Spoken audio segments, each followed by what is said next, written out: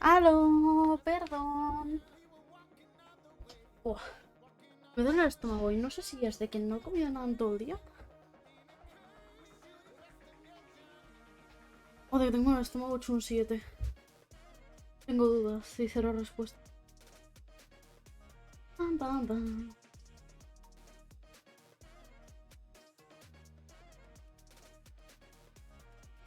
Perdón, no tardanza. Es que estaba chiti chati con mi mamá VTuber y se me olvidó que tenía que cenar.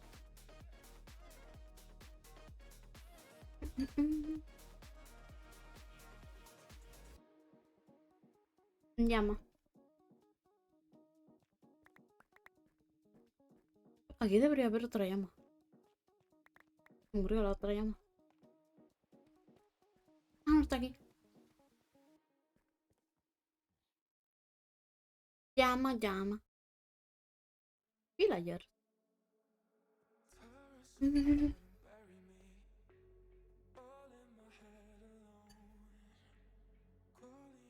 La cabrona.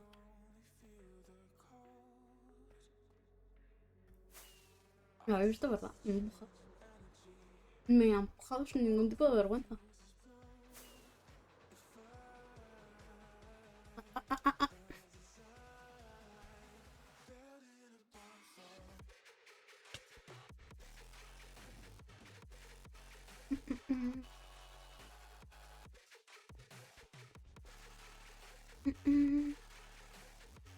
A lo que sé, ¿no? Voy a ordenar cofres.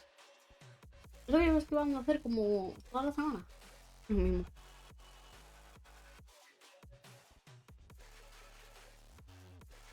Bueno, cofres. Quien dice cofres dice shulkers.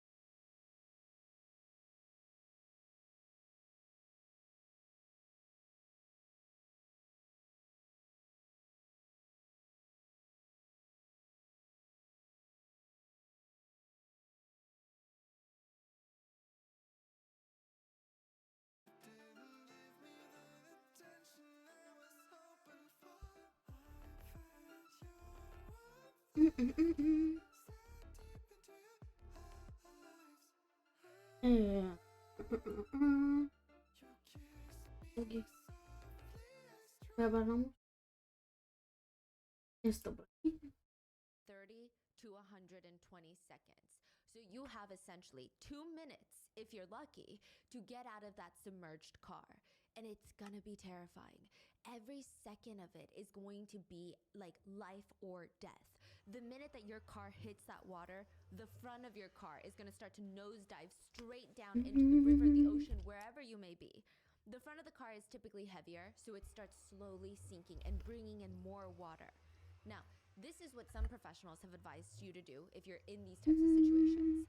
Roll down the windows as fast as you can. You're about to hit that water, roll down the window. You're in the water, roll down the window. Because once you're fully submerged, it's gonna be nearly impossible to open your car door. And if your car windows stop working, then you're gonna be trapped inside the car with zero escape. You're gonna drown to death inside the car. So roll down your windows because the power to operate the windows is only gonna last so long. You have a very short window of opportunity before all the electrical systems are destroyed by the water. If you can't roll down the windows, you gotta find something to break it with. Don't try and break the windshield. That is the thickest part of glass in the entire car. You gotta use the side windows. Then you take off your seatbelt. You do not wanna be restrained while you're trying to free yourself from drowning in a car. Help other people out in the car, and then swim out of the car safely. It's gonna be the easiest to swim out of the car when the water level is still below your car window that's open. Now, once there's water coming in through that open car window, you're going up against the water pressure. Water's pushing you down, you gotta swim up against it. If you're not a strong swimmer, you might have to wait until the entire car sinks to the bottom and then wait for the water pressure to equalize before trying to swim up. Because even if the car is fully submerged, it's still sinking. So the water is pushing it down and you're trying to go up. You can still do it, but it's gonna take a lot more energy and a lot more skill. Wherever you are in this process, you're gonna wanna use your feet to kick off the car to try and propel yourself towards the surface. But what if you wake up in a sinking car? What if you didn't even see yourself falling? What if you weren't ready? You weren't alert? You didn't have any of the time to do these things. And now the car is filling up with water and you're panicking. Uy, no, In esto the no. Han River in Seoul, South Korea, 33-year-old Min vale. was knocked unconscious. He violently wakes up by the cold. It's just so cold. And he notices he's in the driver's seat of his car and there is cold water splashing into his car. It's slowly filling Por up. aquí la His feet pizza. are fully submerged at this point and now Ando trying to reach ordenando his knees, shulkers. he's freaking out. Like, what the hell is going on? Llevo varios He has días no como idea why he's esquivándolo in muy water. fuerte. He starts panicking. He's looking out the window. Llevo All varios he días sees viniendo aquí arriba is de water. si no lo veo, o sea, What si the no lo hell? miro, no me veo. This car is in the middle of the Han River sinking. How did he even get here? He tries to push open the car door. He pushes. Acumulándolas It aquí. doesn't even budge. Something is blocking it, or perhaps it's the water pressure that's high enough already. It won't move. He tries to slam his body up against the door to get it to open. It's not even moving a little bit, not even a single inch. So he's like, okay, calm down, think, we gotta think. He could hear his breathing ringing in his ears, and he's panicking. Even if he gets out, then what? Be plunged into the dangerous river in the middle of October? I mean, surely he's gonna quickly die. The currents are strong enough to drag him underneath the water, and if that doesn't happen, he's gonna die of hypothermia pretty quickly because he's in the middle of the river. But if he stays in the car, he's gonna drown.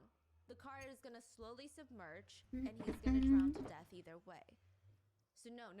He's got No sé qué muerte prefiero. And he had wasted so much energy trying to get that car door open. The water is now up to his waist. He has to think clearly. He tries to open the windows. It doesn't work. It's broken. And he's thinking, okay, what do I do? The window has a tiny hairline crack running through it. Minjun knew that this is the only way out, the only way to live, or at least have a shot at living. So he uses his elbow and he smashes it into the window once, twice, 3 times. The water is just coming up higher and higher, filling up the car, and it's splashing up against the car, trying to drag it down. I mean, the adrenaline is so high, he doesn't even feel how cold the water is anymore. He uses the weight of his body to smash into the window again, and it finally shatters. It breaks. He pushes out the glass shards. He takes one last breath, closes his eyes, and jumps out the window. And he plunges straight into the cold concrete. And he's like, what the hell? Why is this not water? Bueno. He opens his eyes and he looks around. 3. His car was half submerged in water, but still resting on a piece of concrete that is now floating in the Han River. A giant piece of concrete the size of 2 football fields is now floating in the water. It does not belong there. It wasn't there 2 seconds ago. And behind him, Minjin sees what looks ¿Qué tal straight vas? out of an ¿Qué tal el apocalyptic movie. viaje? Floating on the ¿Cuánto te concrete queda? island Pues ya has is a llegado. bloodbath. People crawling out of their crushed cars, moaning for help, people in the water screaming, begging to be saved while they're getting swept away by the powerful currents. Other cars are fully sinking into the bottom of the deep river. A bus behind him is crushed to half its size. No, es que The bus is now coming up to its waist, with blood just pouring out of it like someone stepped on a berry-flavored juice box. He could see blood-soaked hands like reaching out of the bus, trying to crawl out, and nobody was coming to help them. It would be up to the 49 people floating in the middle of the river to save each other. By the end, 32 people would be dead. This is the case of the Seongsu Bridge collapse in South Korea, and how 32 people died without medical attention on a concrete floating island in the middle of the Han River, while helicopters flew over and live-streamed the whole thing to news networks. Y es que hoy no hay taco. Huele a gay. Sí, un poco a gay sí que huele.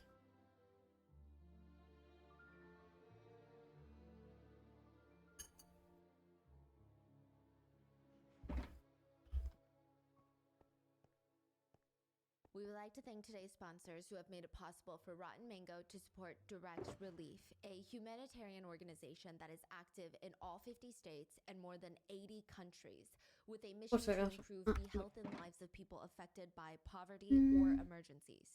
This episode's partnerships have also made it possible to support Rotten Mango's growing team of dedicated researchers and translators. Oye, bonito paisaje, un día de puta madre, ¿no? Support as we work on our mission to be worthy advocates of these causes. As always, full show notes are available at rottenmangopodcast.com. We worked with our Korean researchers to help assist in the gathering of data for this case, but as always with international cases, please let us know in the comments if there was anything miscommunicated, lost in translation, or just any additional information you would want us to know. Leave it in the comments. And a quick note, many of the victims involved have wished to stay anonymous, so we're going to be assigning aliases for them, and that being said, let's get into it. All the workers of the local convenience stores nearby, they knew this man. He was kind of an interesting He worked by installing those LED lights on the outside of buildings, so he worked for a light installation company. And the ones that really watched him, or if they ever looked out the window and they saw him installing these lights, anytime he got a little bit high up on the ladder, his knees would start buckling. His whole body would start shaking. And then after work, he would walk into a convenience store and buy all the food that he was craving. Now, for years, there were ups and downs in his finances. On the times that he wasn't making a lot of money, he would still walk in and buy all the food that he was craving. There would be split moments where the convenience store owner would tell him exactly how much it was, and the middle-aged man would open his wallet. Let's say the food is $19. He only had $20 in his wallet. He would hand it over with a big smile on his face and tell him, thank you, you know, you gotta eat, and walk out. He did this even when he had more money. He ate everything that he was craving all the time. He never skimped out on food. And it's very interesting because the ones that had known him for years now, they knew that he had not always been like that. He didn't even work installing lights when he was younger. He was a police officer. It felt like this man had two lives. One from before and one from after the incident. Before, he was just another young cop in this police-issued van complaining about food prices going up. I mean, at this point, it's like Robert for some kimbap. I mean, it's so chisae, which means annoyingly unfair, that I would just rather not even eat at this point. The rest of the other 10 police officers would chuckle, and the one driving, he turned up the volume to the music. Maybe if it had been any other day, they would have just continued the conversation about how the cost of living keeps going up, and police officers in South Korea, we're only getting paid like $30,000 a year. It's not fair. We're saving lives. But not today. Today was their day to celebrate. It's National Police Day. and the 11 Seoul Metropolitan Police officers are heading in their bright blue van to receive awards for their exceptional performance. So they're excited. They're not talking about kimbap prices today. They're having a blast. There was this slightly bittersweet undertone to it all because this was also the last day for one of the officers in the van, which sounds, I don't know, dramatic, right? But they're not just coworkers. I mean, these officers have been working together on the force for some of them months, some of them years. A lot of officers say, other than family, the only people I would trust with my own life are my partners on duty. If my partner is out there chasing a knife-wielding criminal, we're doing it together. If my partner is out there giving out parking tickets, we're doing it together. If my partner is receiving an award for exceptional performance, we're doing it together. This would be their last ride altogether. So they're turning up the volume to this very upbeat song. It's called Cocktail Love. It's honestly the last song that you would expect police officers to be jamming out to. It's a bit of contrast too with the rainy morning outside. And they're singing along while staring out the window, and they're looking into the river, the Han River that they're crossing. And then boom, it hits them. What the hell was that? They turn down the music. And the driver says, it's nothing. It was just like a small stone. You know, sometimes the stones come up from the road. It hit the windshield. That was a big stone, I think, though. That sound was loud. But now with the music turned off, their ears are alert. No, but what's that sound? The car gets quiet and they're trying to listen. And it's like this low, like, tuk, tuk, tuk noise. It almost kind of sounds like the beginning of thunder, like a rumble almost. It's a deep tuk noise. It's like one that you would feel in your bones. The officer driving the car, Officer Lee, he was gonna ask the group what they thought the strange deep noise was, you know, because it's clearly not normal. But his officers start yelling from the back, brake, hit the brakes, hit the brakes. He looks up at the road ahead of him, and the road ahead looks like it's rising. It looks like the road is getting taller out of nowhere. How is that even possible? How is it getting lifted? They're on a bridge. Is this some sort of like weird optical illusion or some sort of earthquake? And as quickly as the road ahead of them looked like it was growing taller, it just vanished completely. It disappeared. And then they felt this really odd, strange weightlessness in their stomach. Like their stomachs were just floating around inside of their bodies. And then, boom. Some of the officers screamed. Others felt everything go black. Most of them fainted. But one thing was for certain. The next time that they looked out the window, they were in the middle of the Han River. 21-year-old Officer Lee, the driver of the police van, he opened up the driver's side door, and there was so much noise when he opened that door. Emergency sirens getting closer and closer. People are screaming for help. Help. He has to help. So he's forcing his trembling legs to try and move out the car because he's shaken up. It feels like a war zone. It feels like there's bullets just flying towards them from all different angles.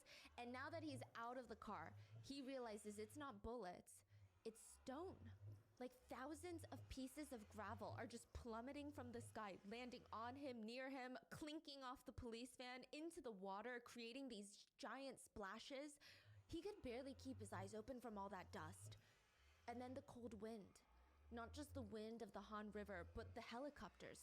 There's helicopters just circling around. And he's trying to squint and look up, and 66 feet above him, 7 stories above him, is the bridge that he had been driving across just moments ago. It had a giant section just ripped from it in the middle. It's like someone punched down into the bridge, taking a giant piece of slab down to the Han River. He could see peeking over the bridge, like the edge of the bridge up there, 66 feet above him, are people, firefighters, looking terrified. He's like, why do they look so terrified? He turns his eyes back down and turns around in a full circle. They were on a sinking island. A piece of concrete, the slab from the bridge that was missing, was now floating in the Han River, about to sink at any moment. Lee turns to his right. There's people screaming from inside the water. They're being swept away by the current. He turns to his left. There is blood seeping into the concrete, turning it fully dark red. He looks up and he sees a bus full of people upside down, and the bus is completely squashed. He could see Sí, al bus. long strands of hair just soaked in blood peeking out from the bus windows. Backpacks were ripped apart and loose shreds of homework were just sitting in pools of thick blood. The next stop for this bus would have been Muhak Girls High School. In Korea, most high schools don't start class until 8-10 a.m. But technically, if you're not in your seat by 7:50 a.m., you're considered late. So most students, they try to shuffle into the classrooms by, I don't know, 7:30 a.m. So you have some time to settle down, set up your little station, catch up with your friends, finish eating the breakfast that you bought at the convenience store. Apparently, they call it reading time. But most students, they do not sit calmly and read a book ready for the day to start.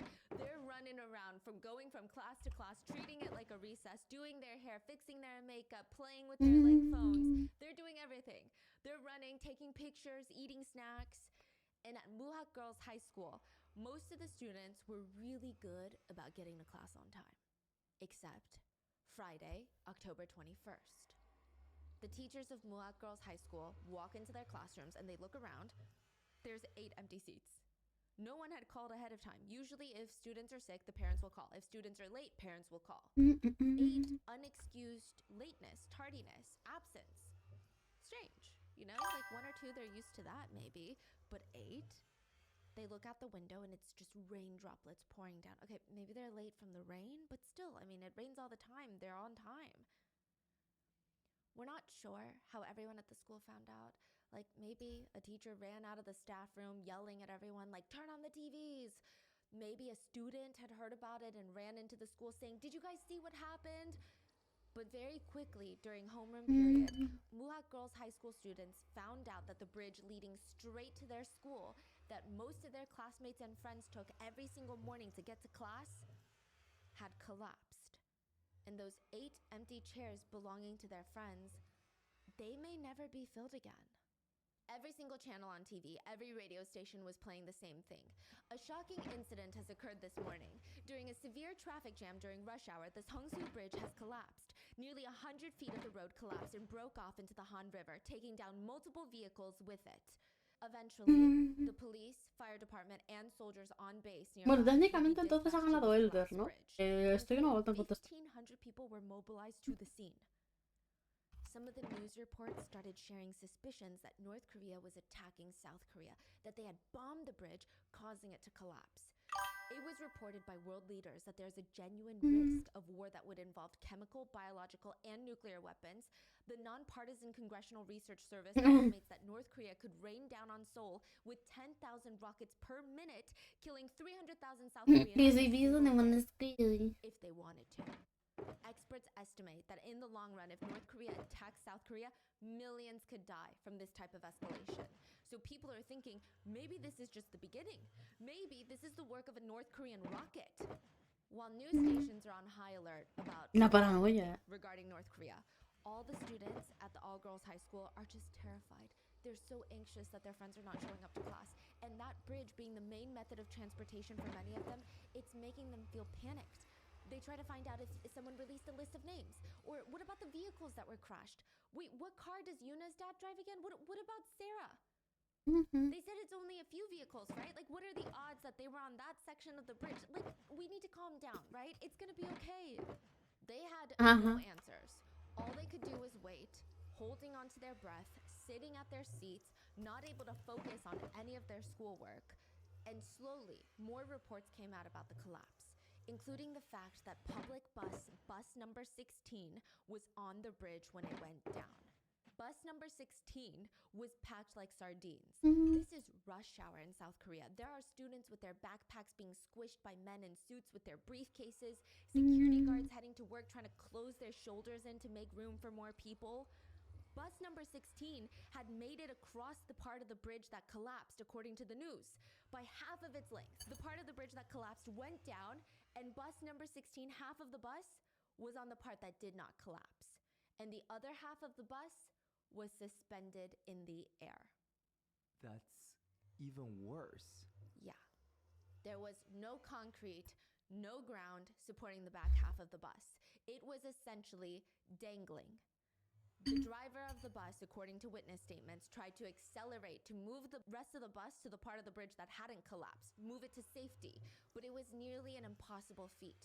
A standard city bus weighs as much as 44,000 pounds with all the passengers squished inside. That is the weight of a whale shark. Imagine a whale shark that is half off of a bridge. How would you stop it from falling? The bus driver, he tried his best to not let the bus fall, but there's just nothing you can do. You cannot go up against physics like that. He tried. Witnesses stated that he accelerated all the way until the rear wheel of the bus hit the edge of the broken bridge, but it got caught on the jagged stone. Oh my gosh. The bus driver accelerated with everything he had, but because the rear wheels were caught, it caused the entire body of the bus to go up. The bus, to a degree, was now vertical. Because he's accelerating so much and the back wheel is getting caught. It was erecting itself up on the middle of the bridge. Drivers on the bridge were staring in horror because they knew that there was nothing that they could do to help. The bus went up and then fell back into the hole. The bus made almost a semicircle as it fell all the way down 66 feet and crashed onto the concrete slab that had broken off into the river. The bus was in the worst condition because the other vehicles that had fallen with the slab, there was a crash, they were injured, there were a lot of serious injuries, but because Pero they el bus didn't está hecho un fall puto onto sándwich. the crash, the impact was not as hard. Bus number 16 was crushed like an aluminum soda can. Bus number 16 was the bus that many of the all-girls high school kids took to get to school. The next stop on the bus, right after they crossed the bridge, would have been Wuhan Girls High School. Many families would later bring up the butterfly effect. And side note, just to clarify, I am only bringing up these types of questions and even the butterfly effect because a lot of the families of the victims were talking about it and it just became a topic of discussion amongst a lot of news networks at the time. I personally do not think any member of any victim's family should feel this way because then it gets really easy to place blame on ourselves, which I just don't agree with. A lot of families stated that they kept thinking, what if I just made my family members a little late that day? By 5 seconds? Could that have changed things? Like, what if I forced them to wake up earlier? Would that have made things different? I was thinking, they're so tired, maybe I should let them sleep in, but what if I had just woken them up on time? Would they be coming home tonight? They just kept blaming themselves and thinking about the butterfly effect.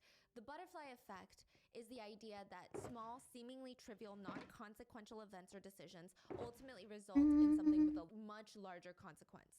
So a dramatic example would be a small butterfly flaps its wings in South Korea, and somehow this tiny change in air pressure and wind would somehow lead to another tiny, tiny little event where someone kind of slaps their hair around like this. That leads to another tiny, tiny event and another, and then it gradually snowballs and it would eventually cause a tornado in New York. Or the idea that if you had a pile of sand, you think, okay, if I just remove a single grain of sand from this giant pile, it seems so trivial. Who's gonna miss that tiny grain of sand? Who's gonna even know that I took a tiny grain of sand? But it would change the entire pile of sand. The butterfly effect is often referenced in time travel movies and shows because the idea that you can go back into time and you do something that you believe won't do anything and it changes the future forever. One of the most famous classics is about a man who travels back 65 million years to shoot a dinosaur. He's like, this is my dream, to kill a T-Rex. Now, according to history, the T-Rex was gonna die anyway that day because a fallen tree would land on it, killing it. But he's obsessed. He's obsessed with wanting to kill this T-Rex. So he time travels and the tour guide takes him there. Time travel tour guide. But when he goes up to shoot the T-Rex, the man starts getting scared. The T-Rex is so big, like what if the bullet doesn't kill him and it just makes him angry and then the T-Rex is gonna kill me? He's frozen in fear. The guide has to step off the path, because they have a time travel path, step off the path to shoot the T-Rex so that it won't kill them. They time travel back to the future and everything has changed. Language is no longer the same. An evil dictator is now in power and it just doesn't make sense. The T-Rex was gonna die that day anyway from a fallen tree. Why does it matter if it was shot or not? It's dead. Ultimately, the T-Rex was gonna die. They look down and they see a crushed butterfly stuck to their boot. And the story shows how just them stepping off the path, stepping on a butterfly, changes history forever. It's terrifying on its own if you think about it too long, but a lot of parents of the victims in this story, they just kept bringing up the butterfly effect. They said they kept asking themselves, could things have played out differently somehow? Maybe I would have asked if they wanted a coffee, and if they drank a coffee before they headed out, then they wouldn't have been on that part of the bridge. Or maybe I could have made them wake up 5 minutes earlier. Or maybe the night before I made them sleep 5 minutes earlier. Or maybe I was gonna shower, but I could have just let them shower first. Or what if they wore a specific tennis shoe that takes a few extra seconds longer to tie? Could that have changed the outcome of things?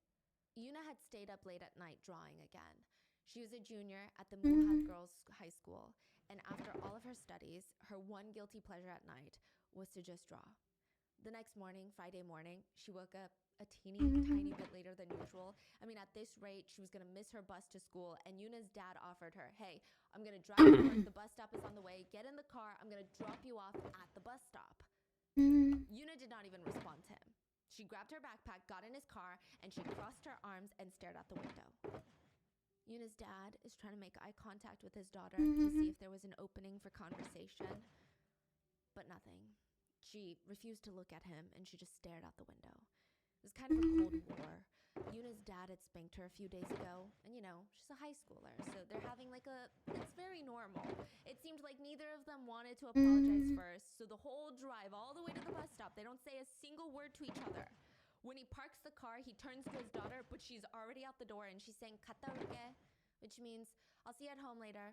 And she closes the door, and she walks off to the bus stop. And when she gets there, the bus is not there, and she's wondering, did I miss the bus? Oh man, when is the next one gonna get here? And she watches as her dad drives off. Another student from the same school, Muhat Girls High School, was trying to make it to that same bus stop. She was a senior though. Her name is Sarah, and she had overslept. She stayed up studying for the college entrance exam like this girl had not known a good night's rest in a really long time. She barely washed her face, barely brushed her teeth by the time that she's running out the front door with her backpack thrown over one shoulder. Her mom's telling her, "Be careful!" And she's running as fast as she can, trying to not get caught behind all these very sweet, very kind, but incredibly slow walking elderly people. Sorry, excuse me.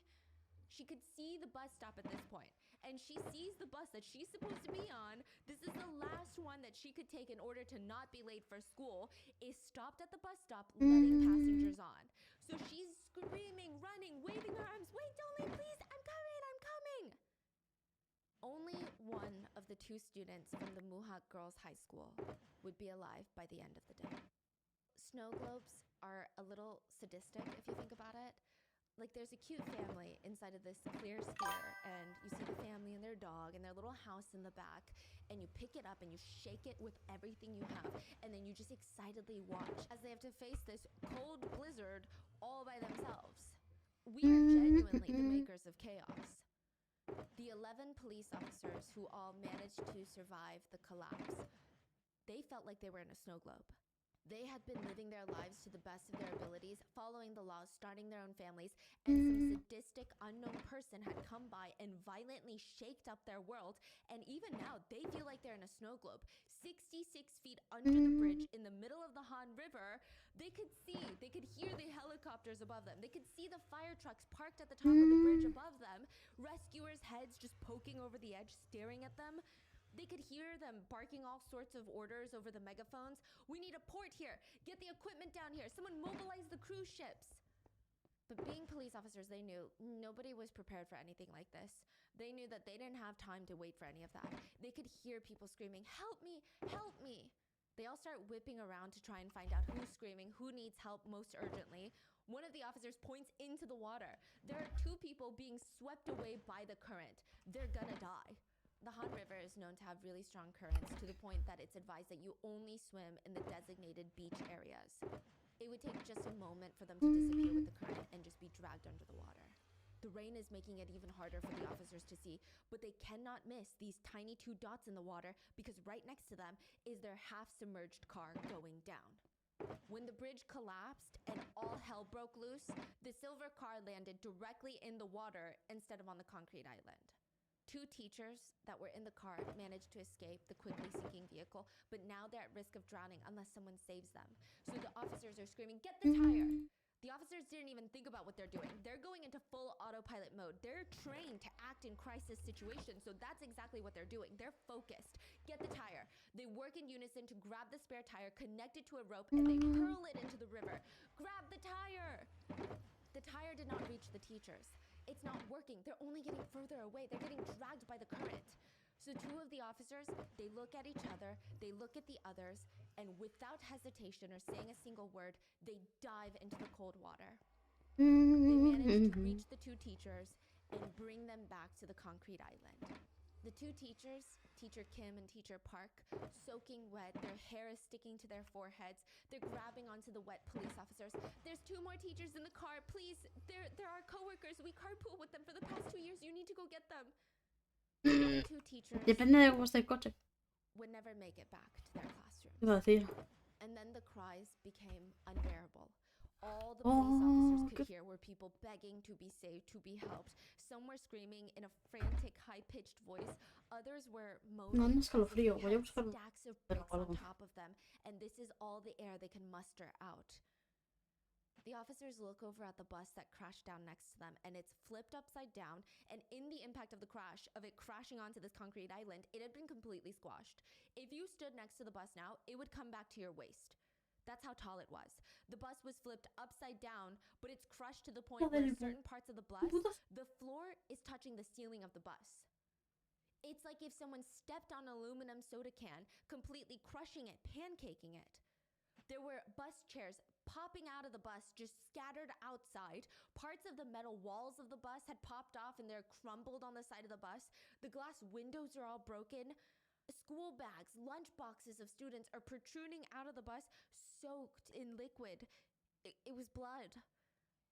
21-year-old Officer Lee remembered looking at the bus, seeing the blood flowing out like a squashed juice can. And he said there were layers of people on top of people. It was literally hell on earth.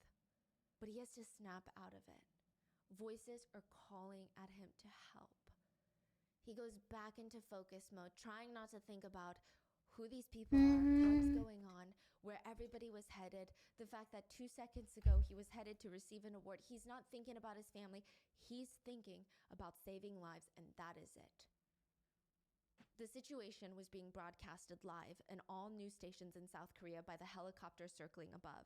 The people trapped in the collapse were really in their own snow globe. The whole nation is watching them without any single way to help.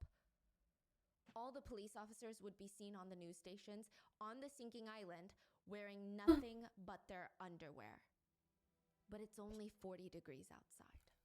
Officer Lee and the other officers start pulling people out as gently as possible from this crushed bus. And all the other officers that are assisting, they would pull a person out, a middle-aged man, suit covered in blood, students in uniform covered in blood. They would look at the officers and they would say, "Thank you, I'm so cold." And with each person they pulled out of the wreckage, the officers would just start shedding articles of their clothes. Every single person that they rescued out of the bus told them, "I'm so cold," and they're shivering. And the officers knew that that is a dangerous combination. So blood loss causes your core body temperature to fall. It can actually lead to hypothermia and death. Normal body temperatures are at 98.6, but when it falls below 95 degrees Fahrenheit, you're at risk of your body shutting down. Hypothermia can lead to complete failure of your heart by causing an irregular heartbeat, respiratory systems go down, and eventually that leads to death. And a lot of these people being pulled out of the bus are showing signs of hypothermia. Yeah, it's only 40 degrees outside, but from blood loss, they're becoming hypothermic. Not to mention, it's the end of October before 8 a.m. Even just being outside would have been chilly in South Korea. But on the Han River, those current, those winds, it likely feels much colder, and it's raining.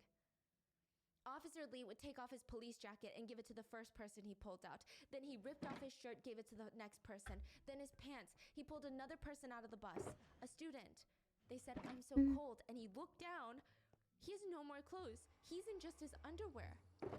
And he's thinking quick on his feet. He runs to the police van and he starts ripping the car seat covers to take off so that he can provide some sort of warmth.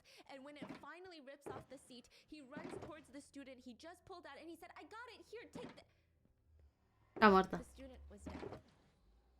The officers had to keep going though, even though it just started to feel pointless and painful. They rushed to get everybody out of the bus and cover them with car seat covers. They would ask the person they just pulled out, "Ajashi, are you okay? Do you need help right now? Is this warm enough? Here, take the car seat cover." No. Thank you. Thank you so much. Go save the others. Go. The officers would turn around, go back into the bloody bus, drag another person out, and place them right down next to the Ajashi, who was now dead.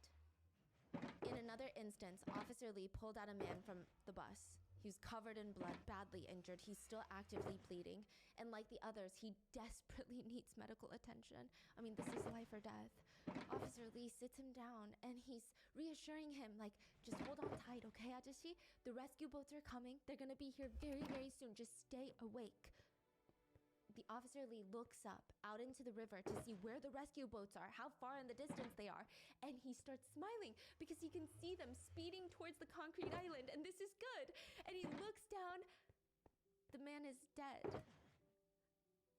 It felt like every time they rescued someone, they would turn around to help someone else, and the person they just rescued would be dead. They were alive 2 seconds ago, and now they're dead. It would take 30 minutes for the rescue boats to arrive.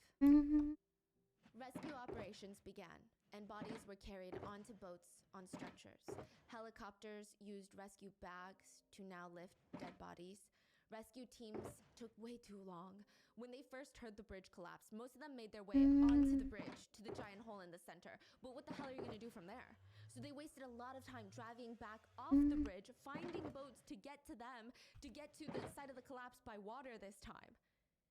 It was also later revealed that the call center employees briefly thought all the calls coming in about the collapse were prank calls. So they wasted even more time that they could have used to save lives by contacting the correct people like the Navy. 32 people died that day, 9 being students, and 17 more people were injured. It is widely believed that if the rescue boats had come sooner, more people would have been saved. And now with the rescue teams doing what they should have done 30 minutes ago, administering medical care, the 11 police officers, they sat down to catch their breath for the very first time since the collapse. Officer Lee, he's 21. He called his dad because he usually reports to his parents, and I believe he was still in a state of shock though, because he just told his dad very bluntly everything that happened like he was still on autopilot. I mean, he was so nonchalant. He stated, "Yeah, Dad, Seongsu Bridge collapsed, and I rescued some people out, so it's fine. Don't worry about it." And his dad responded, "Okay, 조심해, be safe," and he hung up. It did not register in that moment for Officer Lee's dad what his son was saying. After the line went dead, his dad stood there processing what his precious son had just told him. And he immediately called him back and he screamed into the phone, "You're where?"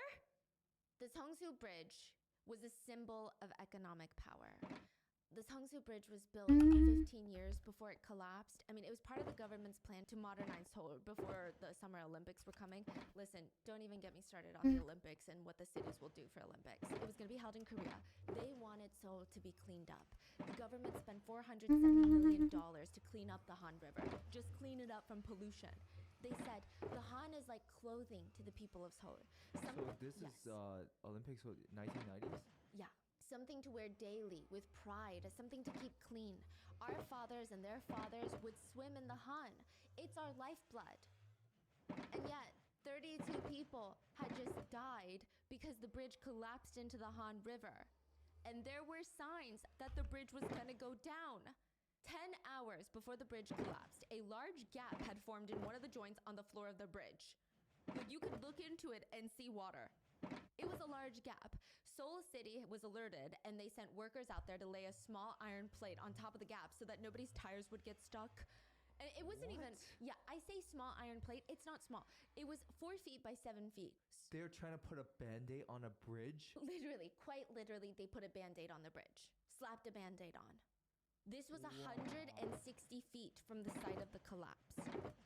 They were going to repair the joint later, they said, but they postponed it due to bad weather, which is fine, but then why not just shut the bridge down until it's repaired? The next morning, about an hour and a half prior to the bridge collapsing, reports started coming in that people could hear these creaking noises coming from the bridge. You know those horror movies where they walk into those old haunted houses and it feels like the entire house is thundering? They said it sounded like that, but on a bridge, which can't be great. It sounds like a monster, like deep, low rumbles and creaking noises. It sounds like it's echoing too, like something big is shifting. It sounds like thunder inside of the bridge. Seoul City said once again that they would check it out, but after the rain stopped, less than an hour later, the bridge collapsed. Over 30 people died and more were missing. Search teams consisting of 150 personnel were sent into the water to locate more bodies. Professional divers, the Navy were all involved. They found the silver car with the 2 remaining teachers inside. They had drowned. And a little while later, searchers came across another fully submerged vehicle, a gray Hyundai, and the driver had not been able to escape from the submerged vehicle. He was also dead. After 5 days, they called off the search and no more bodies were found in that area of the Han River. 32 dead, 29 from the bus, 9 of them being students, and 3 that drowned. Wuhak Girls' high school graduation was 4 months after this. Everyone showed up. I mean, even students who weren't graduating that year, parents of students, they all rallied to show support for 8 students that would never be coming back. Many of the parents of the deceased brought in a single yellow tulip in memory of their children. Sarah brought one in too. The bus never waited for Sarah, the one that collapsed. And that is the only reason that she survived. She said, when I got on the next bus, the bus driver said that we couldn't go by this Hongsu Bridge route, and I was surprised that we passed a different bridge to go to school. I ran into the classroom because I was late, and everyone was crying and hugging me. Everyone thought that something had happened to me because I hadn't come to school on time. They were playing the news. They said Yuna and her dad had a big fight a few days before she was killed. Most high schoolers, they have a hatred for parents lecturing them. And in that car, her dad thought, wow, she's really mad at me. But Yuna she's a high schooler. She didn't know how to apologize yet. And she didn't know when was the appropriate time to give her dad this letter because she felt like her dad was still mad at her. And so she saved that letter in her backpack. And it read, to my loving dad. Dad, I can't hide my tears whenever I think about you. I know that your heart must hurt 100 or 1,000 more times when you spank me. Dad, don't think that you spanked me. Think of it as you were spanking the bad thing inside of me. And I really, really, really love you so much that it feels like my heart is going to explode. And I promise I'm just going to keep doing my best to make you proud. Appa fighting. And it was signed from Yuna, who loves her dad very much. Yuna's dad would die 2 years later from a serious health condition, but friends and family knew that he was in a rush to go tell Yuna that he received her letter. Another family, the Kangs, they lost their youngest son, Peter, in the collapse. When Mr. and Mrs. Kang heard that Peter was gone, that he was killed in the collapse, they fell to the ground and they were slamming their fists down, screaming, Peter, Peter. It was Peter's last day at work today. He had quit his job to focus on his studies of becoming an accountant, and his parents felt guilty. They couldn't help but think, had the collapse happened just a day later, had Peter just quit a day earlier, their precious son would be alive today. Bridges are all about balance. To simplify it, when you have a force going down like gravity, the structure is going to go down. But when you have a force going up, and a force coming down, the structure can stay still if it's perfectly balanced. Now, there's a ton of different types of bridges, but all of them are about balancing forces. So take a beam bridge, for example. This is the cheapest, most simple type of bridge.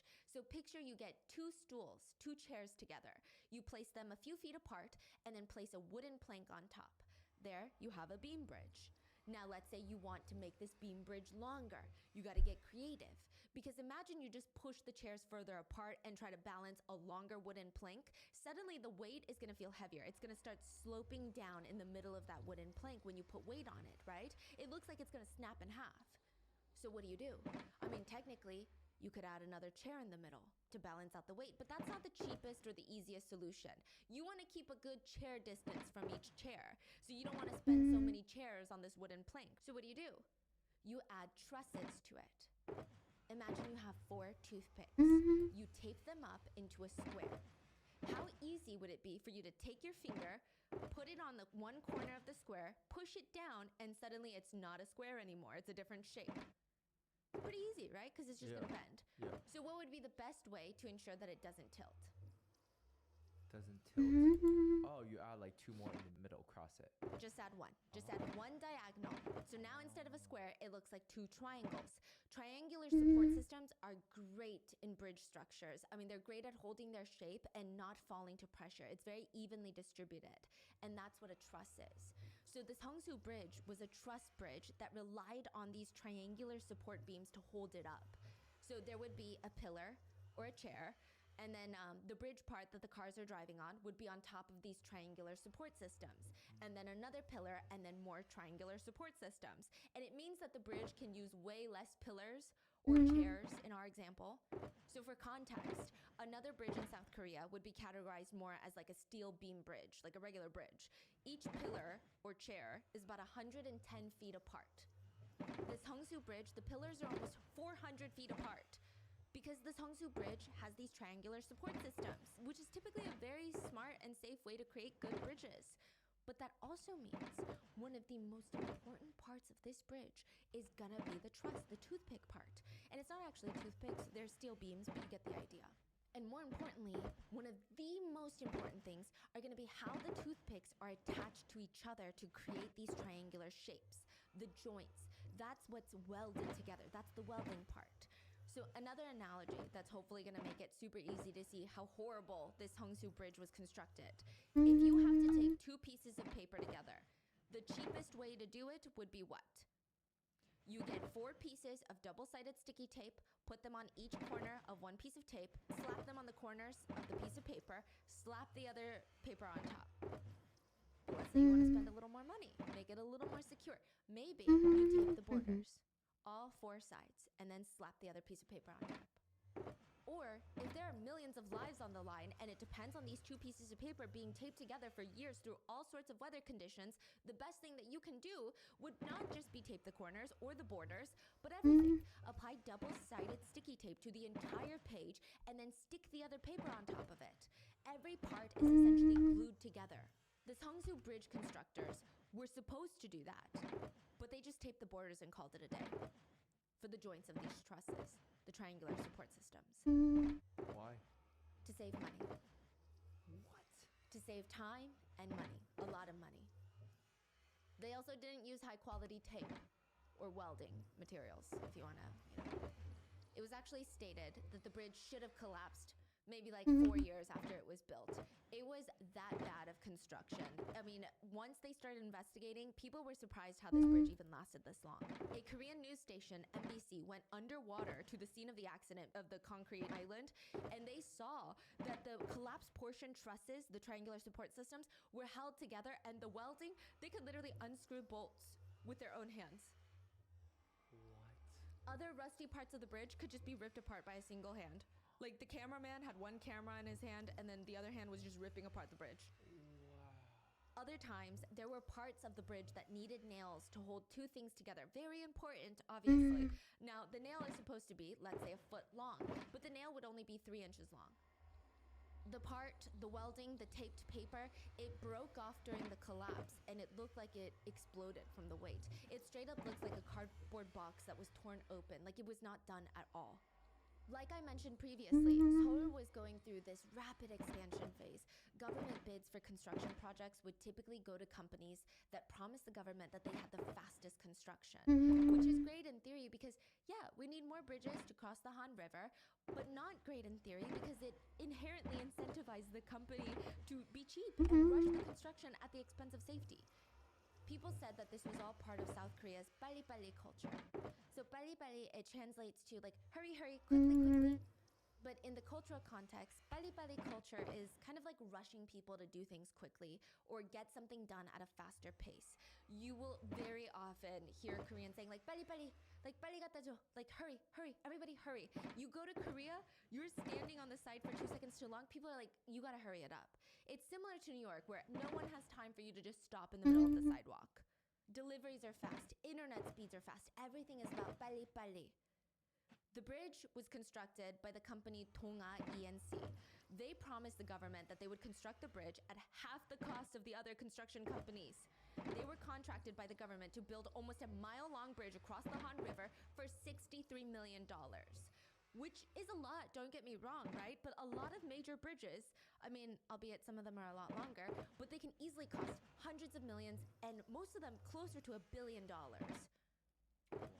So Tonga is charging $63 million, half of what the other contractors in Korea are asking the government for, which sounds alarming, doesn't it? But the citizens were like, you know what? Tonga is the best construction company in Korea right now.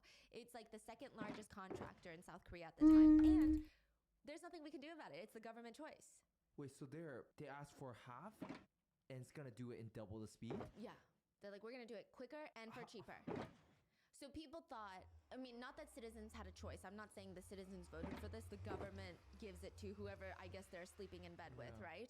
But the citizens felt a little bit reassured because the company had a lot of good publicity. The chairman of Tonga, Chairman Choi, was often hailed as some sort of construction hero. They called him the one who could accomplish the impossible. So if we give the government the benefit of the doubt, maybe they genuinely thought that Tonga had some sort of crazy system or skill to make things happen more efficiently and cheaper than other companies. After the collapse, Tonga made a statement and said, our company's warranty is over. The company's warranty for the bridge was 5 years. Afterwards, we cannot be held responsible for the accidents. We have no legal responsibility for this. It was so cold. There was nothing about the victims. It was just, this is legally not my fault. But Chairman Choi of Tonga definitely did not help the situation.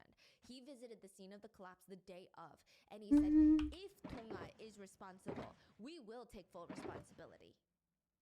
But then his tone changed a few days later, and he said, in order to realize Tonga's moral responsibility as the constructor of this Hongsu Bridge, with this incident, we are being reborn. Basically saying, hey guys, if you want us to, because we constructed this bridge, morally, we're taking responsibility. Not legally, don't get it twisted, morally. But now we are reborn because we did something so great. Because we morally took responsibility. Eventually, an investigation was opened into the bridge's collapse. Chairman Choi's entire attitude changed and he said, look, I've been to Hongsu Bridge countless times, driven over it. Let me ask you a question. Would I have gone to Hongsu Bridge if I ordered it to be built cheaply and fast and without regard to safety? The company essentially argued that the bridge was fine for the past 15 years, so it's not their fault. If it was this bad, how would it have lasted 15 years? They started shifting the blame to Seoul City, the city government, for negligence on maintaining the bridge. They stated that for the responsibility of managing all the bridges over the Han River is done by the city of Seoul. The city is required to conduct safety inspections on facilities every single year. So does that mean they ran their test and their results said the bridge was fine? Were they not thorough in their testing? Did they even test the bridge? It was later revealed that after 15 years of its construction, this Hongsu Bridge was never subjected to any detailed inspections. The government decided the bridge inspections would focus solely on older bridges. Another very dangerous thing to note, the government never restricted heavy vehicles from the bridge, nor did they try to limit them, which that's a huge pivotal part of ensuring the safety of bridges, because bridges, yes, they're supposed to be safe. You have to make sure that they're not overloaded though, because that could cause a collapse. There is no bridge that has unlimited weight limits. They're all built to only withstand a certain amount of weight. So not only did the government completely disregard the safe limit of the weight, they were doing more. The bridge had started off as a 4-lane bridge, and it was still a 4-lane bridge when it collapsed. But there were plans to get rid of the pedestrian lanes on both sides, redo the bridge, like the paint of the lanes, and make it 5 lanes. They were gonna add on more load, more heavy cars, more buses, more transport vehicles, which would add more weight to this already exhausted, stressed structure. Side note, now it makes it seem like it's all the government's fault, but yeah, I think it's both their faults. Like, both sides hold so much responsibility. Tonga's construction of this bridge is so well known internationally by engineers and even used as a case study for civil engineering students for the abysmal, terrifying, reckless construction of what honestly should not even be labeled a bridge. Allegedly, Tonga hired an expert in steel plate welding. So that's like the tape part I was telling you about. The joints, the most important part, very important of a truss bridge. But when that expert insisted on, hey guys, we need to go a little bit slower because we need to inspect the steel plates thoroughly because this is the most important part, he was allegedly fired. Seoul prosecutors launched a criminal investigation into the bridge collapse. They were, in a way, investigating their own peers, and they did not like what they found. Seoul City had a contract with a third-party company and tasked them with handling the bridge maintenance and repairs. So let's call that B Corporation to keep things simple. B Corp had submitted a report to Seoul earlier that year. So this is in October. They did it early, spring. They said, hey, the steel joints and the beams, yeah, they're compromised. It is in urgent need of repair. Which doesn't sound like a we'll get to it when we get to it type of problem, but Seoul did not do anything about it. Yeah, October 26th, less than a week since the collapse, prosecutors arrested 7 B Corp officials because prior to this urgent message sent to Seoul, the bridge had so many red flags that they didn't even inspect. Like, they let it get to this point. They could have flagged it earlier on, but they were too lazy to do daily reports. They never checked it out. And then finally, earlier that year, they finally checked it out. And they were like, oh, no one should be on this bridge. It's going to collapse any second now. 4 Seoul metropolitan government officials were arrested for disregarding that very urgent message sent earlier this year about the compromised beams. And just moving on, business as usual. 6 Tonga construction officials were arrested for obvious reasons for the construction of the bridge. And there was debate on whether or not the mayor of Seoul, Mayor Lee, would also be arrested, but the then president of South Korea forced him to step down as mayor instead, which honestly just feels like a slap on the wrist. And in the end, they received sentences ranging from 6 months to 3 years in prison, which is, it's nothing, literally nothing. A few years later, Tonga Group, the parent company of Tonga Construction, would file for bankruptcy, and the government promised, they're like, things are gonna change, guys. Things are gonna be different from now on.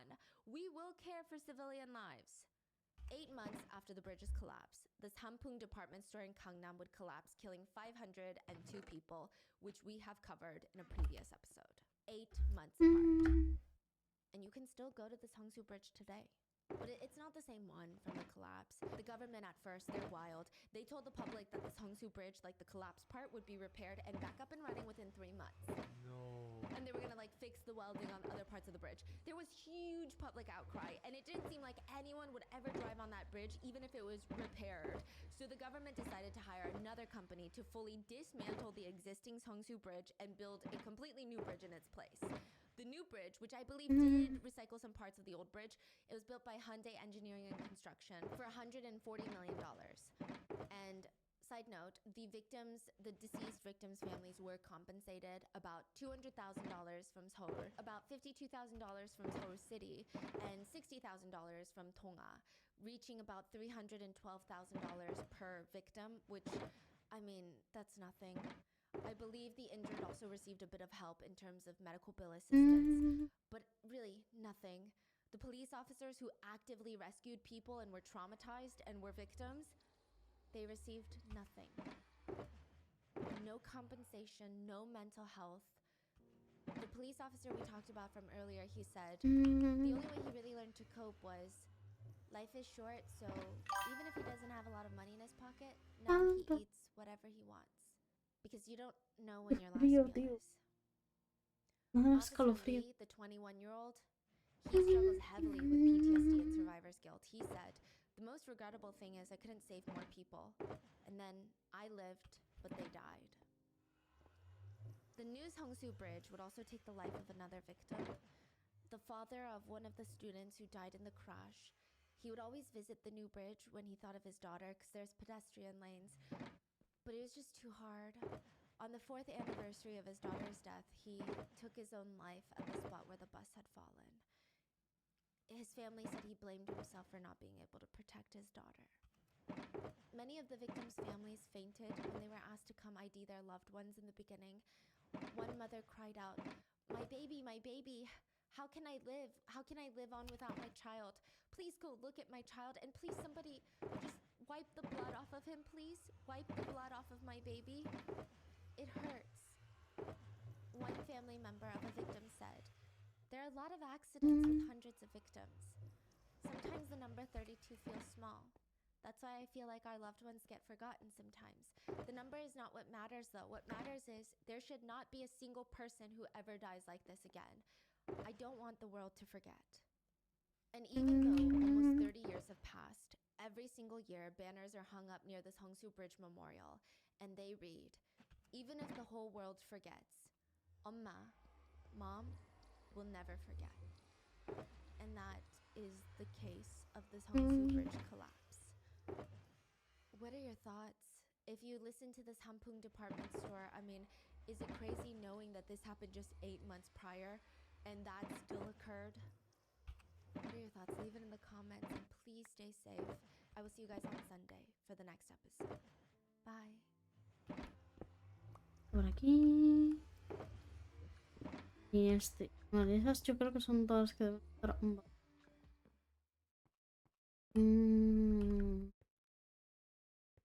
Yo creo que voy a hacer la línea aquí. Bada bing, bada boom. They called it the Death House. There were rumors that the owner of this death house would kill anyone for you. I mean, for a price, as long as you're willing to pay it, he's gonna do it. And the guarantee here is nobody's ever gonna get caught. Not you, the buyer, definitely not him. So you need a hitman? He's your go-to guy. You need someone to be held hostage and tortured? You call this man. You want to invite people over to a random house and throw a party? Bring him in. They can come meet his dogs. Whispers said his dogs were terrifying. They would be trapped in their little cages, but even then you just never wanted to get too close. You know when something just feels a little bit unstable and it feels a little bit unsafe, your eyes keep going through the cage locks to make sure they're not gonna get out, right? Like they're not, these are bolted, correct? The dog's teeth would be showing and they would just be growling at you. Their cages would be shaking from the growling. It seemed like these dogs, they only listened to this man. They were trained by this man. And in return, he fed them well.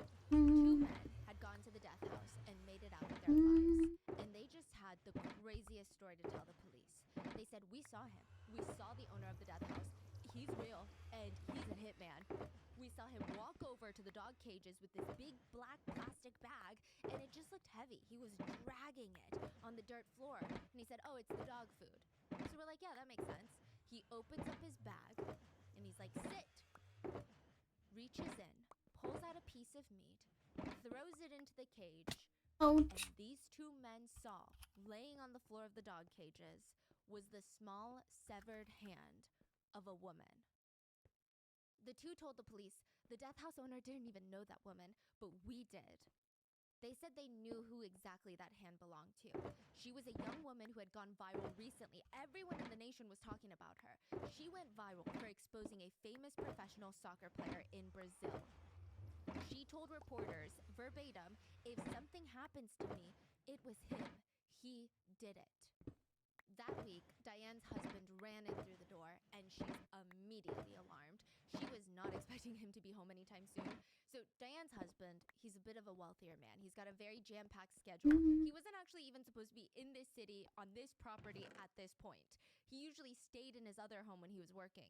And he's crying as he's running in through the door. And she's like, what's going on? He's telling her while he's trying to catch his breath that there's hitman after me and they're probably going to come after you and the kids too because of your association with me. So you got to go. Diane and the kids, they had to hurry. They had to pack their bags, get the kids from school, and run. Otherwise, it was going to be too late. Fernanda's boyfriend was also acting strange that week.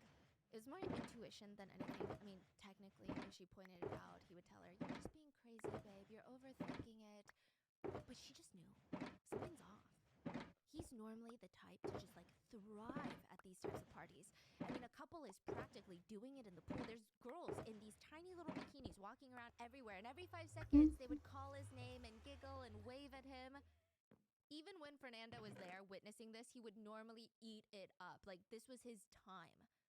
But this weekend, he just seems slightly on edge. His eyes keep scanning the property. Just left, right. He's, like, watching everyone. He doesn't focus on all the girls that are half naked making eye contact with him. It's like he's a guard dog for his own home. Anytime someone tried to go into the main house to use the restroom, he would freak out. He would bark at them, hey, don't go in there. You're not allowed in there. Fernanda was confused. She thought, I just get into that house. Then I can see what's making him act so weird. Eliza, a single mom, stared at the man in front of her, and he's shoving her phone in her face. Call them. Tell them that you're doing okay. She snatches the phone out of his hand, and she dials. Her hand is shaking as the dial tone is ringing. Mi Mom's brazo. voice comes on the other line. Hey, yeah, sorry for not picking up. No, I'm doing fine. Everything's going great. Don't worry about it. Everything in Eliza's body is telling her to scream the truth. No, everything is not okay. They're beating me. They keep threatening me. I don't know when they're gonna let me go. But this man was watching her like a hawk. All she could do was hope that her friend could hear the truth in her voice, that something's not right. By the end of the week, one of these women would be dead. Another would be an accomplice in her murder, and the other one would be left with a child that was not her own. Isn't there a reason it's called the Death House?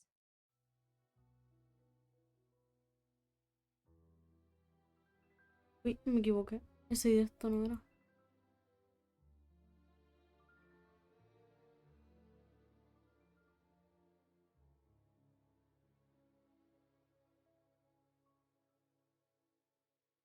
We would like to thank today's sponsors who have made it possible for Rotten Mango to support the National Network to End Domestic Violence. They are dedicated to creating social, political, and economic environments in which partner-related, workplace, and stalking violence no longer exist. This episode's partnerships have also made it possible to support Rotten Mango's growing team of dedicated researchers and translators. And we would also like to thank you guys for your continued support as we work on our mission to be worthy advocates of these causes. As always, full show notes are available at rottenmangopodcast.com. We had our wonderful Portuguese-speaking researchers gather the data for this case, which included poring over documents, articles, going through books, documentaries, and providing the social and cultural context that was necessary for me to better understand this case.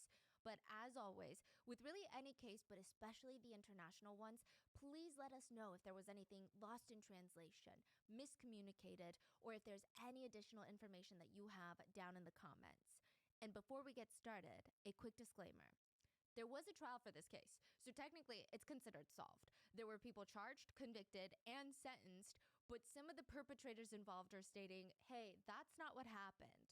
And they all kind of have like their own stories for the series of events, but it's questionable if it's even the truth or if that's just what serves their best interest. But just keep this in mind. The event shared in today's episode is based off of what the police believe happened from their piecing together of witness statements, CCTV footage, hotel receipts, cell phone data. But I mean, I wasn't there. I cannot say with 100% certainty that this is exactly how it all happened. There are also a ton of rumors and biases surrounding this case, and since this is high profile, there's pro athletes at the center of it. We did our absolute best to keep the information as objective as possible, but let us know if you feel differently. Now, with that being said, let's get into it. November 24th, 2023, a video was posted on YouTube by a woman named Rosie Aventura. Now, Rosie was going to explore this abandoned house. Supposedly, the house is haunted. I mean, it was left to rot. The furniture's gone. The walls are peeling. The windows are now on the ground. There's just glass shards everywhere. And on some of the walls that are peeling, there's these little red droplets. They look like blood splatter. The story is, 2 people died in that house, and now it's filled with spirits. That's why Rosie was going to go investigate. Rosie went with her son, and she just wanted to talk to any lingering spirits that wanted to share their messages through her with the world. She's a paranormal investigator, a medium, which you know how I feel about that, especially when it comes to crime, but I digress. She walks into the house, and her son is holding the camera, pointing it at her, and she's holding what they call a spirit box in her hand. It's basically a radio that automatically switches through all of the channels simultaneously. So you're just hearing different levels of static, just switching back and forth, like right? So if someone past or living is trying to talk to you through one of these stations, you'll hopefully catch it. She's standing in the house, and the radio is switching nonstop through the different stations, just bringing static out of the device. And Rosie asks out loud to nobody in particular, I'm here to help. You sent the signal to me. Do you want help? The white noise starts getting louder, and you can barely hear the word see.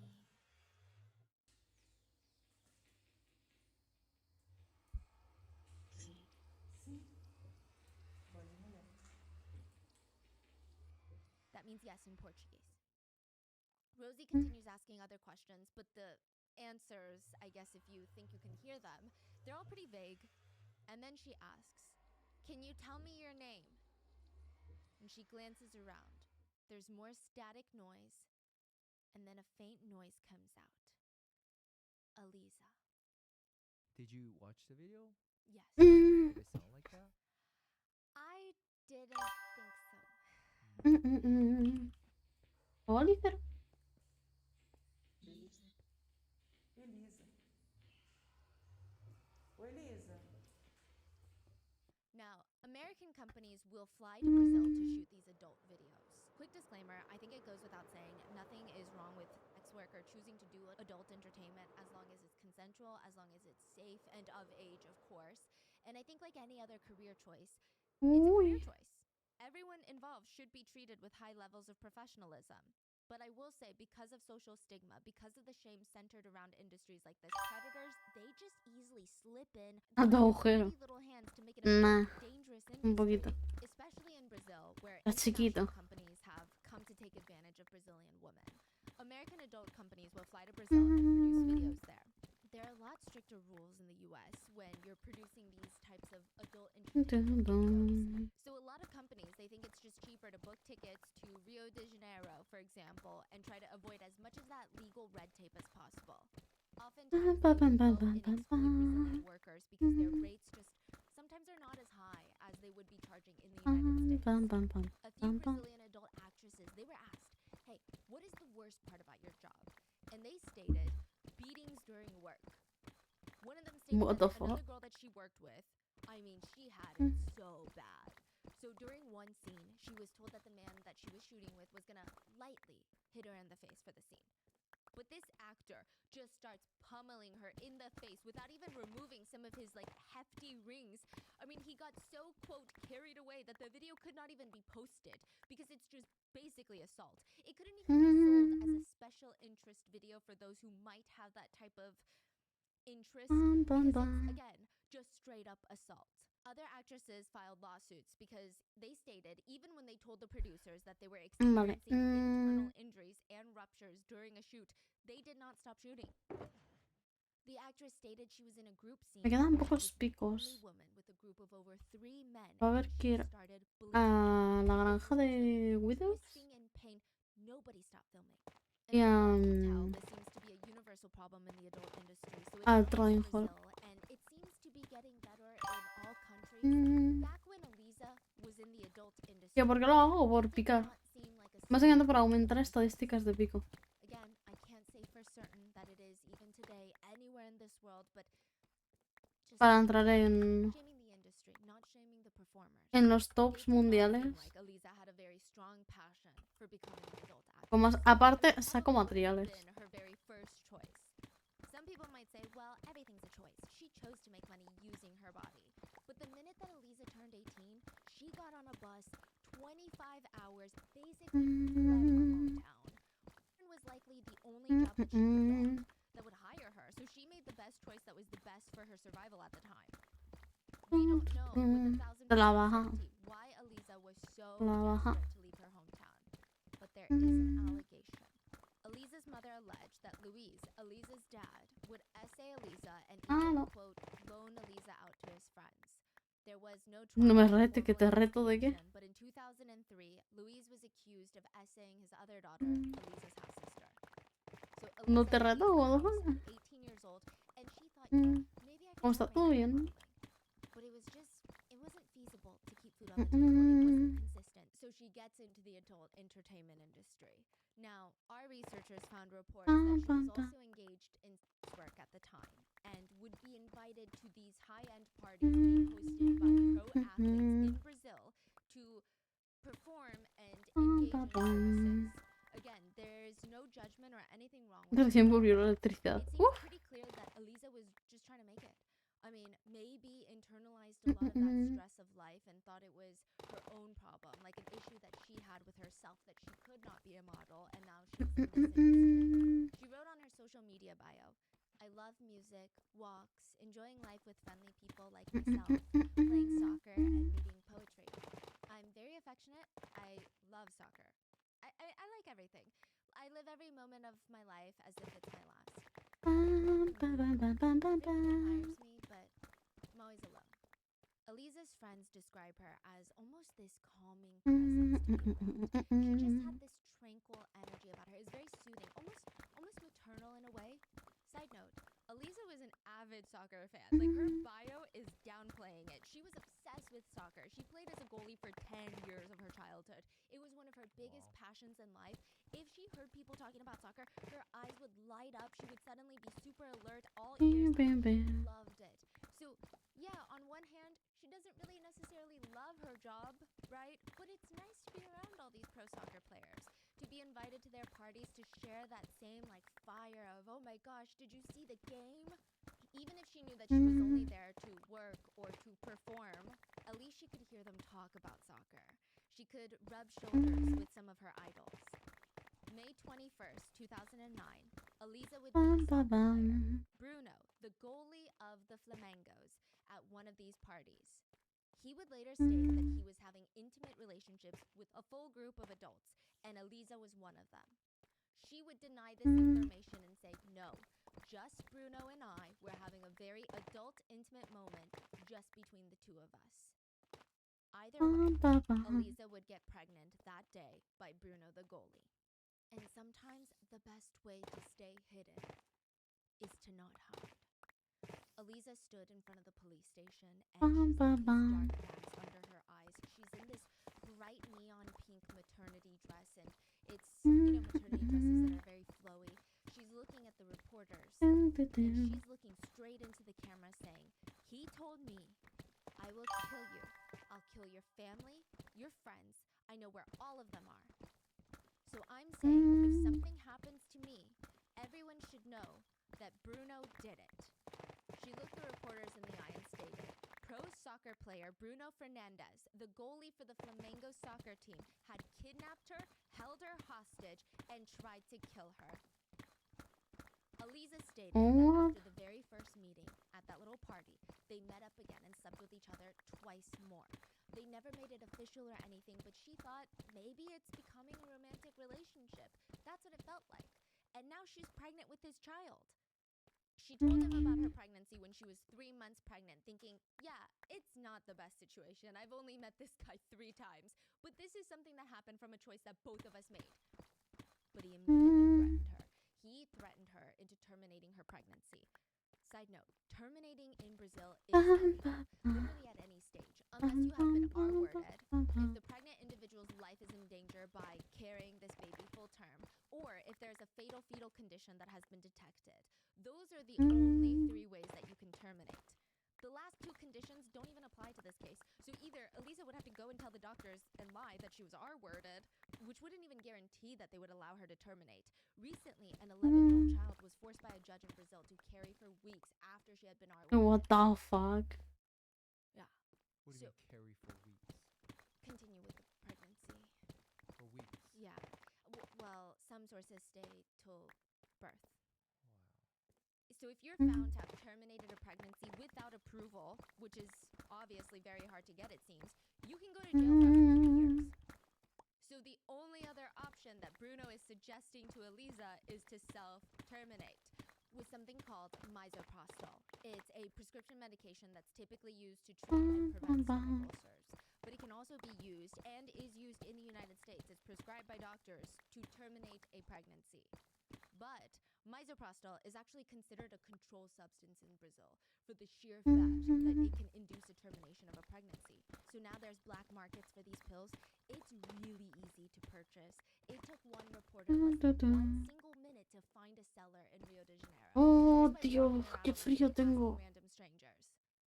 Ah, And tengo frío. self-termination is very dangerous. I mean, you could have internal bleeding. There's severe cramping. You could die. There's a huge risk that you're even getting counterfeit pills. So she tells him, I'm not doing that. I mean, she never planned to be a mom, but she's gonna be a mom now, and she wanted his support. His response was to call Elisa, scream as loud on the phone as possible, what the f***, Elisa? You're actually gonna go ahead with this? Are you crazy, you slut? Eliza stated after that she was attacked for the first time. She was in a hotel room when she hears this aggressive Me mandé frío que le envió calor. screaming at her. No sé si te va a llegar, She does, and immediately she's being assaulted. He's pulling her hair, slapping her face around, calling her a shameless slut. He throws her onto the bed in the hotel and starts poking his finger into her face. If you don't abort this child, I will kill you. Do you hear me? Eliza manages to run away, but the stress of fearing for her life, feeling like she's alone in all of this, has to raise a child by herself, she doesn't even have money. Remember, most of Eliza's job, it requires body work, so modeling, rumored sex work, those are all things that you would utilize your body for, and because she's pregnant, she can't find work. She has no income now. She's not in a position where she's got all these other career opportunities Una botella congelada. ready if she just wants to put in the work. It's terrifying. So all her friends, they tell her, you have to get a lawyer, go to court, ask for child support. This is the way it's done. So that's what she did. She goes to court and asks that they honor her request for food support and child support. And it's not a lot. Some sources say that she was just asking for $700 a month when Bruno was making tens of thousands, if not close to $100,000 every single month. He had a $600,000 base salary from his work on the Flamingos and probably over $1 million if you consider all the brand ambassadorships that pro athletes get. Others stated that she was Racha de 20, 10% bueno. of his monthly income, which would have been maybe around $10,000. Which, yeah, okay, it sounds aggressive. It sounds like a lot, right? Some people were very upset about it. Bruno's soccer fans try to call her out for being a gold digger. But it's not that crazy. In California, you're looking at 25% of your income going to child support in the case of a divorce, in the case of separated parents. But the problem was, one of the only things in life that Bruno seemed protective over was his money. October 12th, 2009, Eliza gets a phone call in the middle of the night. It's Bruno. She picks up and he sounds a little bit defeated. He's just begging. He's like, you know what? Let's just have a civilized conversation about everything. About, forget going to court. Forget getting the media involved. I think that we can handle it the way it started, just you and me. He sounds like he's throwing in the towel. He sounds like he's over it. Can I come meet you? He's like, no, I want to come right now. He can't wait till morning because he's got soccer practice, so right now. Eliza's staying at her friend's house, and she agrees, okay, I'm gonna meet you outside my friend's house, literally right outside for like 2 minutes just to talk, that's it. So she throws on her pink maternity dress, throws on one of those fabric crossbody bags. She's hugging herself in the middle of the night while waiting outside for Bruno's car. It's late, it's 1 a.m. She's anxious, she's tired, she doesn't know how this conversation's gonna go. And suddenly this car pulls up and she's like, when did this guy get a Porsche? She always remembered Bruno of having a Range Rover. The window rolls down. It's Bruno. And through the light of the dashboard, the entire car just kind of lights up, glowing, everything in the dark. And she looks to the back and there's a full-grown man just passed out laying down in the back. It's my brother. Get in. Eliza hesitates, but she opens up the door, gets into the car, and they just drive in silence for a few seconds, and then he brakes. Eliza's not sure what's going on. Maybe they're parking to talk in the car, but she looks out the window. In that little side mirror, she sees one of Bruno's assistants, dirty henchman's best friend, walking closer to the car. And now she's not feeling good about it. Why would he just happen to be here in the middle of the night? And why is there another man walking with him? Why are there 2 men walking up to this car right now? The back door opens, and the man from the back that was passed out gets up and makes room for the 2 other men to get in now. So now there's 3 men in the back, Bruno in the driver's side, and Eliza in the front passenger. She's terrified. Cagaste, Eliza. Bruno and says, if you try to do anything, my friends will know. I told her that I was meeting up with you guys, so she would report me missing, and they would all look for you. The men don't say anything. One of the guys in the back just silently hands Bruno a gun. The 3 guys in the back reach towards the passenger seat and just start grabbing at her. They're grabbing, yanking her hair, slapping her, beating her from inside the car, almost blind because they're behind her. Bruno starts driving towards his apartment. He's holding the gun to her head, threatening to kill her unless she listens to everything that they're saying tonight. Once they get to the apartment, he gets into her face and he hands her a pill. Take it. She looks down and she already knows what it is. Misoprostol. La She tries to abortiva. fight them, but they hold her head in place and force her jaws open and shove the pill down her throat with no water. They do it again, and again, and another, and another. Eliza was 5 months pregnant, and she kept begging them. She would stop asking for child support completely. She would just run away and have the baby by herself. She'll move to the other side of Brazil. She'll move to a different country. But they would force open her mouth and shove another pill down her throat. They did this 12 times. The first few pills, Eliza was sobbing, begging for her life, begging for help. But by the last few, Eliza's eyes were unfocused. She probably didn't even have the energy to cry anymore. She likely felt numb and very drowsy. No matter how tense the situation, how much she wanted to fight it, her eyes are closing. She could not stay awake any longer. The last words that she heard were Bruno spitting in her face. I don't want the baby. You're not gonna have the baby. And then she blacked out, and she was alone. 12 hours later, they threw Eliza out onto the street and told her, you need to go to the hospital to confirm the miscarriage and send proof to Bruno. If not, we're gonna kill you, your family, your friends, we know where they live. Eliza did not go to the hospital. She went straight to the police station and reported the kidnapping.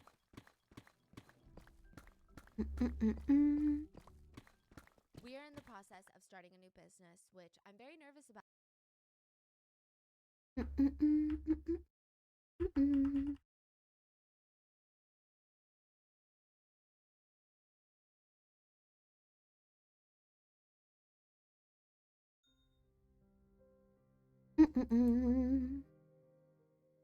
There is a law in Brazil called the Maria da Penha law.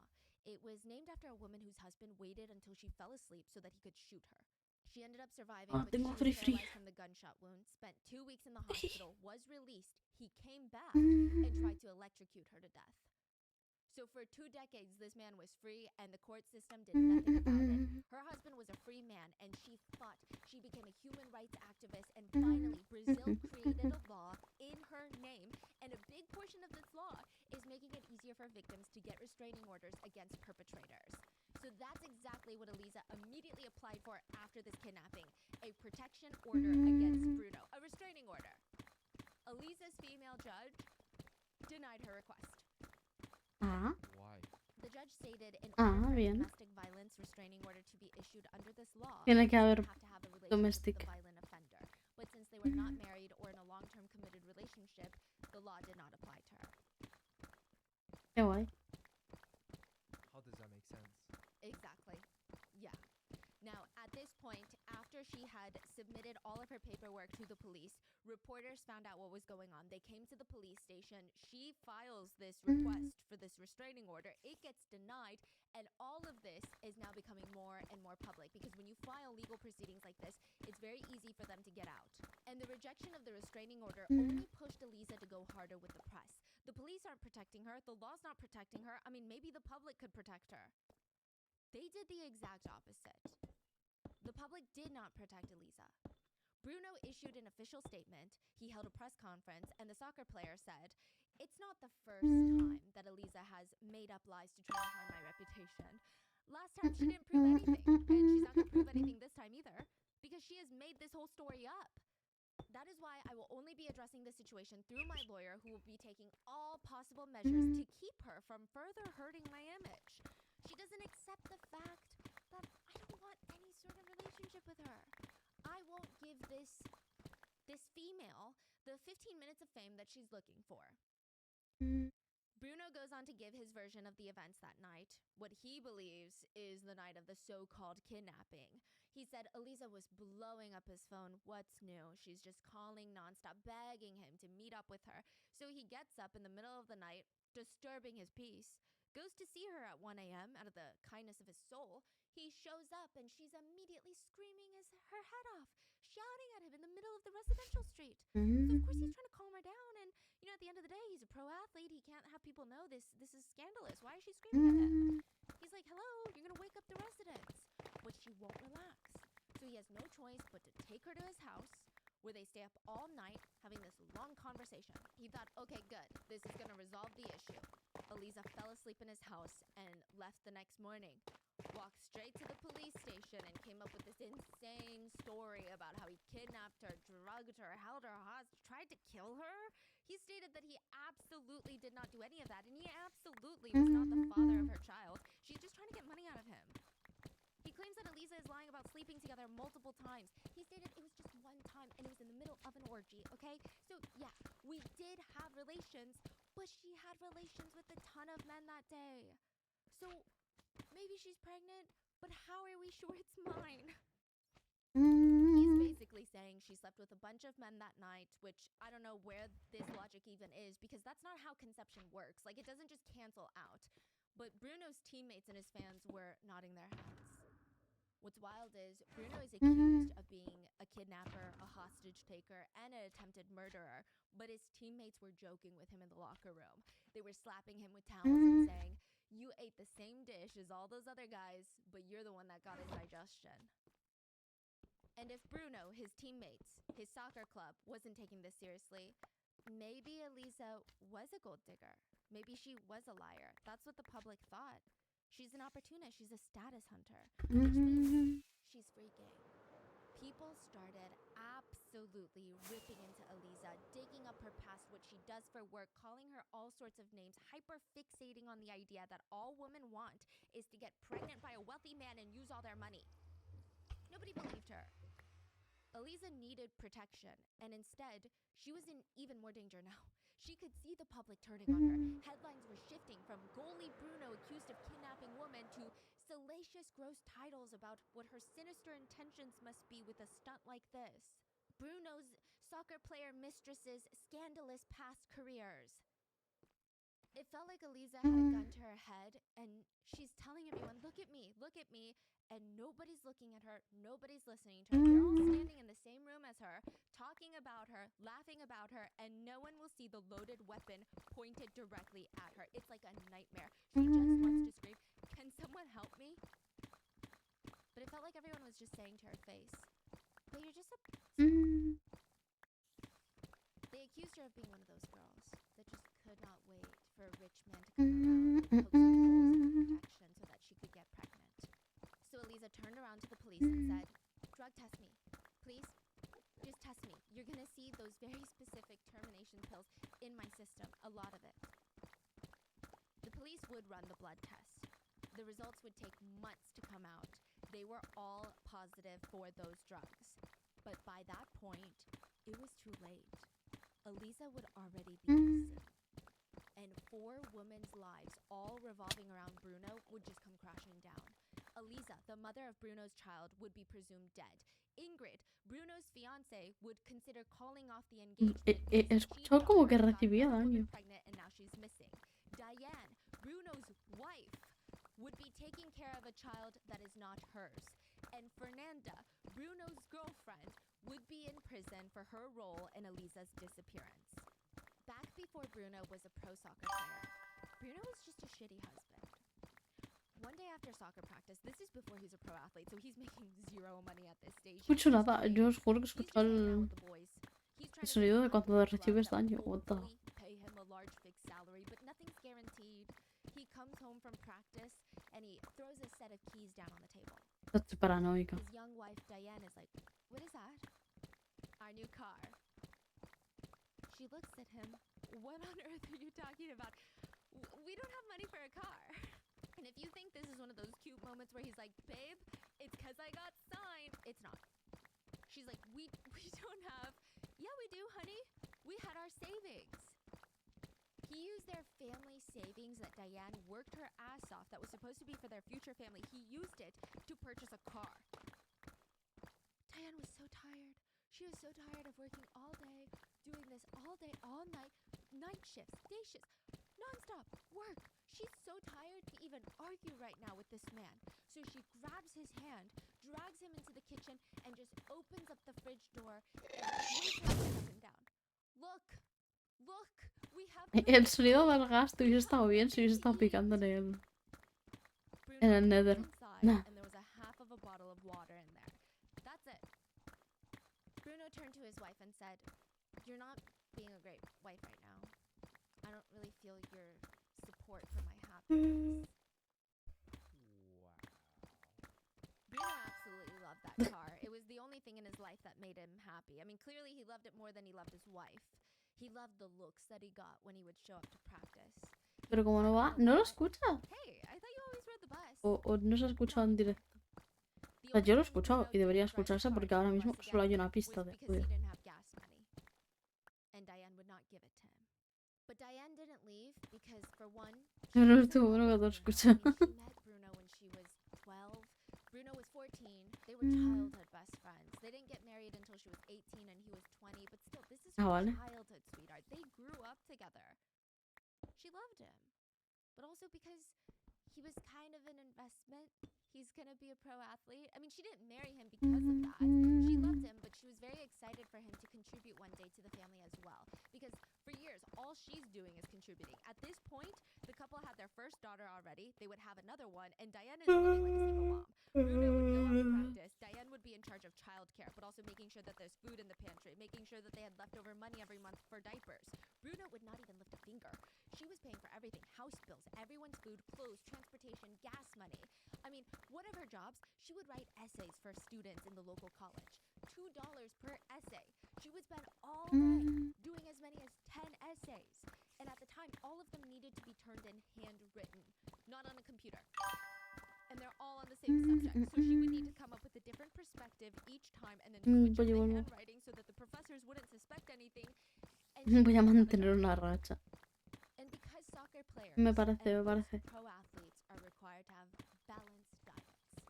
I couldn't find exact stats on non-pros, just training in soccer, but one club in Germany stated that every week the team goes through 66 pounds of grass-fed meat, 44 pounds of wild-caught fish, 15 liters of milk, 18 pounds of yogurt, and around 180 eggs, all organic. Obviously, Diane can't afford that. But she does home cook every single one of his meals. Spent all of her extra money on getting high quality vegetables, proteins, and grains because Bruno uses his body for work. Oh. And in return, he promised her, "Babe, I'm gonna play in the World Cup one day." The prize money rewarded to the winning team of the World Cup at the time would be anywhere between $30 to $35 million to be split amongst the team. And I think athletes are chasing a high, if you will. They call it the zone. A lot of them talk about it, and they say they can't even quite put into words what it feels like. The feeling is very hard to grasp, they say. And there's levels to it. Like, I know for me, I'm like, yeah, I've been in the zone. It's a state of flow. But I'm sure for pro athletes, it's a whole nother level. Like, we're not talking about the same zone. Being on the soccer field, they describe it as it doesn't happen each time. Even if you're a pro, you're not in the zone for every game. You're not even in the zone once in every game. It happens once a blue moon, and when it happens, there's just no words to describe. You're locked in. There's only a small group of people that state that this is the true zone. Everything else is just hyper-focused. The zone, you don't hear or see anything else but the game. The ball, it's like hyper-fixated. Your eyes are fixated on it. It's almost, you lose connection with your body in a sense. You're moving and you're doing all the right things, but it's almost muscle memory. It's not even, it's not intentional. You lose feeling of your thirstiness, what body part aches, that sore ankle that you have, that injury that you're pushing. You lose all of that. You are completely unaffected by the environment. It's like your brain is floating and your body is just a vehicle. That's the zone that Bruno needs to get into right now, standing on the green grass in front of the goalie net, because this is the playoff games that decides who is going to be elected to be on the Brazil's national team for the World Cup. So Brazil's got a bunch of different soccer clubs, and they're looking for the best of the best to fill their national team. As the goalie and the captain of the Flamengo team, which is one of the top 3 teams in Brazil. Okay, top 4, some people say. They've got like 40 million fans. This is not like a small little soccer club. This is a massive club. You say he's the captain? Yeah. Wow, so he's a big deal. Big deal. He made it. He made it, yeah. Wow. So Bruno, I mean, he made it, but when you go to the World Cup, you make it internationally. A lot of people say that a huge goal say this is for everyone. This is what our researchers told us. And one of them actually resides in Brazil, and she said that when you make the Brazil national team, you attend the World Cups, something of that caliber, then the next big step would be signing to a European team. Because not because they're any better or any sort of, uppityness about it, but European teams get a lot of that celebrity press. And once you become that celebrity soccer player, the brand ambassadorships, that's where the money is. I see. That's a natural progression. Yes. So he's made it, but he's looking at a bigger goal. And this game was the make it or break it. If he could win this game, he could be part of the World Cup. He knew what people were saying. I mean, despite all of the scandals going on, that one girl, gold digger girl, that was talking about this weird kidnapping hoax, whatever, right? It was a little bit of a bump in the road, but he still had a chance at this. He's still on the team. He's still allowed to play. Everybody's rooting for him. They're screaming his name because at the end of the day, they don't care what Bruno does in his Volví, personal life. cerveza. As long as he brings home that World Cup title, that's all Digo, that matters. coquita. Bruno's eyes are fixated on the ball. He just has to make sure it doesn't get past him and into the net. Don't let anything or anyone pass him. That's it. But it's really not that easy to focus on the game when back at home, you've got someone locked up and held hostage. Bruno was told as a kid there's only 3 ways for him to get out of poverty: become a singer, become a drug dealer, or a soccer player. The minute Bruno stepped out onto the field as a kid, everyone's like, yeah, no, you're not going to make it. He's tall, which goalkeepers are usually the tallest on the team because they need to be able to reach up and block the balls, but he's kind of spaghetti noodle tall in the sense that he was very thin to the point that people thought he looked frail. Like the wind would blow and he would lose balance. But he was good. There was no denying it. I mean, a country of kids who think that they will be the next soccer prodigy, he had something. He just did whatever it took to try and focus on soccer. Sometimes he would have to walk to practice because he couldn't even afford a bus ticket when he was a kid, which at the time, the ticket would have been like 20 cents. He would have been the only kid in practice that didn't have food. He didn't have any food from home to bring. His teammates would ask, hey, are you not eating? Are you not hungry? And he would sit there next to him, drenched in sweat, and say, yeah, not hungry. There was just no way. I mean, they had been running around in the hot sun for hours. He's starving. They're all starving. So these kids, they would look down, break off a piece of their sandwich, and give it to Bruno. Maybe they kind of felt bad for the guy. I mean, Bruno did have a bit of a strange upbringing.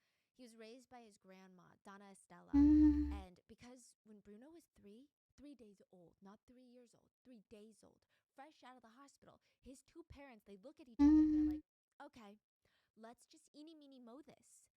Okay, they didn't actually say that. They might as well have. They just decided to pick one brother, one of their kids, one of their sons to take and leave the other one with grandma. They did not take Bruno. It said that his parents only came back into his life once he was a pro soccer player, which is kind of sad when you think about it. But that's not the only people either in his life. It said that a lot of Bruno's relationships in life changed once he became a pro soccer player. He started hating his wife, Diane, the one who supported him since they were like 12 and 14. He felt like, you don't look like a soccer player's wife. You don't look like a pro athlete wife. So he starts very publicly cheating on her.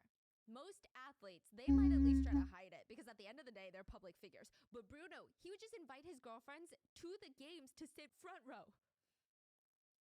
Take them out to restaurants to eat, regardless of if paparazzi or any of these people were going to show up or not.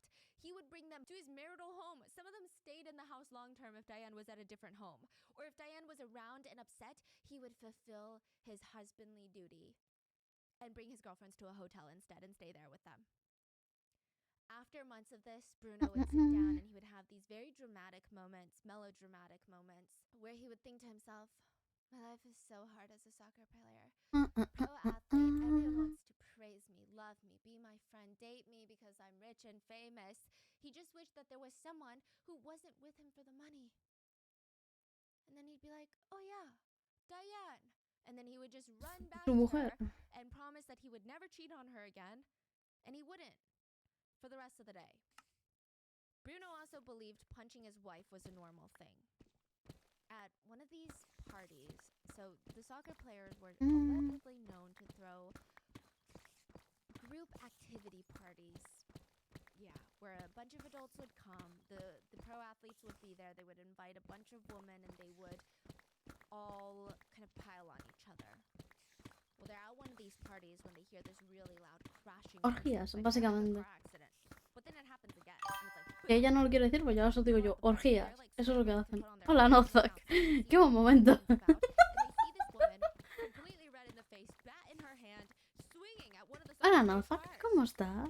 Bruno runs outside and is trying to talk to this woman. It's one of Oye, the estuve other hablando players' con, wives, but she's screaming at him. con mami y le conté lo del directo de Cali. Cuando pusiste una canción y le dije a la Cali de... ¿Lo puedo deshermanar? Debería funcionar la exclamación clip, a ver si. O igual no.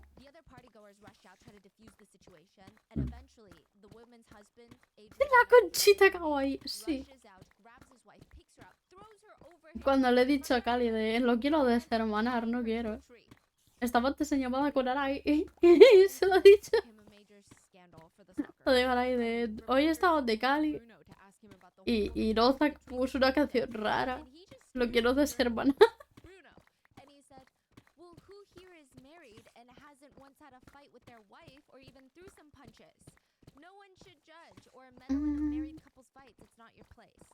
Somehow, this did not end his career.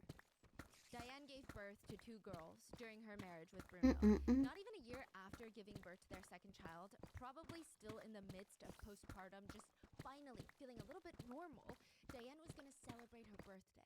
4 mensajes en Discord. Bruno's phone on the kitchen counter, and ding, a text message comes in. She walks over. It's from a woman named Ingrid, and she's asking, "What time will you be home?" Me antojé de todas maneras. Like that's a really bizarre text to get. Me encanta porque pone como que, oh no, algo ha salido mal, pero sí que salen en los clips. Bruno just straight up admits, "Oh yeah, I've been living with another woman. Her name is Ingrid, and I mean, I'm not gonna make any excuses. Like all the times that I said that I was out doing other things at practice. No, I was at this woman's house. And by the way, we're engaged." He's still married to Diane. He proposed to a woman named Ingrid. ¿Cómo va a estar engaged si está casado? She was done with Bruno. In the romantic sense, I mean, the two of them would actually stay very close, and they were not legally divorcing anytime soon. But Bruno was very happy with his new single status, and so was Maka, aka Macaroni. That's his nickname, literally. That's the translation. So Maka was more than excited to be the only constant in Bruno's life. Maka has been part of Bruno's entourage since they were wee little trainees, way before they were pro athletes. Maka is Bruno's childhood best friend. They go way back, further than even Diane. Maka's a strange guy, though. A lot of people said he almost got too protective over Bruno. Like he was that protective friend that looked jealous or annoyed if Bruno ever had other friends joking with him. Like he'd be like, "What's so funny? What's the inside joke? Why don't I know?" Friends said, yeah, Mako would die and kill for Bruno. It's a little weird. He even got a branding of sorts for Bruno. Okay, it's not a branding, but it's basically a tattoo on his back that reads, "Bruno and Maka, the friendship that not even time will destroy. True love." What the fuck? Just exactly verbatim? Verbatim. "Bruno and Maka, the friendship that not even time will destroy. True love." What the fuck? Yeah, would you get that for your friend? That's weird. It's a lot. Yeah. Before Bruno was a pro athlete, Maka was married and had children of his own, so he had his own family priorities, but he would still secretly support Bruno by giving him a portion of his pay every single month. The Por only cierto, other person that might compete for me acabo de Bruno's dar cuenta. attention was his nephew Jay. Jay was 17 years old. He was hiding out in Bruno's house. Jay had been a part of a drug trafficking gang, and his main job was a transporter, so he would move drugs around. A bus driver for narcotics, if you will. Well, he lost a load, okay? The drug gang is trying to kill him, so he's hiding out in Bruno's house. He owes Bruno for taking him in while drug gangs are out for him, so Jay's willing to do just about anything to repay him for his great gratitude that he feels. Jay's like, "You want me to wash your car? I'll wash your car. You want me to run errands? I'll go do it right now." Whatever Bruno wants, Jay's gonna do it. Since we're talking about Bruno's inner circle, there's also Sergio. He's not really part of the main inner inner circle, but he is Bruno's cousin. So we've got Maka, the childhood best friend with the tattoo, Jay, the minor nephew, and Sergio, the cousin that's kind of in and out of the circle. They are all Bruno's yes men, and getting him into the World Cup is not just Bruno's big day. They're thinking this is our big day. All our work for Bruno, all of the running his dirty errands, cleaning up after him, lying for him, covering for him, it's gonna pay off when he gets to the World Cup. What year was this? He was practicing for the 2012 World Cup. Yes. But they lost that game. He didn't get picked? No. Bruno had no chance in the World Cup. Not that he would either way, because he'd be in prison. Right after the game that he lost, Bruno called his friend and said, I need a BMW, but I need it to be bulletproof and have no GPS tracker. It was an odd request. Nani?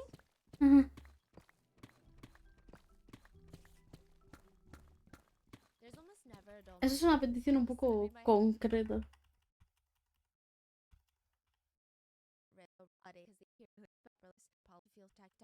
You purchase something about a cat. I said, is that now when I use right now it points cat and it is sash.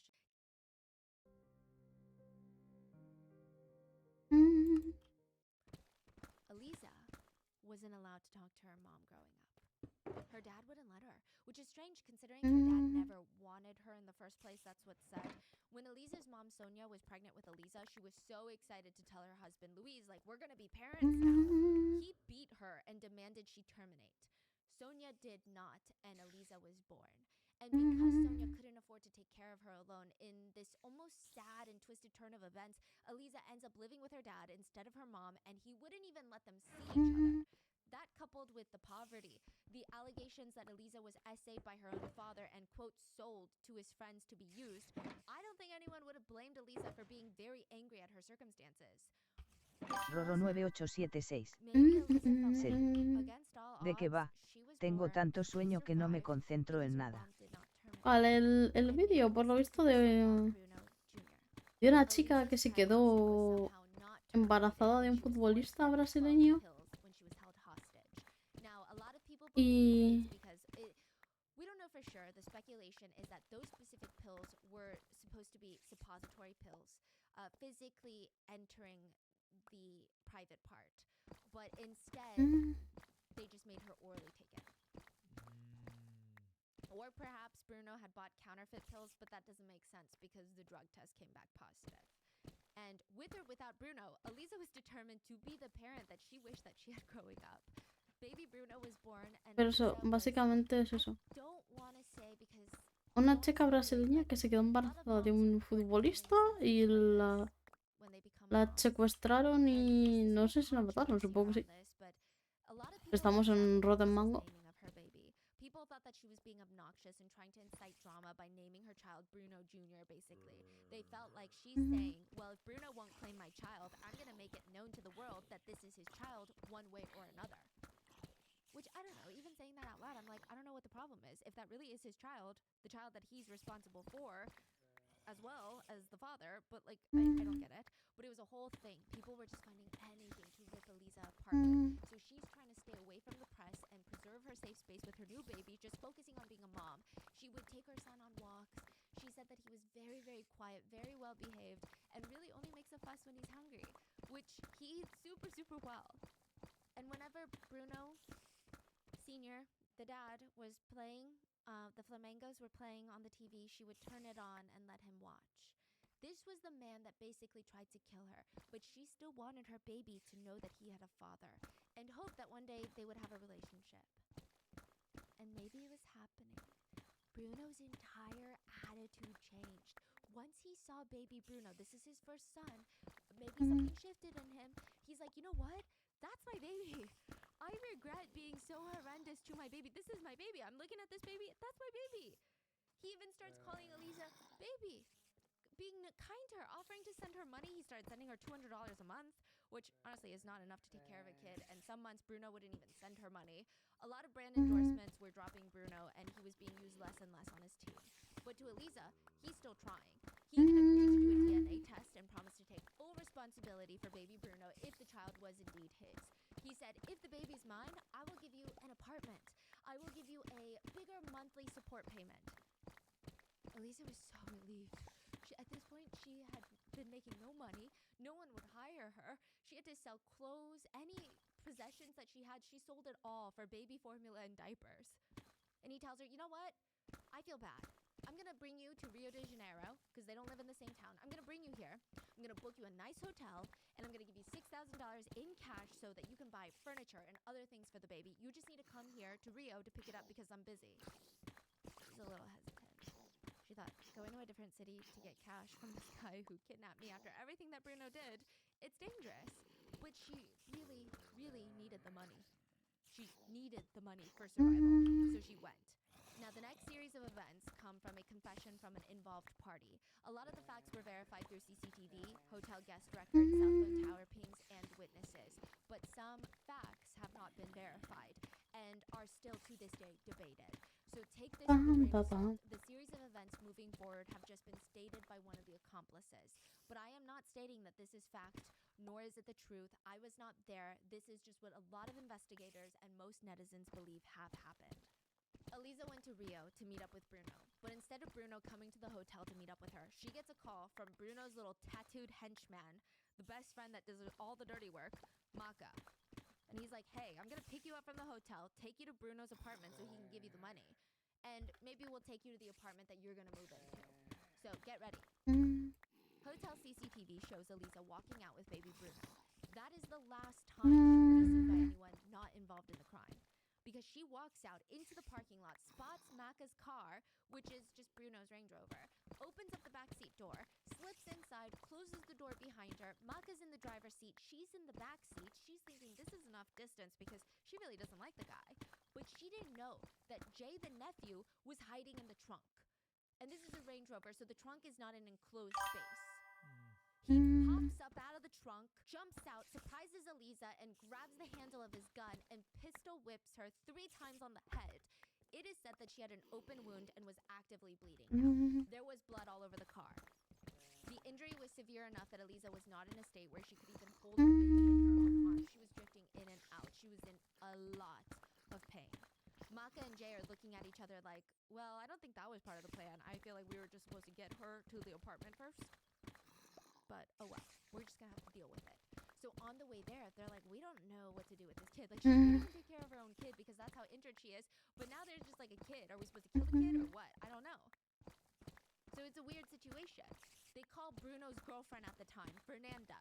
So just to give you a recap, Bruno is still legally married to Diane, but separated. She's living at the ranch house. He's living in Rio. He's engaged to a woman named Ingrid, who he keeps out of all of this, but he stays engaged to her. He later marries her. And he's got a girlfriend, Fernanda. So they call the girlfriend. And Fernanda is like, okay, yeah, I mean, that's a little weird, but I guess I'll come take care of this, like, random baby. I don't know, right? She shows up, and it's claimed that Elisa did not know the severity of the situation. If this is true, she likely thought that Jay was young, he acted on his own accord, hit her on the head because he got overexcited by this weird plan of, like, kidnapping her, but Bruno probably would beat him up when he gets home, give Elisa the apartment and money, and she would move on with her life. But right when Bruno gets home from his failed game, because remember, she was being held hostage at his apartment while he's playing that playoff game. This is when he loses because he knows that Elisa is in his house. Head wound, head trauma, being held by Jay and Maka. Yeah. Oh, wow. So he comes home and he's in a pissy mood. He's got his bulletproof GPS-less BMW and he suggests, hey, let's go to the ranch house instead. It's like isolated. It's not an apartment like this real apartment. Let's go there. He tells Elisa that the money was there, the cash was there, and they could stay for a few days and he could bond with the baby and just have fun. I mean, it's a 7-hour drive, let's do it. On the way there, Bruno realizes, shit, Diane is at the ranch house. He diverts the rest of the group to stay back, and he's like, don't come near the ranch house until I get her out. He goes in there first, and Diane remembers him slamming the door open. He's crying. She never really saw him cry, so that was alarming. He's rushing to her, and he's telling her something along the lines of, Elisa is threatening to kill me. She's got a hitman out on me. She's crazy. Please, you have to get out of here. Hurry, take the kids, pack your bags. I want you guys to be safe. It's so dangerous. I gotta deal with it on my own. I could never live with myself if something happens to you. And he's crying? Yeah. What? When he left, he likely just wiped his tears and opened the door for Elisa and the rest of the group. Immediately upon entering the ranch house, the energy shifted. Eliza was no longer allowed to be near her baby. They were kept in separate rooms, and it was likely that the group was trying to use baby Bruno as a threat to try and get Eliza to do whatever they wanted. Eliza was effectively held hostage in that house. We're not sure if she was tied up, if she was drugged, if she was chained, but even if she wasn't, she wouldn't have to be. If they had her baby, she was willing to do anything. While she's being held hostage at the ranch house, it's said that Bruno still threw his typical crazy weekend barbecue parties with naked women and potentially group activities. He might have honestly gone a bit harder this time because he lost his chance at the World Cup. He seems like the type to go crazy to drown his feelings. So he left her at the ranch house and went back. No, he's throwing parties at the ranch house, and he's not letting anyone in the bathroom. And Fernanda thinks it's weird because this is her boyfriend who loves these parties, but now he's like, no one go in the main house. It's weird. She's like, what's going on? And then there's this baby. It's just like weird. At this point, at one of the parties, Sergio, Bruno's cousin, remember the one that's in and out of the inner circle, he ends up coming to the party, and he tries to go to the bathroom, and he's blocked by one of the other minions, either Maka or Jay, and he's like, what do you mean I can't use the bathroom? Don't be crazy, I'm his cousin, it's not like I'm a stranger, I use the bathroom in here all the time, move out the way. And they wouldn't. It was weird. Sergio said he started investigating because he wanted to know what the hell was going on, like why can't he go to the bathroom? He ends up peeking through the window and he sees Eliza there with a bloody head wound, and he starts panicking. He's never met Eliza, it seems, but he's like, that's Eliza from the news. The one that said, if anything happens to me, it's Bruno. Everybody knows Eliza. He runs over to Bruno at the party, like, can I talk to you? Pulls him over to the side, and Bruno's like, what? What have you done with her? Bruno allegedly says, what's done is done. Don't worry, I'll take care of it.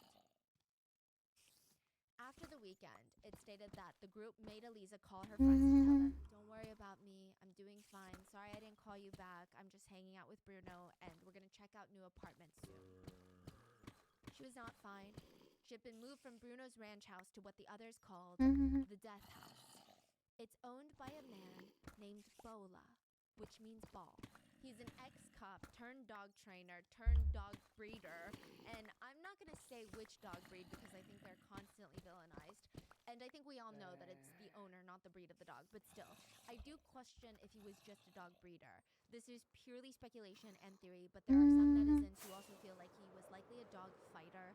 He would train these dogs to fight, host events where people would bet on certain dogs, watch Tía, me brothers partí la tear cabeza. apart until there was only one dog left. Me he partido los putos dientes con el Eliza borde is del, Bola's house, the death house. del And it's cofre. interesting. A lot of netizens were wondering why.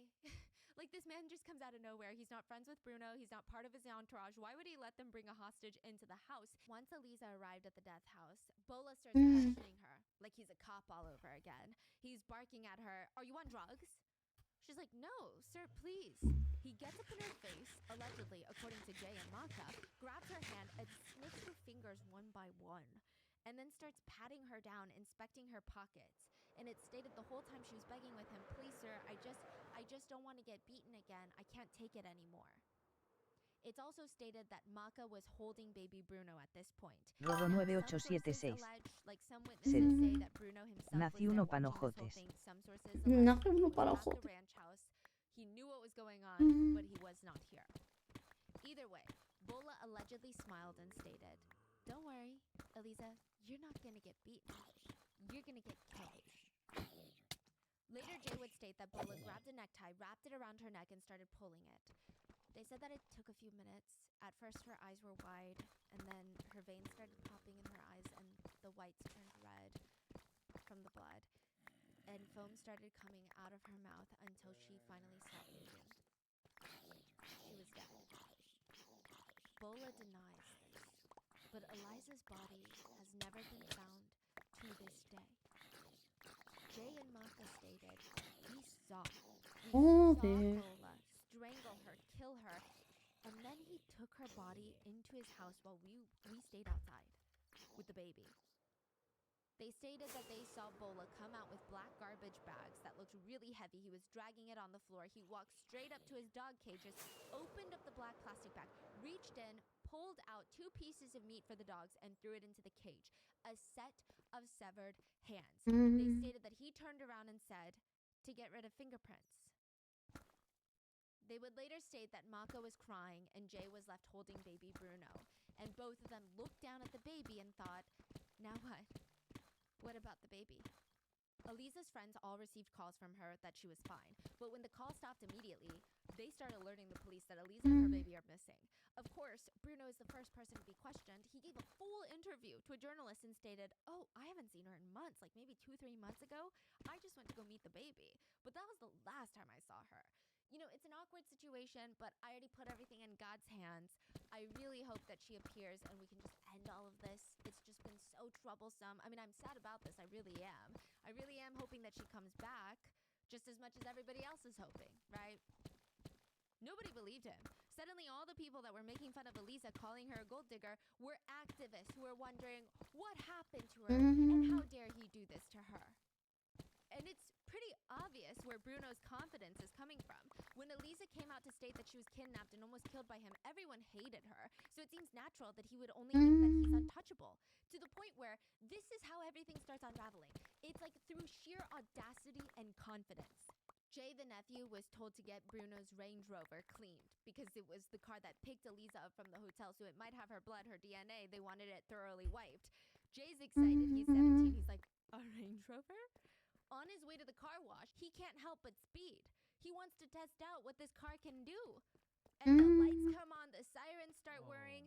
He's pulled over. And this is a completely separate incident from the actual crime. This has nothing to do with Elisa.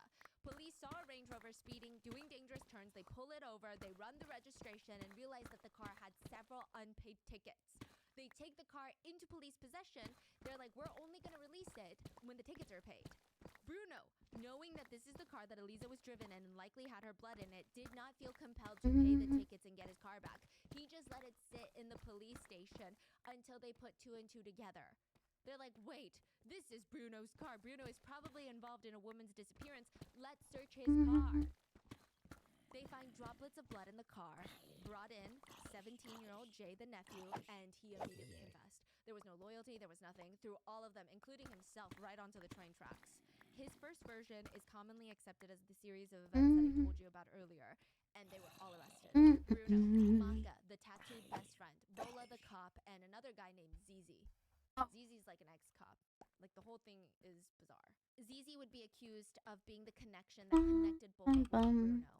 So Zizi knew Maka and Bruno. Bruno and Maka didn't know Bola, but there wasn't enough evidence, so he was not sentenced. But Bruno, Maka, Bola, and Jay were arrested. Sergio, the cousin that noticed Elisa's head wound, was also arrested.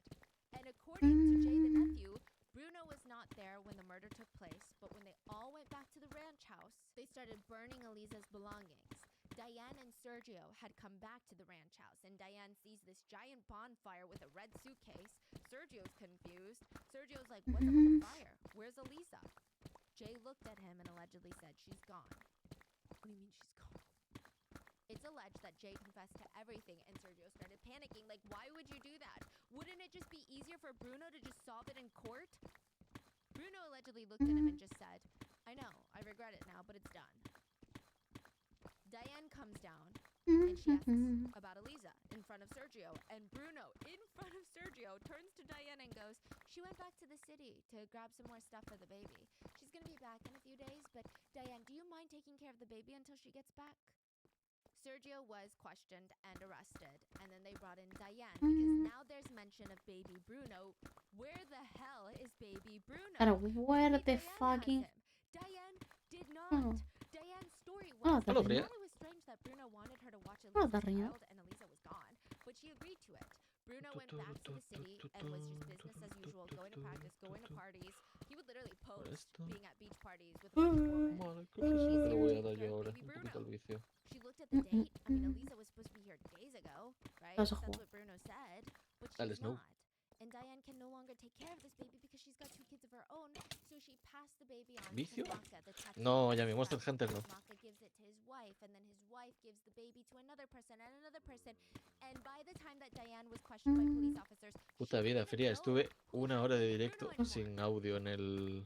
He had been passed around so many times En that el they lost este. track of him.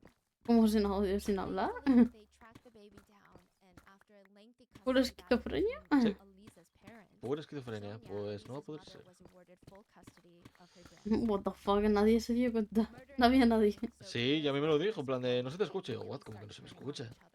Sergio agreed to work with the investigations as a key witness, which was going to be a big problem. Jay, the minor nephew, was Puta technically vida. going to snitch first, but he's a minor. He was also involved in the crime heavily, Pues nada. more so than Sergio. So a lot of the attorneys were thinking, we could just be like, you know, Jay's making stuff up because he doesn't want to be the one to take the fall for it. We could push back and say he's got incentive to lie, but Sergio doesn't. Which is why, before the trial, Sergio was taking a walk near his house when a car came by and shot 6 bullets into him, killing him. What? What? Just like that? It's suspected that he was killed so he could not testify against the others, but there wasn't enough evidence to convict anyone on this. That's insane. Just like that, they don't even want to talk about that murder. No. There were threats against the judge's life, the prosecutor's life, it was a lot. Eventually, rumors started circulating that Bruno and Maka were gay. That was also a thing. Yeah, before the trial, Bruno's attorneys actually started the rumor. They said that Maka was gay, and that's why he got the tattoo of Bruno and Maka. He was obsessed with Bruno, and he was killing Bueno, Lisa to get her out of the a ver way. qué puedo hacer yo ahora He was obsessed entonces. with just being the only one in Bruno's life. Now, Maka, the tattooed best friend, would end up suing Bruno's lawyers for defamation. Bruno was caught sending a letter to Maka in prison, and it was basically saying, Maka, I don't know how to tell you this, but I talked to a lot of lawyers, and they came to a conclusion that we need to go with Plan B. You said if needed, you would stay here and told me to never abandon you. So the time has come, brother. I would never ask you to do that, but now we cannot think only for ourselves. We have greater responsibilities on our hands, our kids. So, brother, I beg you to think about it and forgive me. I've always been and still am a man with you.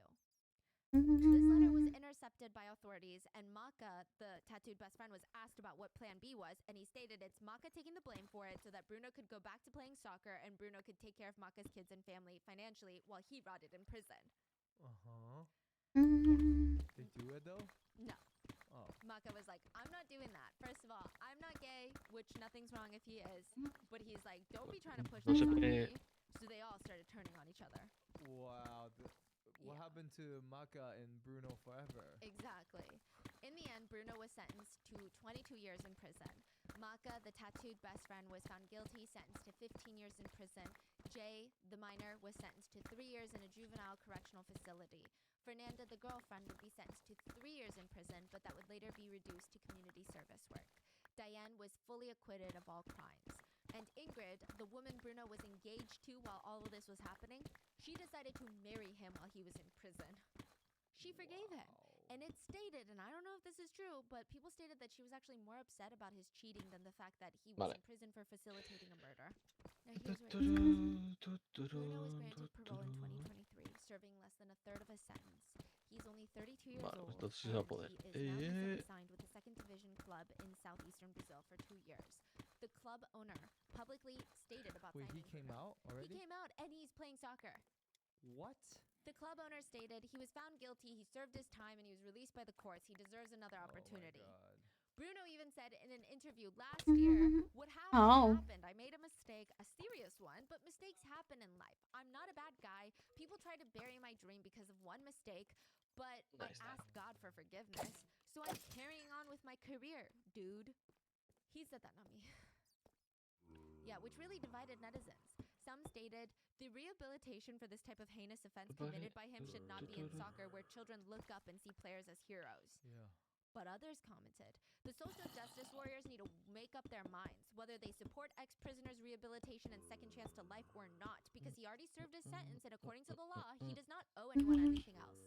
That is actually some of Bruno's milder fans. There are some fans who have done really sick things like photoshopping Elisa's photo into a bag of dog food.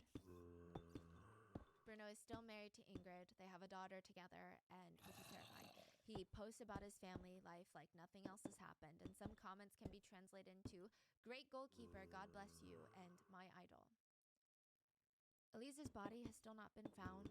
There are theories. I mean, it's weird because a lot of netizens believe if Bolo were to tell the authorities where her body was, he would get time shaved off. So the theories are he really did feed her to the Why is dogs, that? and there's no way to retrieve her body because they state pigs are not the only ones capable of eating humans. Dogs are said to be able to eat other animals' bones and all. Perhaps he really did dismember Elisa and feed her to the dogs, and he can't admit that, so he's staying quiet. Continuar. Or another theory is that he only fed the dogs Elisa's hands so that her fingerprints could be gone, but her body was buried in concrete somewhere else. That's what Maka and Jay stated. But the question is, if she's buried somewhere else, why wouldn't Bola tell everyone? Because maybe she's not the only one buried there. Is there? Sonia, Elisa's mom, is now taking Rodo care of baby 9876. Bruno and stated that when Sed. baby Bruno was younger, he Le kept dejo asking where his Lurcito. mom was buried. Ya regreso He ahí is con now Cedoro 18 Dance. years old, and according to Sonia, he goes to weekly therapy. And for the longest time, Sonia tried to stop him because she didn't want baby Bruno to follow in the steps of her father. Baby Bruno wanted to be a soccer player, a goalie to be exact, and he's really good at it. But I think that we can say he is not following in the footsteps of his father. He is following in the footsteps of his mother. and Vale, his las sister. She listas. was Yo que tiene passionate about misiones. soccer. Her position was the goalie. And it's said that he's really good and has just this really kind, serene heart, just ¿Por qué me like his sale el mom. tutorial? Elisa once stated she's like the moon. Everyone admires her, but she's all alone. Hopefully, baby Bruno knows that even during the day when the sun is out, Ver the moon is no, still vale. there. Sometimes you don't see it, sometimes you do. And perhaps Elisa is his moon, always El de mi watching over salvaje. him and guiding him. And that is where I leave you with today's case. What are your thoughts? What do you think happened? Where do you think Elisa's body is? Let me know in the comments. Please stay safe, and I will see you guys on Sunday for the next one. Bye.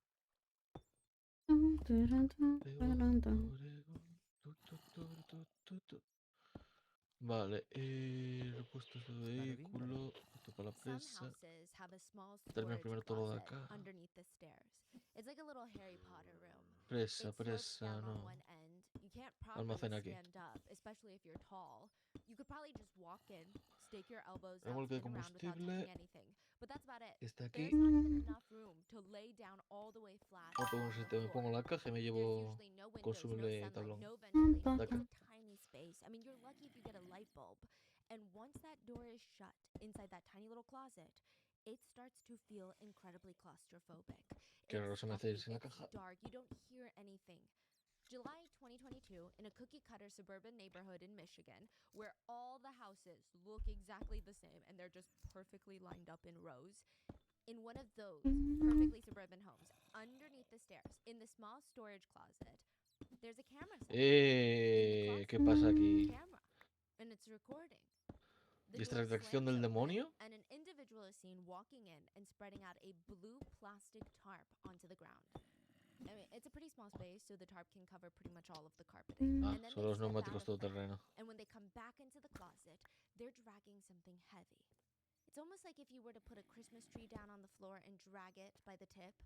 It's clear that they're struggling with whatever it is. They're leaning back, they're grunting. And then slowly, another figure emerges. The individual is dragging a young boy by his arms onto the blue plastic tarp. The young boy looks barely responsive. He's skinny. I mean, skinny to the point that being dragged looks like his arms are about to pop off. He doesn't look like he can even support his own weight. He looks like he's been starved for a very, very long time. He looks malnourished. He's dropped onto the blue tarp right in front of the camera, almost as if he's staring into the soul of the camera. He's awake? His eyes are open, but it doesn't seem like he's very responsive. It doesn't seem like he's registering the full extent of the events. He's not talking, he's just moaning here and there. His bones are protruding out. He's not wearing any pants, just an adult diaper. And his hip bones, his knee joints, they're all so prominent. They're sticking out and they look like they're gonna pierce through his skin. The individual is posing him on the blue tarp, positioning him so that the camera can get a better view of him. When they're satisfied with the frame, they stand up and they just watch him Okay. right there, helpless, weak, moaning for help. You're pathetic. But I already knew that. You know you owe me the biggest apology in the world. ¿Cómo se The va el young boy camión is sin seen on camera taking pesto? short, shallow breaths through his mouth, kind of like a fish out of water struggling to breathe. The individual leans down with a dirty scowl on their face, and they grab the little boy's lips and pinch them shut.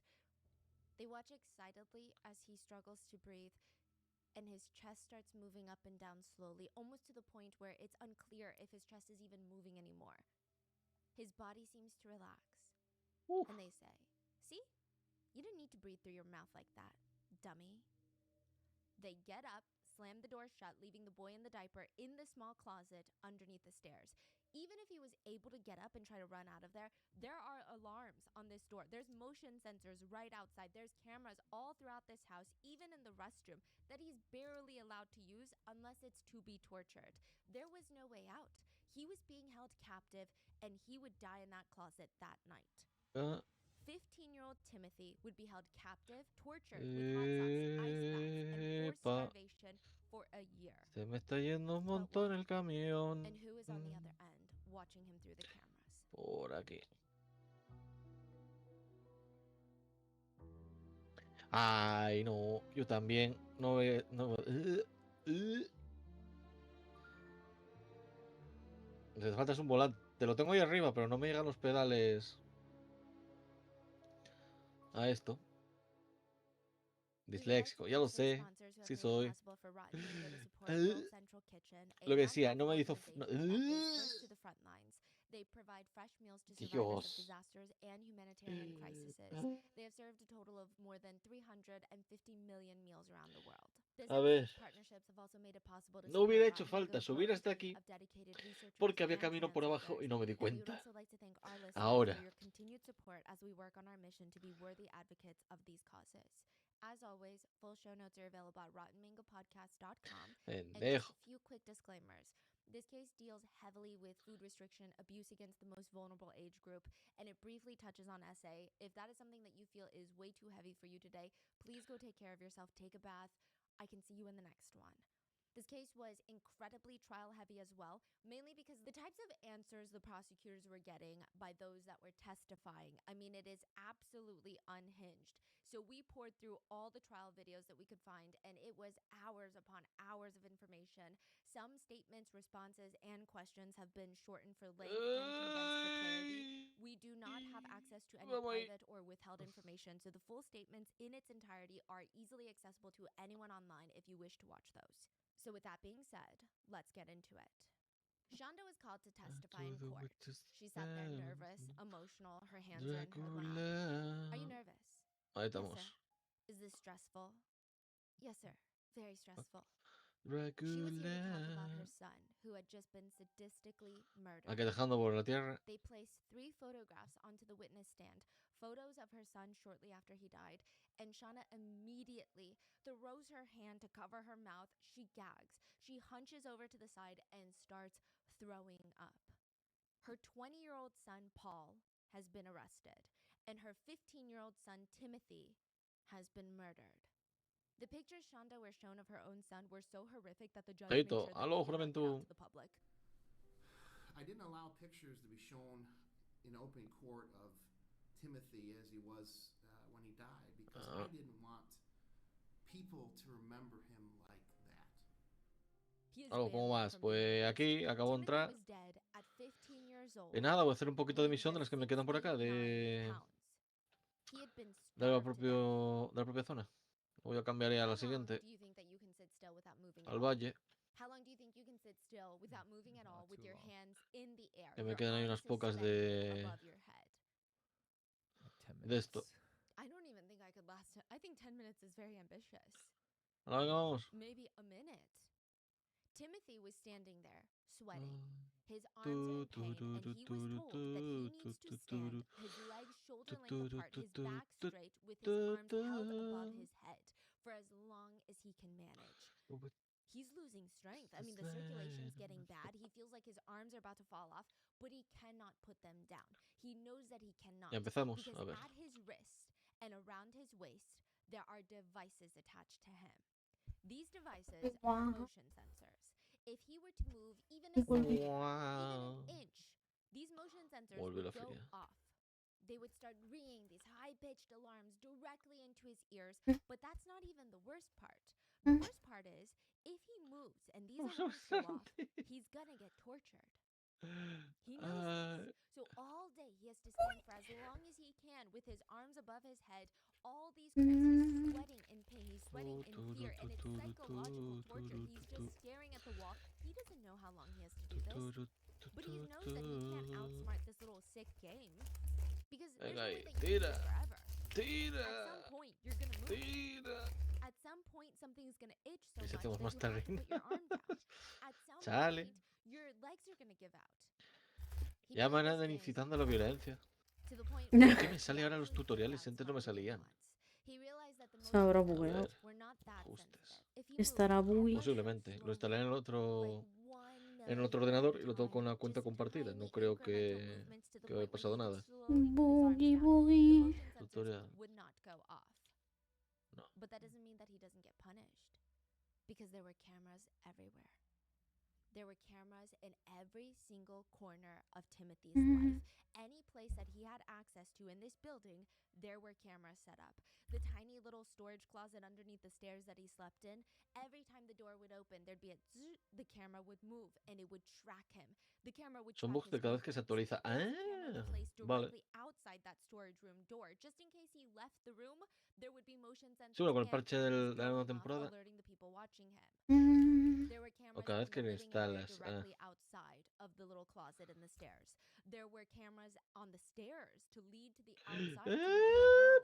There were cameras everywhere, and all of them were actively watching He visto como Timothy. un There was camión, no un camión, mistake. sino un remolque lleno de gasolina. And every day, Fue everything solamente in una Timothy's life línea was de controlled. I mean, ruedas. every single little thing.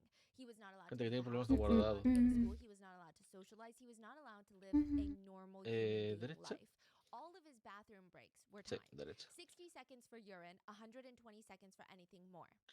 It got to Vale. the point where Timothy, whether it was from the abuse or the torture, he became incontinent. He was unable to hold his urine anymore. He was forced to wear adult diapers, and those were not frequently changed. He would be yelled at and tortured if he soiled himself. And even Timothy's food and eating schedule and water, they were timed and controlled.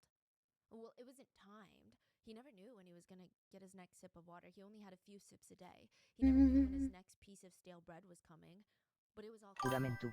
he didn't have a Sed. single choice in his life. Hola, Hola Nals, te dejo el And when he ojito. wasn't being Jeje. punished Ok. or tortured, he would be shoved Se saca el ojo, into ¿sabes? Y lo a deja ahí room posado. upstairs with no light, and he would be forced to get on his knees, sit facing the webcam, pointed at his Eso lo vería más de blue head estoico. on Se the saca el ground, ojito de cristal y which lo was deja encima de la his mesa en bed, plan de... and he would Te be dejo sat echado there la vista, for Ahora vuelvo. hours. He was not allowed to lay down. He was not allowed to sit down, stand up, stretch. He would just be on his knees staring at the camera. Like kneeling on the ground? Kneeling. Velocidad plus. No books, no mattress, nothing. Just him and Vale. that little webcam. He would be kept Ahora in entro there aquí. until he would be Hago used for así. torture. Digo, The door derrape. would slam open, he would be dragged out. Everything in his life was monitored. Even in that room, the webcam was Y entramos pointed bien. directly at him, and he knew that he was being watched. He was forced to sit on his knees, even though no one was there with him. He was terrified to even rest a little bit or lean up against the wall. He wasn't allowed to itch his nose, rest his arms when they started getting numb. He had to remain in that stress pose for the entirety of the day. Otherwise, the torture would begin. Qué bonito mandil. Even Timothy's sleep schedules were monitored, so if he was seen Ay. dozing off on the webcam, he would be punished. Timothy was heading into sleep deprivation territory, and there Dale. were a few times that Timothy would break these rules. Ay. One time he was so hungry, he snuck upstairs as quietly as possible. He opened up the fridge and saw a pound of raw hamburger patties sitting on the shelf. Ah, tengo una And duda he was existencial. starving. ¿Cómo se He llamará grabbed la the patty, prenda esta ripped off donde the pones plastic, and started shoving fistfuls el, into his el mouth. logo donde He had to hurry la so that he armadura wouldn't que get va caught. encima de... What Not the only would he hell? get caught, but he had to hurry so that he could De la keep cota eating de a little malla. bit more. You say it was raw meat? Ah, Raw me da... meat. Voy a buscarlo un Another segundito. time, it was raw bacon, uncooked bacon from the fridge. Tranquilo, gente. And the Yo no most voy a recent volcar. one was he Yo found no his way into vuelco. the freezer and ate an entire bag of frozen chicken nuggets, still frozen, straight out of the freezer. That's how hungry he was. Another time, Timothy was caught trying to sneak a bite of a stale burger bun, and he was forced to throw it up because that wasn't for him. How dare he eat something that wasn't for him? 3. This is Timothy's life. And anytime ¿No? Timothy would be caught breaking these rules, he would be ¿Es dragged into the aquí? bathroom. And the bathroom was like the worst part of his ¿O life. tengo que llevar el... Timothy would be forced Ay, into no, an la serra de... ice-cold bath. No. That's not even an exaggeration. There would be Oh. ice thrown into the bath. There was an ice maker in this Oh. house specifically for the purpose of filling Timothy's bath water No, with. tú no eres. The shower curtain was taken off Eres so tú. Timothy could be watched. ¿Vas a And la on ciudad? the bathroom counter, Vale. laid out like a surgeon's little instrument tray, were a bag of black zip ties, a motion sensor camera, a piece of stale white bread, and a jar of hot sauce. Elijah's extreme regret, hot sauce. Elijah's extreme regret is the Hot name sauce. of the hot sauce. Yes. Now, there is a ranking for heat. It's called the Scoville scale. A bell pepper from the supermarket is 0 Yo veo aquí un Scoville poco de heat units. I mean, problema. it's almost slightly sweet when Y they're un par de in bugadas season, de but cámara. it's still a pepper, Estás technically. detectando A un bug. jalapeno pepper that's maybe at Sí, no me most quiere around aceptar 8,000 el Scoville bidón de units. gasolina que tengo And atrás. from there, different peppers have different ranges Como no of sé heat. So aquí. the higher you go up on the Scoville scale, the more that you're going to feel it in your temples, the more that you're going to feel it in your throat, your stomach. But two of the Vale. hottest peppers in the world are the Trinidad Scorpion and the Carolina No, Reaper esto no pepper, era. and both of them are at about 2 million Scoville Tampoco. units. Jalapeno pepper, 8,000. Seguro esto tengo que The police entregarlo issued pepper sprays, al they actually start at almacén. around El 2 almacén million no me units. acepta So imagine just like Oh. spraying pepper el bidón. ¿Por qué? Porque a lo it's mejor not me gonna be a pide pleasant time. I mean, to primero. consume that level of heat. Elijah's extreme regret hot Sí. sauce could be considered very high on the Scoville scale. On the side of the bottle, it reads, "Packs the fire of the two hottest peppers in the world, Trinidad Scorpion and the Carolina Reaper pepper. Your tongue will burn from the sting of the scorpion. Your eyes will tear up as sweat pours off your head. 89 la You'll feel the burn amortiguación. of the Carolina Reaper going down. The pain becomes unbearable. You feel like you just ate a burning hot coal. That's when you realize Ese daño extreme masivo regret. del diablo. It is made, like I said, with the two hottest peppers in the world. This hot sauce is a combination of both of those. Gestionar carga. The No me IR team deja and I actually entregar ordered a bottle of it from nada. Voy a Amazon dejarlo aquí. A lo just mejor to tengo que entregar understand primero the el taste otro. better. And I mean, we had a tiny, tiny dollop of it. It was enough for us to start Suelta. Vas sweating. a acoplar. It was not a pleasant experience. I would say that we collectively had less than a teaspoon Rescata. together. We were really safe Aceptar. about it too. We made sure that we Pon already had food in our stomachs. But for Timothy, plataforma. he would Ahí. eat it on an empty stomach. And he would eat a lot of it. Globs of Elijah's extreme regret Ruedas. hot sauce were poured onto 3 pieces of bread, coating the bread, soaking each Vale, of los the todoterrenos slices. son. You know when you make French toast, you grab the Ese yo me piece of toast deslicé. and you Demasiado raro. submerge it in that eggy mixture. That's what this bread looks like, but with hot sauce. And they were shoved into Timothy's face. Eat it. That's all you're getting. What the Gotta be fuck? quick. ¿Qué Mom's coño ha coming hecho? home. Me As sale police were un... finishing up the very first De todos estos, interrogation, la 15-year-old cantidad de Paul, who customizables que han ido accused of saliendo, abusing his 15-year-old me little sale brother, una persona Timothy de Harris. las que ha estado Paul creando is sitting customizables with his feet up on the chair, y his pone hands que ha holding to his visto chest, and interestingly, he was very skinny as VTubers well, which usando he claimed was due to his overactive metabolism. trajes de la ICE The investigator, they want to get to know Paul con and his modelos son and customizables. maybe the Ha way hecho that un he puto thinks about texto Trajes de la ICE. entero stuff. Tell us para about decir Paul. de Paul si had os a queréis college poner with his putos mom, Shanda. I mean, chalecos Shanda, in fact, de la Paul's ICE o de mother was on cualquier Shanda for puta years cosa before he was ever política had. de Shanda, mierda, Paul's biological os dad, podéis Ah. joder y no way volver back a and usar forth. mi puto Paul modelo. and Timothy, the ¿Sabes? brothers, they stayed with their dad Eric Más o menos. along with 2 of their other siblings. But in 2020, Paul moved all the way from Oklahoma to Michigan to move in with his mom. In 2021, Timothy would move from Oklahoma to Michigan to live with his mom. So at this point, at his mom's house, Par there de were 5 of them. consumibles. We had mom, Shanda, her new husband, Adam, their new half-brother, G, who's 7 years old, and Paul and Timothy. So the authorities ask, what was life like in Oklahoma before moving to Michigan to be with your mom? Hectic. They were living with their stepmom's nieces, so there were 8 people Ay, living in la a gente es 4-bedroom tonta. house. Paul had to share a bedroom with Timothy at his dad's house. So they're pretty close. You know, these are not brothers that didn't grow up around each other. Paul stated that their biological dad, Eric, was evil. He said, "My father spanked me with a belt so hard in Oklahoma that my butt was bruised." He said his dad would have them do wall sits where they would have to lean their back up against the wall, squat down like there's some sort of chair. And it sounds somewhat doable, but it burns like hell, okay? Paul said that his dad had him doing that while holding 2 cans of chicken noodle soup. I could hardly go to school the next few days because I had to walk and my limbs were so stiff.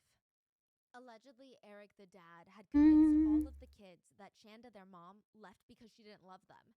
And so when Paul finally Oing. moves back in with her mom in 2020, he's 18 years old. He asks his mom, "Is that the truth?" And she said, "Absolutely not." He said, "My mom He refrescado Twitter. Y lo ¿Qué te ha primero salido? que me ha puto salido ha sido un puto tío en un fursuit. En un putísimo fursuit. Que tiene una pantalla en los ojos. Puede jugar jueguitos en la pantalla del fursuit. En el ojo del fursuit. está jugando jueguitos en el ojo del Fursuit. What the fuck? El de tu amigo Juan está jugando jueguitos de animales humanoides sin ropita, haciendo cositas. Más Básicamente. 18. Procede a desaparecer Steam.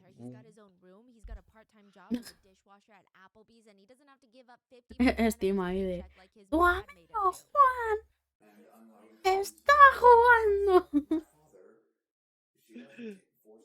Furry Hentai y tú como... ¡Nani the fuck! The fuck. Y tú como... Amigo, are you fine? Y tu amigo como de... Estamos bien, ¿por qué pregunta? ¿Tú Claro, seguro, solo Juan? para aclarar gustos. Paul lived in Shanda's house with his full brother, 15-year-old Timothy, and 7-year-old half-brother, G. And he treated them so differently. Paul would force Timothy to open his mouth and he would yank his head back and Camila. giant clumps of Camila. straight down his throat when his mouth was on Camila. fire. Or he would force him to submerge his entire body into an ice bath Te in a puso long algo amount of time. de Twitter. But he told Ya investigators verás. that Vamos baby a quitar, G, vamos a poner automático, the vamos a acelerar un 7-year-old, poco. is, and I quote, a miracle child. He's a blessing to this world. A ver, Camila. vamos a Camila. entrar aquí. Camila. Voy a aparcar un segundito. Paul went in depth about how much he liked being at his mom's house over his dad's. Why? And there was a thing back in Oklahoma where I had problems with emotional release. I was so terrified of him that I didn't. Va, ni tan mal clavado el parking. Ole. A ver. Here I can release my Perfecto. Ahora mira el Uf. vídeo de Camila. Tell me about the hot sauce, Paul. I know it was used as both punishment and it was put O on sea, No, porque no se ve digo tan que pequeñito. It's still haría lo mismo, pero... There would be times where it would do A ver, something aquí. because I'd accidentally rub my eye after I put it on there.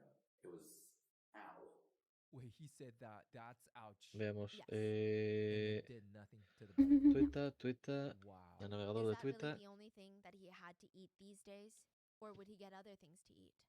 From the bread and the rice, other than that, not that I know of. So for how long do you think that he just ate rice, bread, and hot sauce? No sé qué Maybe juego 4 es, weeks? A pero... month? ¿Te interesa? Did you think it declined Tiene a buena lot pinta, for ¿no? losing even more weight or being less responsive? Like what changed when you moved on to just feeding him hot sauce and bread? I think it was that there would be times that it would take him a moment to respond. At first I thought it was him acting, but then I was getting concerned. A Sí. week or so, maybe, his responses were delayed. So it seems like Paul can move to Michigan Mande, and Yami. release his anger, and Timothy was clearly being punished. But why? Like, what could a 15-year-old possibly be punished for? During the interrogation, Paul stated that he had to share a room with Timothy when he lived at their dad's house, and he absolutely hated it. He stated that Timothy hated getting up to use the Uf, ya restroom at verás. night, so he would just Copia el wake up, enlace. walk from the bed, a few steps to the left, open up the closet door, and Ha pasado algo también el del into mico. the closet. Sí. Sometimes he would walk to the dresser, open up a drawer, and pee into the drawer. Sometimes he would What? even Aplica- get no, up no, out no, of porque bed no and hay he would navegador. urinate in the What? bed in his pants. He was what Paul What? called a problem child. If you asked Paul, he would state that Timothy was a problem starter. He could never sit still. He would take apart anything that he got his hands on. His desks Ahora. at school, he would disassemble them. He got a school-issued Chromebook and he took it apart. Ah. He'd likely say that he destroyed things. I mean, Timothy would be very reactive to loud noises in a way that, I guess, if you're ignorant and unsympathetic, could be perceived as being overly dramatic. But Paul found it very frustrating that Timothy didn't think or behave just like him. For example, Timothy was in the bath one time at his dad's house. He fell, hit his chin on the edge of the bathtub. ¿Estará en demo? After his bath, Si está en demo se prueba mañana. El que te ha pasado, el de sacar un cuerpo. Sí. Que por cierto, me le pasó Yami y al rato me le pasa terror. Digo, ¿qué me estás queriendo decir? Si hay demo lo jugamos mañana. Digo, si hay demo mañana Aquí está jugando. está. Ay, no. No. No lo hay. ¿Y es caro? Ojo. No, es que está por confirmarse la Ah. este lanzamiento. Paul likely processed this all Puta. La as clearly as vida. a problem child that needs to be punished. Hay que He needs buscar to otro learn demo, o that's sea, how podemos you jugar el de teach. la pesca, ¿no? Pero But if you asked a teacher at Sí, Porque pero los ahora- actualizaron, cambiaron los precios de los they'd pescados. likely tell you that habrá que his jugar algún has otro ADHD, debito, ¿no? bipolar disorder, autism, Hombre, a ver, si and queréis nos tiramos 5 horas de He was on pesca, ¿eh? various No... medications to try and help Hostia, him with his sábado de life chill de pesca. and there were additional things that Timothy's Ah, parents sí, de could pesca. 5 horas de or pesca, should Messi. have focused on to pay extra Pero aquí la attention. gente tiene que presentarse a la pesca, ¿eh? A quote, precious little guy, according to Aquí the hay gente que se tiene que listar a la The pesca. school counselor stated Timothy was sweet, Mm. caring, cooperative, and hungry. At school, teachers stated Timothy had a tendency to eat whatever he could get his hands on. He always seemed Andan los really DLCs hungry, del even in Snow de elementary oferta. school, to the point where teachers were El worried diablo, about him. cuánto DLC. They would stuff his backpack with food every single Friday because they were concerned that he wasn't going to have enough food at home on the weekends.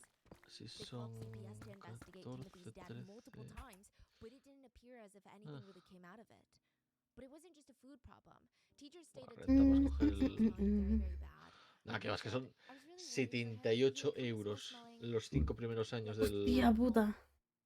del His Snow. clothes were multiple sizes too big. Eso Everything eso was already eso es packed. mucho. Funny thing is, like, way Mucho. past it, 'cause Sí, you're talking about, like, uf. fifth grade. Pues si te trae más de la mitad de todos los DLCs que hay, But other pero than that, uff. Teachers stated Timothy was a lovable little boy with this beautiful smile. They said that he Pero constantly este- moved around in class. He ate lunch with the other kids. He had friends. El Rodcraft está de But it oferta. seemed like nobody loved him. Ay, se me ha... Okay, so it's not that he Nah, came sigue to estando school and was 40. like, nobody loves me. But Se me había teachers, parado el they directo de noticed Río. things. They said he had this Mm. insane people pleaser mindset. It seems like he was starved for attention. Like he would literally do anything for the teachers Vale. to just say good job. To Ay, no voy a compliment parar el him motor, just bueno, que once, no or consume even nada. show him, like the smallest ounce of approval. He seemed to live for that. Era para no... An elementary school Para no teacher perder aire took that acondicionado. as an indication that these kids are not getting that love Da and gustito aquí. No sé attention cuánto that calor they hará aquí, deserve. pero tiene que hacer There calor. was a rumor at the school. This is purely a rumor as of right Estas now. fechas. But there was a rumor at the school of criminal misconduct by Paul towards his little brother Timothy. Wait, this is surfacing. This is in the school? Yeah. Bueno, By mucho May no, of parece otoño. 2021, Eric, Timothy's biological father, decided that he was done. He couldn't, quote, handle Timothy anymore. So he called up his ex-wife Shonda and allegedly stated, listen, these are the two options. He either goes into foster care or he goes with you. Venimos aquí, hacemos así, tenemos que freno de mano. Timothy was dropped off with the Hola, clear eh. Deja vu. medications, Has it like been in pills, this the place gallons before? of Ziploc, pills, different The pills. street. Uy. ¿Tú también lo viste, Yami? With his older brother, Paul. Empujamos un poquito aquí. Casi sale mal el déjà vu. That Timothy arrived at his mom's house, quote, a little chubby. Tú no has visto nada, And just Yami, tú no has 13 visto months nada. later, July 2022, Aquí no hay a 911 testigos. call No went hay into testigos, hay place. 5 personas. Shonda Van was panicked. Algún testigo I igual woke up to sí go to que... work, and yeah, my son's not breathing. I went to go check up on him before, and he's 15. He's been on a hunger strike. He's really thin. He hasn't been eating lately. I woke up this morning and he's not breathing. There's brown stuff coming out of his mouth. It's brown and it's gurgling out. Paul is heard in the back saying, "It smells bad." During the call, Shonda is Oink. heard doing what sounds like chest compressions. 1, 2, 3, 4, 13, 22, 26, all the way up to 40. Law enforcement, they rush over to the house. I mean, it's this plain little suburban house at the end of the cul-de-sac. And a 43-year-old mom, Shonda, is in yoga pants, athleisure attire, one of those thick headbands to keep your hair out of your face when you're working out. And she's at the front door, panicked. She's putting her head in her hands, wiping her tears from her cheeks every few seconds, fidgeting with her phone. She can't sit still for even a moment. But it's understandable. Her son had just been declared dead. Shonda explains to the police that she woke up to get ready for work and found her 15-year-old son Timothy unresponsive. Her other two sons, Paul and G, were home, and she was freaking out. She knew that Timothy had been on some sort of hunger strike recently, but she always assumed, you know, he's a teenager, he's being stubborn. And her husband, Adam, Timothy's stepdad, recently had a stroke. He's still alive, but he had to leave. He had to move in with his parents, and all of Adam's financial and physical help was gone. So she'd been working nonstop. She hadn't been as focused on the kids as she probably should have been, but she was trying to put food on the table.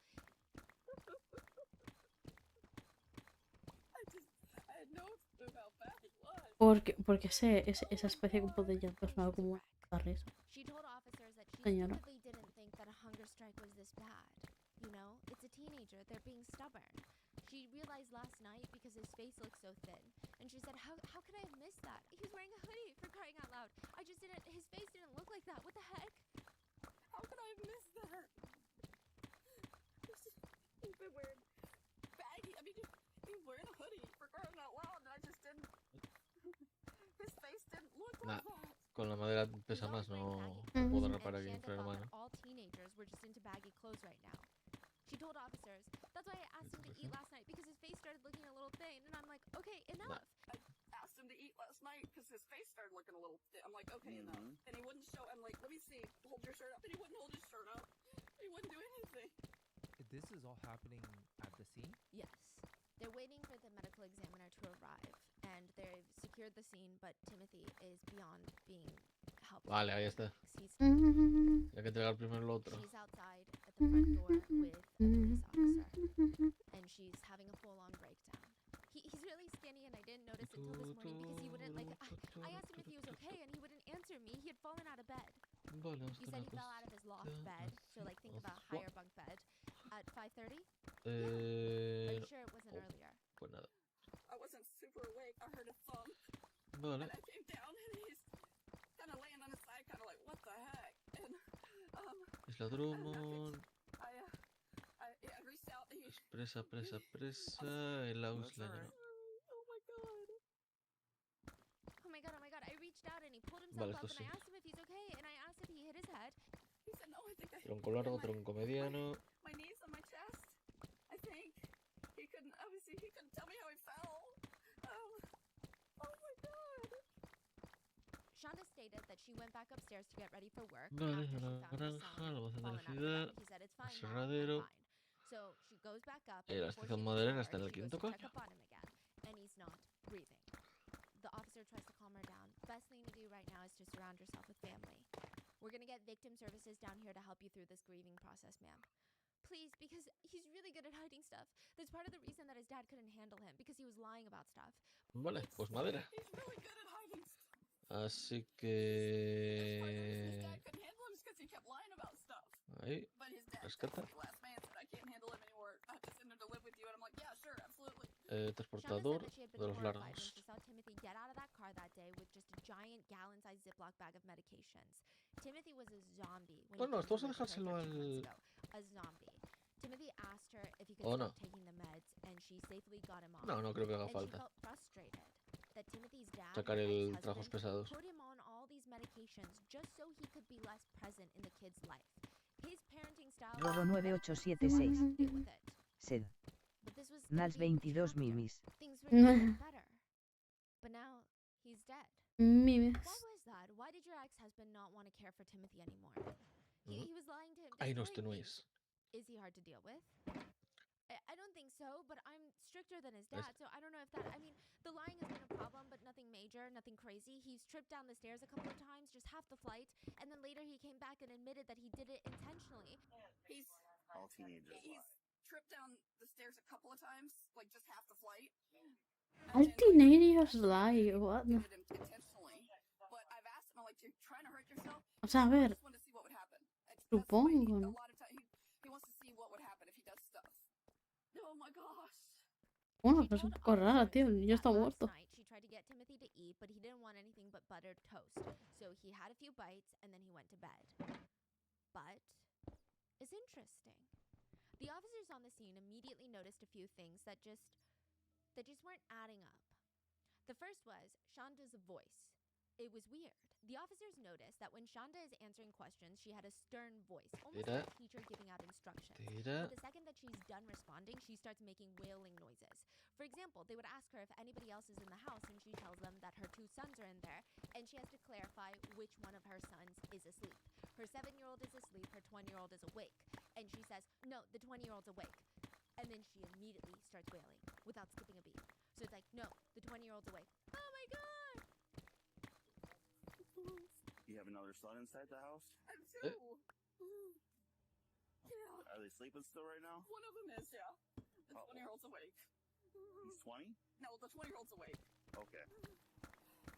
Or sometimes she would have her face in her hands, or her palms pressed into her face, and her body looked like she was trembling, crying, Sube loco. sobbing, but her voice would be really clear. and not shaky at all. Aside from her voice, Shanda would keep switching topics. She'd be talking about where she works, and then suddenly she would cry. She would cry out, "I love my child, but yeah, oh my God, why did this happen?" I work in White Cloud. That's a long way. I'm law clerk to the circuit court judge up there. I love my job, but yeah. Oh my God. Which officers felt was maybe a bit understandable since she was in a state of shock, but it was just weird.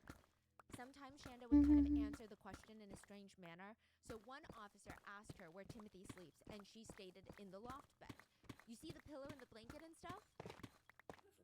The bed? Yeah. You see the pillow and the blanket and stuff? Or she'd be crying because, she just found out that her child is dead. But when another officer enters the house, she apologizes to him. "I'm sorry, it's a little cluttered down there, but I'm sure y'all have seen a lot worse." Medical examiner's going to be coming here in a little bit. I'm sorry it's a little cluttered down there, but You're fine. I'm sure y'all have seen a lot worse. Okay.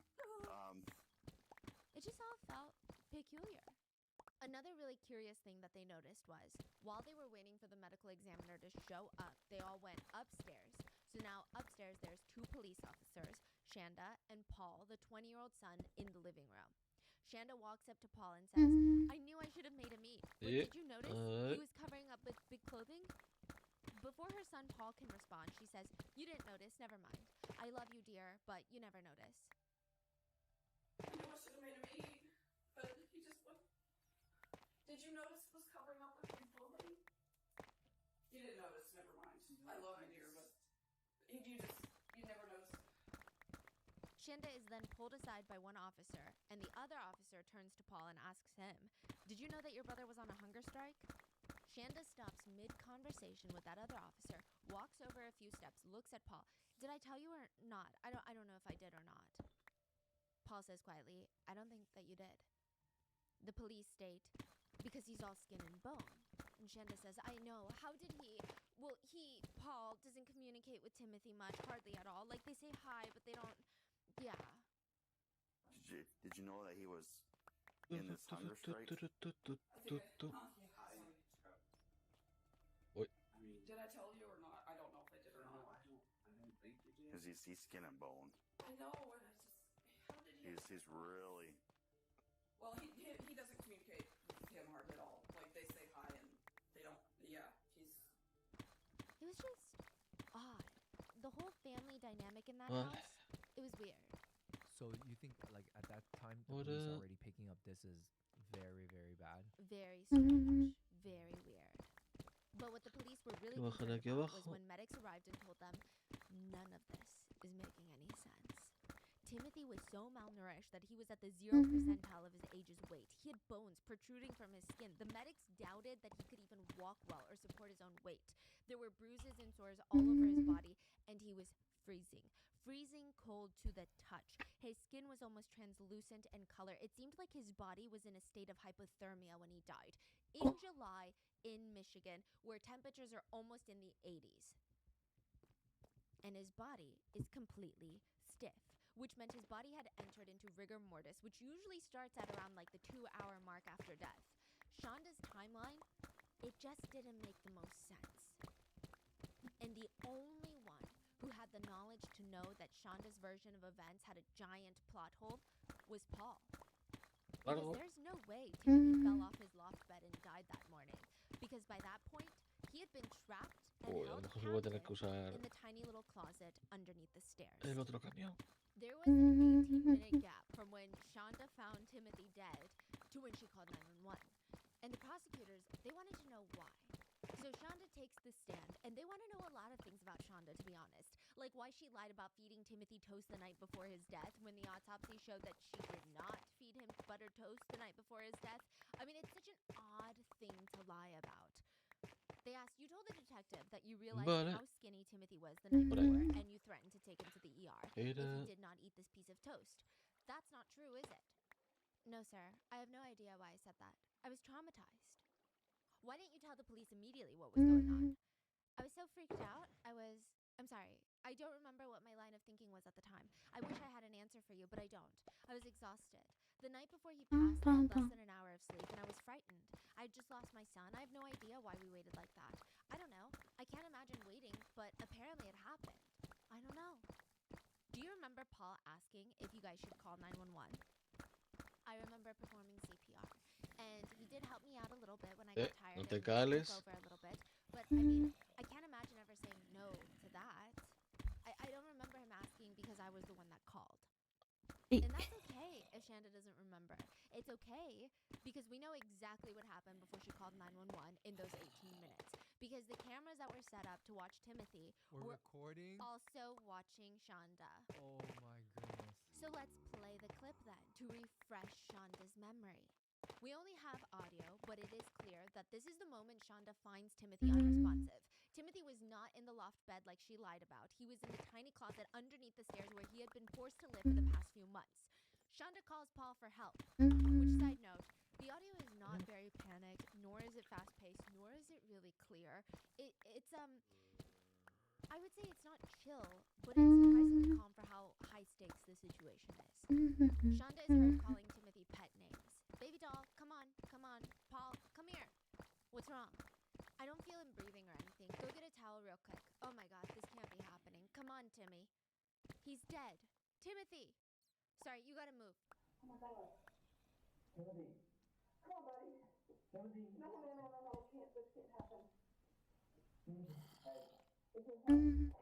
No. He's resisting. He's resisting steps. You okay? He feels cold. Yeah, I know it's cold.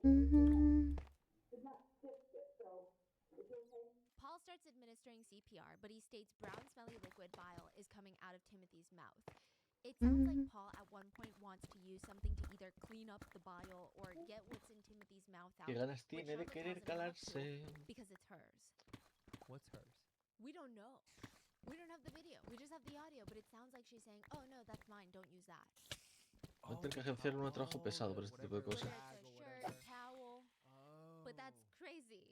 It sounds like Paul also does not want to continue administering CPR, but Shanda is just heard saying, I don't understand. Paul responds, me either. Should we call an ambulance? No, not yet. Come on, Timothy. Come on, buddy. Gosh, this is horrible. Come on, sweetie. Come on, buddy. You have your belt? Put it on him. I just want to make it look like he was in that loft bed. I have to lie about that. You have to tell them that he was on a hunger strike, that he wasn't eating. At one point in the clip, Shanda states that because Timothy's eyes are not shut, that means he's not dead. The judge had access to the footage, and he side-eyes Shanda multiple times while he's watching it, because it is so interesting. We hear about moms that will lift up 6,000-pound cars to save their child, but according to the audio clip, Shanda won't even perform CPR on Timothy, her son, herself.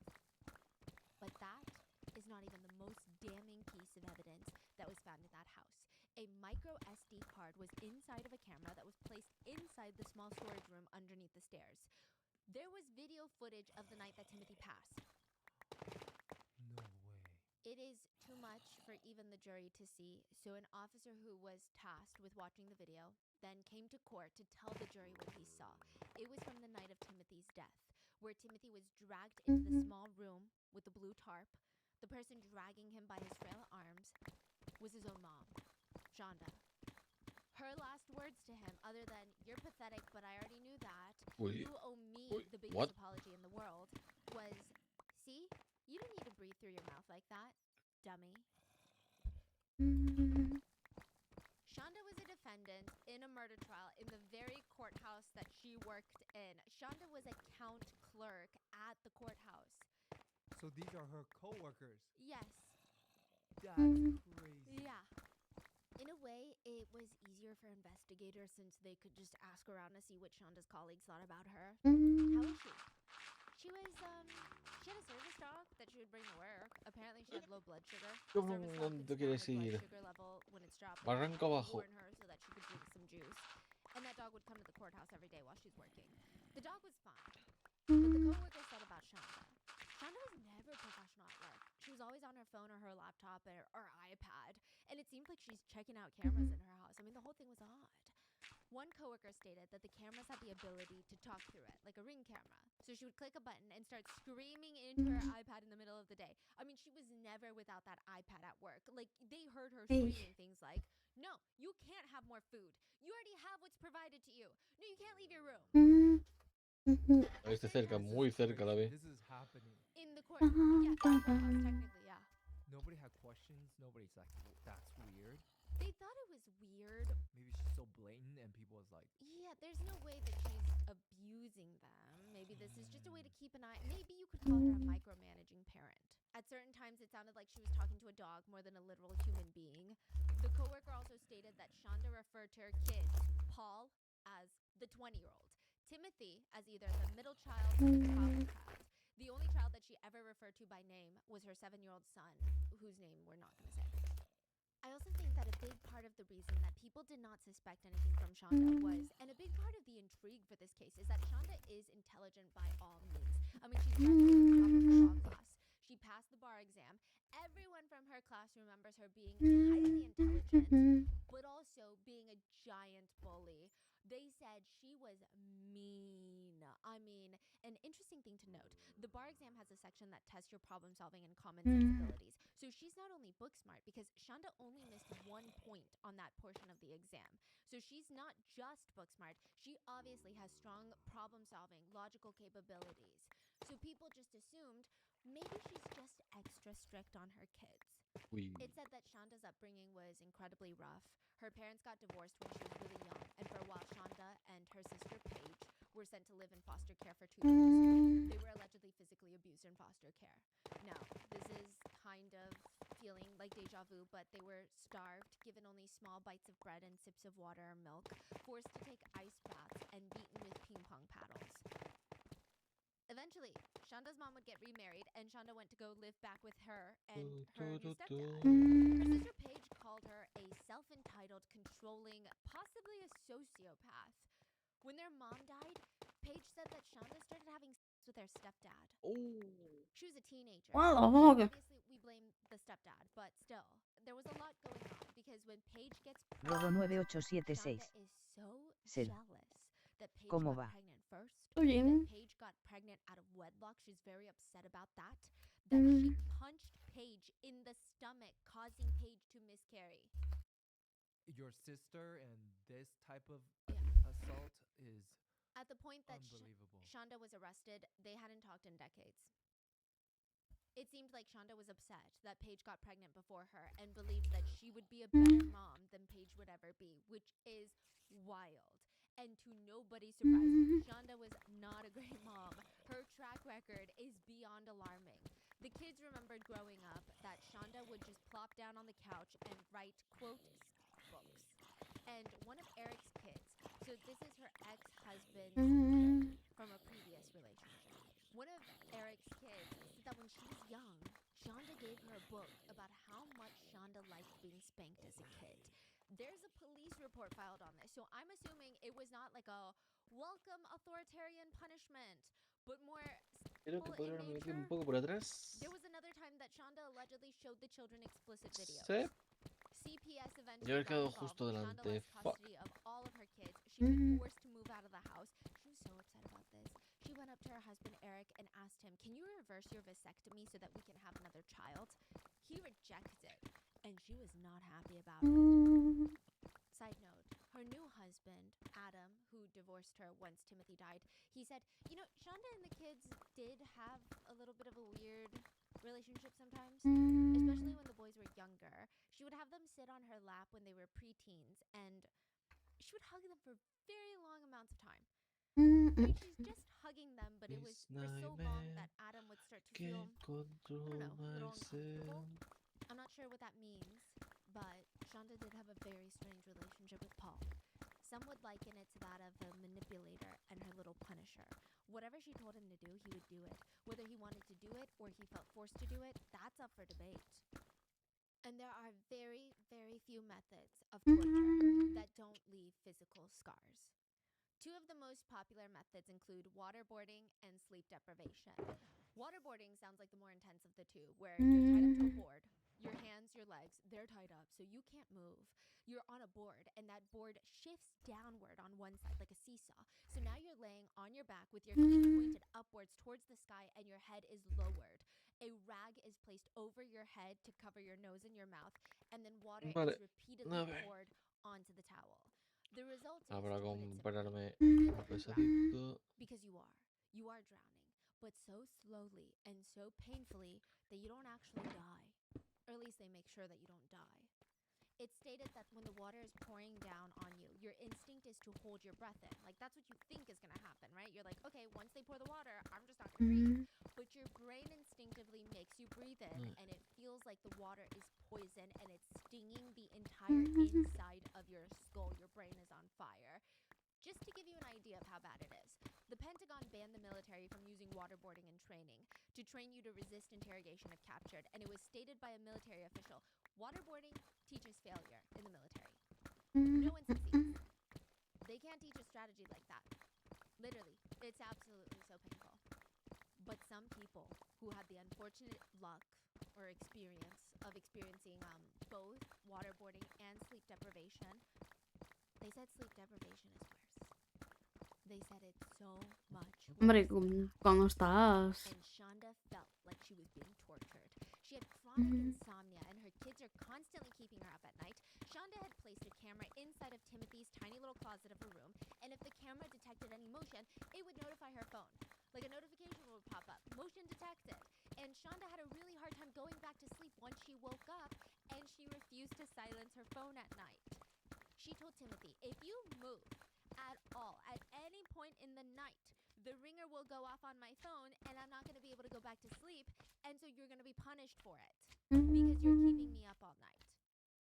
If Timothy woke Shonda up, Shonda would not let him sleep for the next 2 to possibly 3 nights. Sí, sí, vale. She would force her other son, 20-year-old Paul, to torture Timothy to the point that he could not fall asleep. What the fuck? If Los she cascos felt me han dicho luego, an Patri. ounce of pain or discomfort, she wanted Timothy to feel it 20 times harder. Shonda texted Paul, he's moved around, so he has the cuffs in the front of him instead of behind him. I put the cuffs back behind him. I'll have to deal with less than 2 hours of sleep today, but I'm not letting him get away with this. The next 48 hours, Shonda would watch the cameras, and if she saw Timothy blink for even a moment too long, she would text Paul, he's sleeping, go wake him up, go dump cold water on him.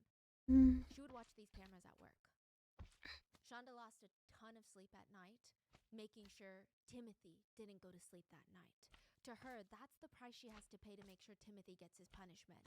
At work, Shonda would obsess over the cameras. Before work, she would tell Timothy he has to stand in the stress pose on his knees with his arms up behind his head. If he so much as moves, it's over for him. Then at work, she would text, if he behaves, I will let him lay down for a couple of hours today. But if he doesn't behave, he's going to stay up all night tonight, tomorrow, and Friday night. Paul would text her back. He just laid down again. Please go get him up.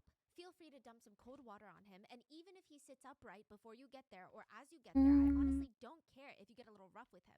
Are you going to go get him? Please go ahead and turn on the AC. You'll be warming up with your blankets, and that'll make sure that he doesn't stay too warm. Okay, but sometimes Paul would be the one to text his mom first. He'd be home alone with Timothy, and he'd text, Mom, I'm ready to slam him into the ground. He wet the bed, and he's covered in urine. Would you say a 5-minute shower with the curtain open so I can watch? Wait, what does that mean? We don't know. Whether he means so he can watch him probably shower in ice cold water so it's torturous, or watch for other reasons, it's unsure, right? Shonda texts back, sure, a 5-minute shower where he can scrub and you can watch is fine as well, but it has to be a cold shower. 5 days before Timothy's death, Paul texts his mother, I'm ready to kill Timothy. Tienda de He left camiones his peed in and pooed in diaper in the freaking bathroom. pesados. Aquí, veamos. She texts back, ill, lots of hot sauce for that. I've cleaned my foot, but I'm already at my limit. And where is he currently? On the wall downstairs. He can have bread with hot sauce on it. Does need bread though. I already gave him 4 pieces of bread earlier. I know he's not walking fine, but he's still doing a whole wonky walk. What does that mean? Saying that he seems very frail and unresponsive. Now, July 5th, 2022, the day before Timothy's death, there's a lot of phone activity between Shonda and Paul. Shonda texts Paul from work. Forgot to tell you this before I left. Bueno, a ver Timothy cuál was me doing his fake compró. stumbling and falling last night, of course. So I decided to prove once again how fake it is. I asked him if he Rodo was doing that 9876. activity the whole piece by himself. Sed. And he said Rai yes. conceado Of baile. course. And then I told him Oh how my god, obvious it was gracias that por it la was raid fake. kit. He had just proven it Aló again. gente, ¿qué tal les And of fue en course, he just el looked down and didn't en el respond. For the King 2? ¿Qué tal lo pasaron? Shonda texted again. ¿O fue la If he wanted to partidita? sit in his room with his on his head, that's fine, but Timothy does not get to lay down all day. Maybe you should have the light on, that way it'll be harder for him to fall asleep. Bueno, el llame fue más rápido. La velocidad de Yami So go throw some cold water. le precede. Please do the water now.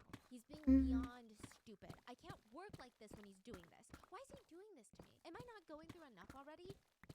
Feel free to go dump more cold water on him. He moved over, so he's not laying in the cold water that you dumped on him earlier. Go dump more cold water. He's doing it. She's watching it. Through the camera. Tremendo legatet. Paul text. I know you're trying. A ver, aquí tenía juramento. Ah, me pica el cuello. Un poco por... Buenas, Kitty. I know, Mom. I'm crushing up the ice. Ay, ¿qué tal fueron esas partiditas del For the Game? About how worried Shonda is about you. Her 7-year-old sees Timothy in this state. El juramento, más o menos. Arriesgo de cogerme este cuando lo desbloqueé. Pero más o menos de camión yo estoy entre el Colob. Siento el...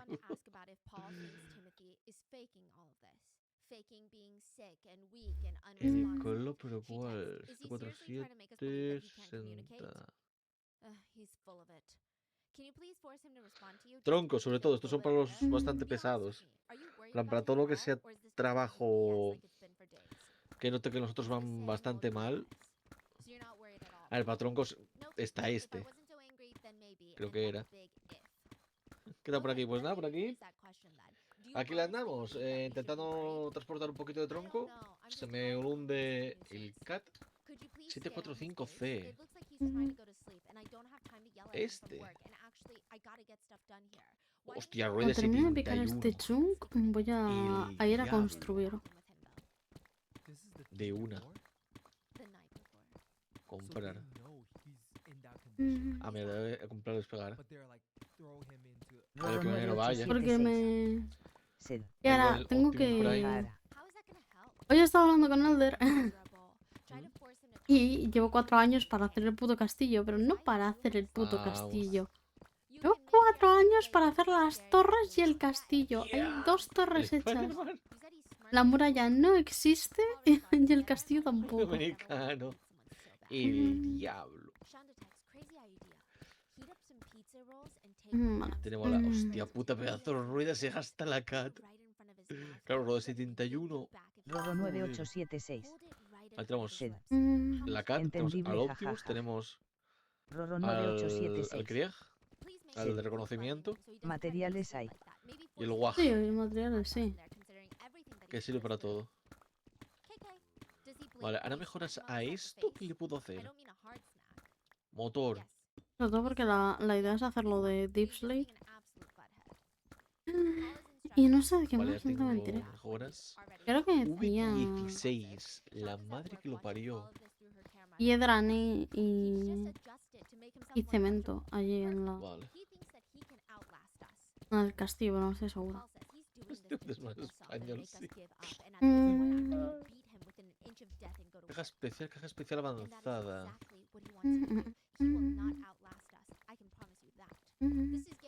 Sumo elevado. Bueno, tengo como 340 litros de depósito, yo creo que va bien. Presión la que tiene. Neumático.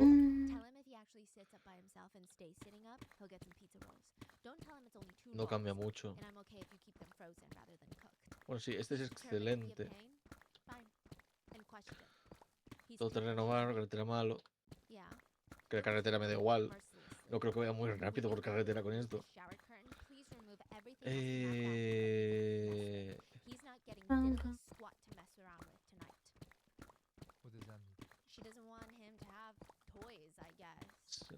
Bueno, vamos a comprarnos estos. Vale, calzante pesado básico, pesado extendido, avanzado, de doble motor. El diablo, a ver qué me pongo yo a esto ahora.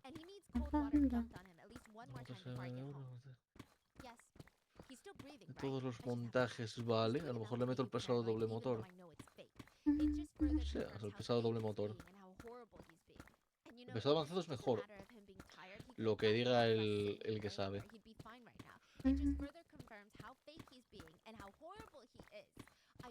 Doble. Largo y potente, 21 metros. Esas dos primeras palabras, juramento Paul says, I don't know and I don't largo y care. potente, Does that mean de you're willing to 21, try uf, it? No. duro. Well, I need you to lose the attitude with me, Paul. Nani. I didn't do Vale. anything here. You Nani. need to lose the Nani de attitude, Nani. fuck. sir. Vale, bloqueo activable. Shonda gets Tubo. home and Timothy has been in that Sí, place pon el around tubo arriba, 2 anda. p.m. Añadido de Nothing. chasis. The ¡Hostia! last text that she sends Paul that Ah, day claro, el is chasis. that she's already Helicóptero. home and now Paul has gone to work at Applebee's. En efecto. Night.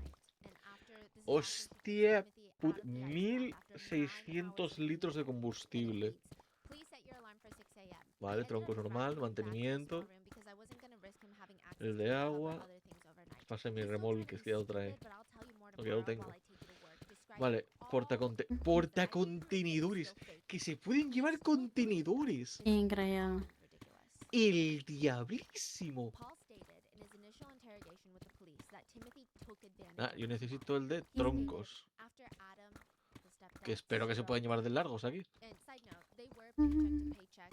Well, not even. They were really behind on Estética. bills. The family's finances were Cables falling cut. apart. But Paul is now saying that Timothy somehow took advantage of that. He said Timothy would take advantage of that situation. Pues He vale. was stressed and Bien he por would ti, take advantage llantas. of that. Anything he could find, he would take advantage of. Las propias his del cat. entire life. Except Pintar that no he se was puede doing pintar when he porque was obviamente still es a amarillo kid. cat. He would find some way to take advantage of whatever he can. Pegatinas, a ver qué le He ponemos. didn't elaborate further. The investigator asked, what was he Algo allowed to bonito, eat? algo bonito, algo bonito.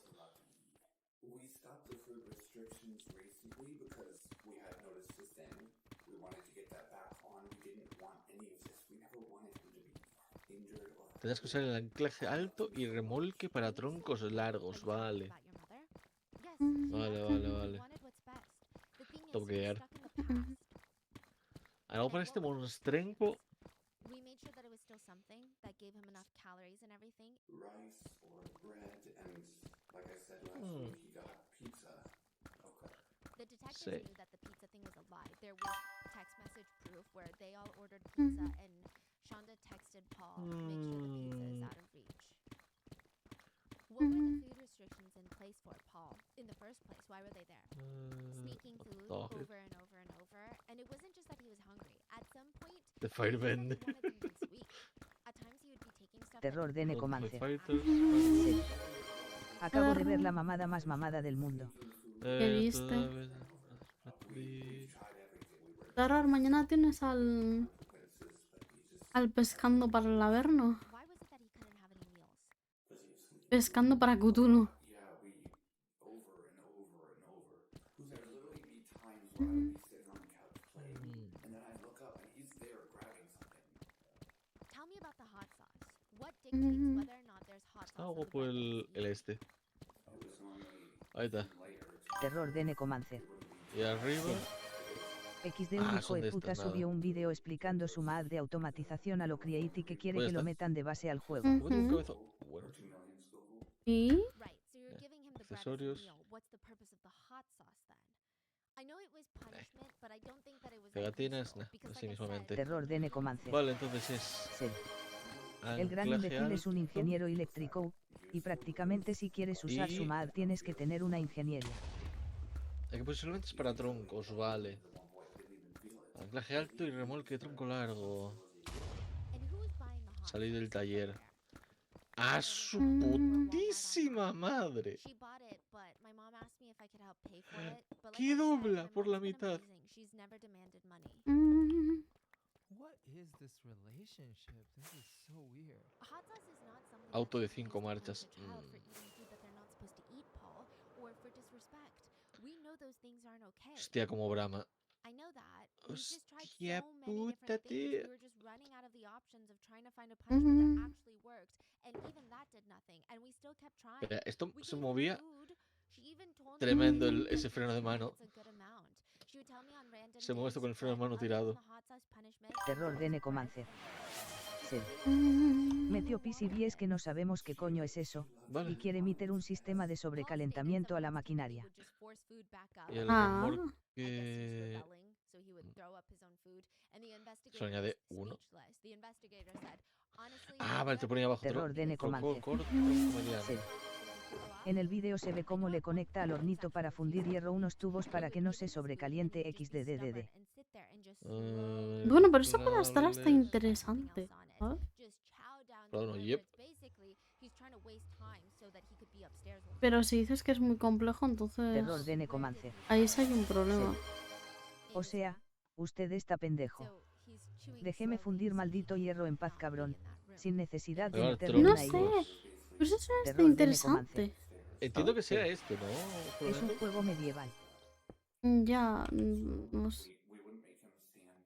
Sometimes we would have him kneeling, like on his knees, like this, facing Corto one Hombre, en la mediano. Edad Media también tendrían problemas con el sobrecalentamiento for punishment. a la hora de fundir cosas. No ¿Todos? for at this point. I'm not sure. No creo que lo Terror de solucionasen con un Necomancer. par de tubitos conectados, Sí. ¿no?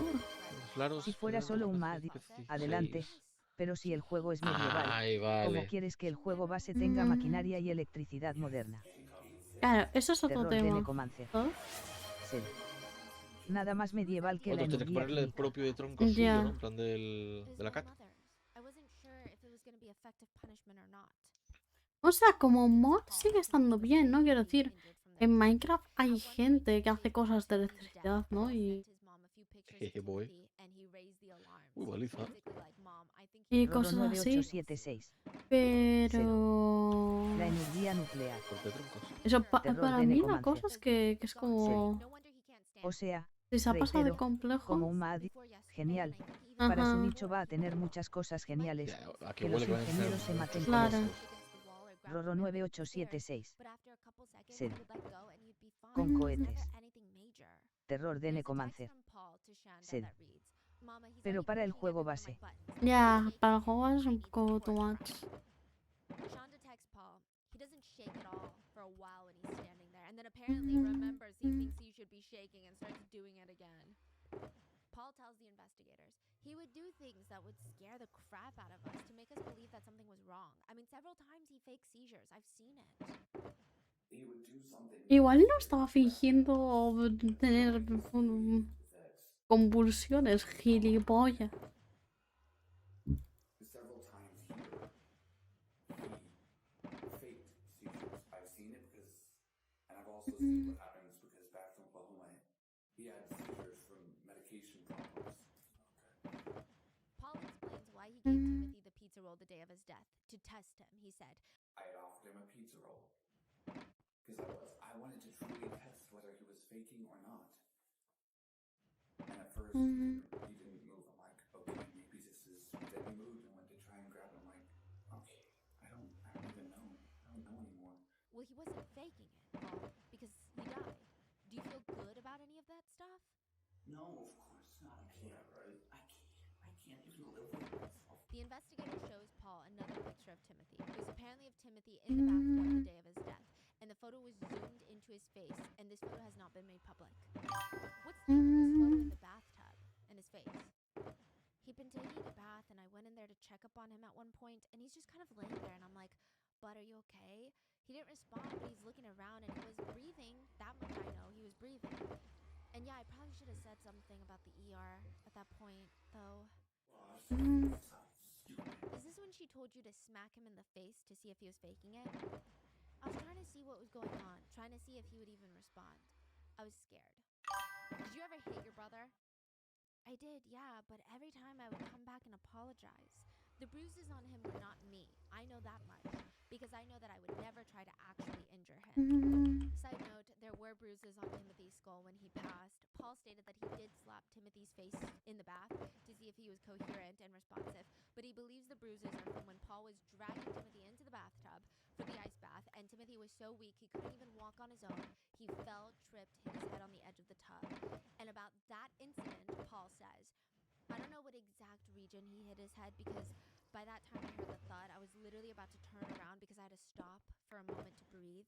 I was frustrated.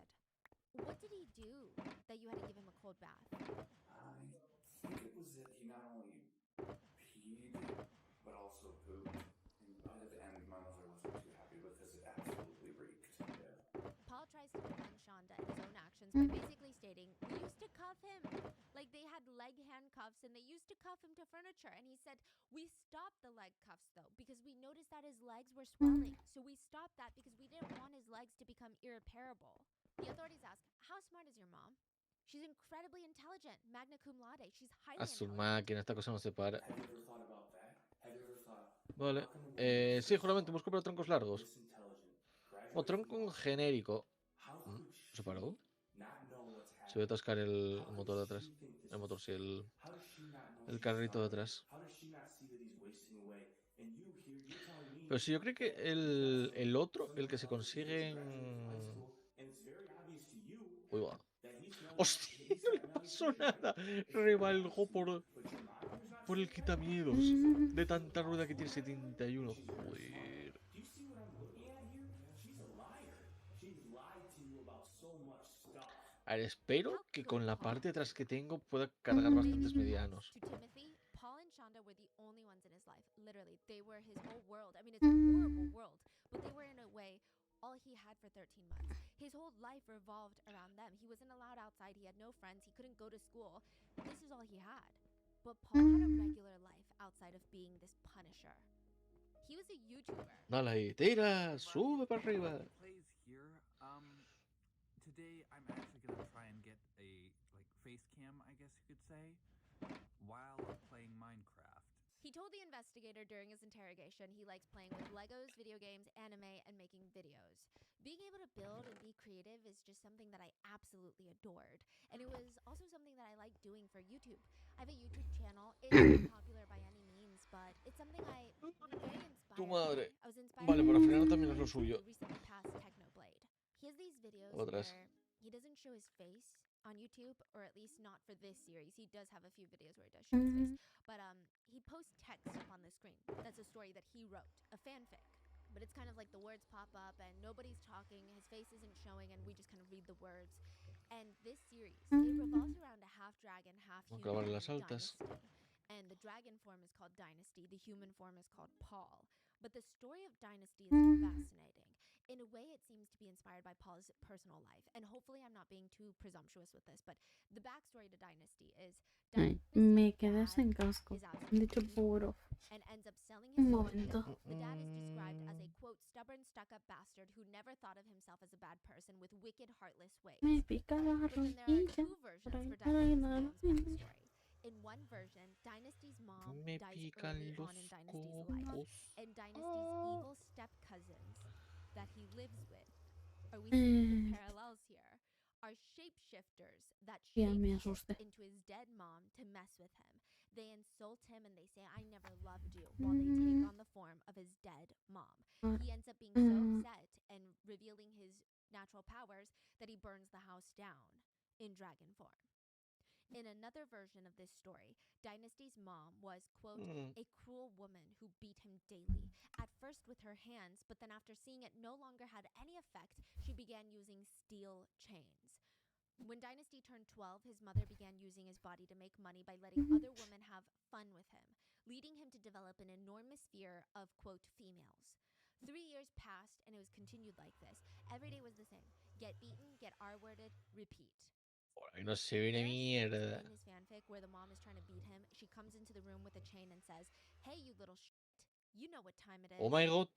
She knocks him It's a unconscious, Grisa. and he, Dynasty, is trembling on Hello, the Grisa. ground, and she says, don't worry, my Holy best Grisa. customer comes tomorrow.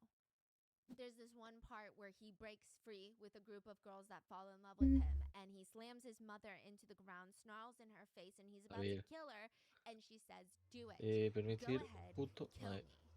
He snarls, jumps off. que ya lo sé, porque me Ay, qué asco que me salga. Si quité lo de los anuncios. Ay.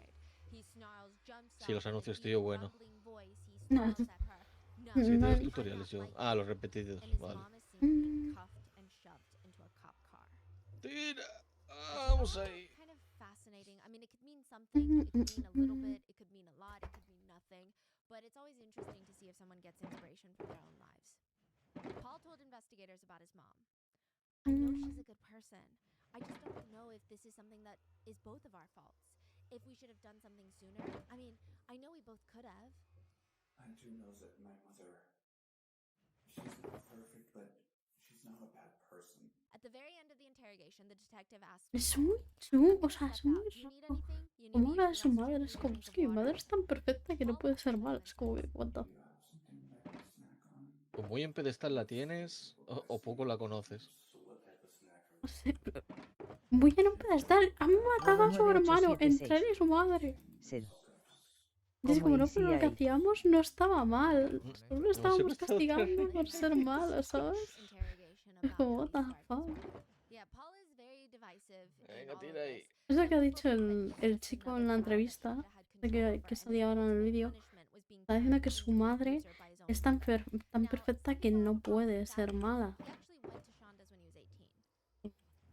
So it's like, it wasn't like he was abused his whole life and just under her influence the whole Entra time ahí, and became gira. this adult abuser. But let's just go down this path. Some stated that Shonda A ver, physically tortured tronco Timothy, largo. but Me lo psychologically imaginaba. tortured Paul. Used Paul to torture Timothy Medianos. physically. Ordered him around Ah, me the están house, robando, physically como ignored que his own uno. brother. They said Hay más de lo Paul is a normal. victim. Anything he did was recorded by her. Of course he's a victim. There's a part of the investigation that some netizens bring up where the detective interrupts him while Vale. he's mid-sentence and says, I want to stop you just for a second. Ya que And estoy, Paul vamos a cargar. immediately presses his shoulders forward, like carving himself inward, kind of like you would with anxiety. Eso que And he tengo atrás contaría apologizes, como sorry. doble de Netizens tronco say, it sounds like both parents en were comparación abusive, con lo que and hay this guy aquí. thought it was normal. He wanted his mom to love him because he was Venga, picked dale out by ahí. his dad, so he did what she wanted. Uy, espérate, que ahora no He me has no muevo. idea what love truly means. Codependency, manipulation, and brainwashing. At another point in the investigation, Paul says, I hate myself, okay? If I could take his place right now, if I could give him back his life, I would do it in a daggum heartbeat. Some people said that the way he talked about his Me mom hundí in por the el peso interrogation was like a cult member slowly waking up.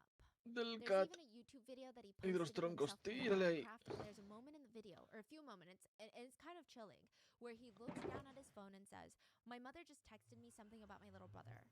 So... He sounds super stressed out, but he tries to get back to playing the game. A minute later, we hear someone yell off the screen, and it sounds like, ow, hello? Paul says, hey, Timbo, could you... Sorry, guys, Despacito, con buena geez. letra. Not sure if you heard that, but that was one of my Pon el little alta. brothers. I deeply apologize.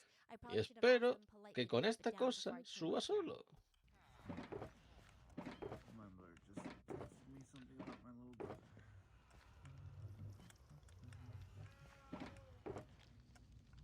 Sorry. Dale, Like I said, I don't actually have an arm. dale. Hey, Timbo, could Me he you- equivocado de Sorry, camino. guys. No pasa nada. Jeez. Not sure if y'all heard Quieto. that. That was one of my little brothers. I deeply apologize. I probably should have asked him politely to keep it down before I came up here. Then a few minutes later, Paul gets another text message. He reads it. His expression quickly changes. He looks stressed out. He starts touching his face, almost in like this. Gira ahí, gira ahí, gira ahí, gira And ahí. he quickly ends the video. Oh, you know, we're gonna Perfecto. support you this way or that way, but Venga. Endereza. Ajusta bien el puentecito. Was it his mom? Es cuando me parte el puente por el peso. Uy, cómo se mueve.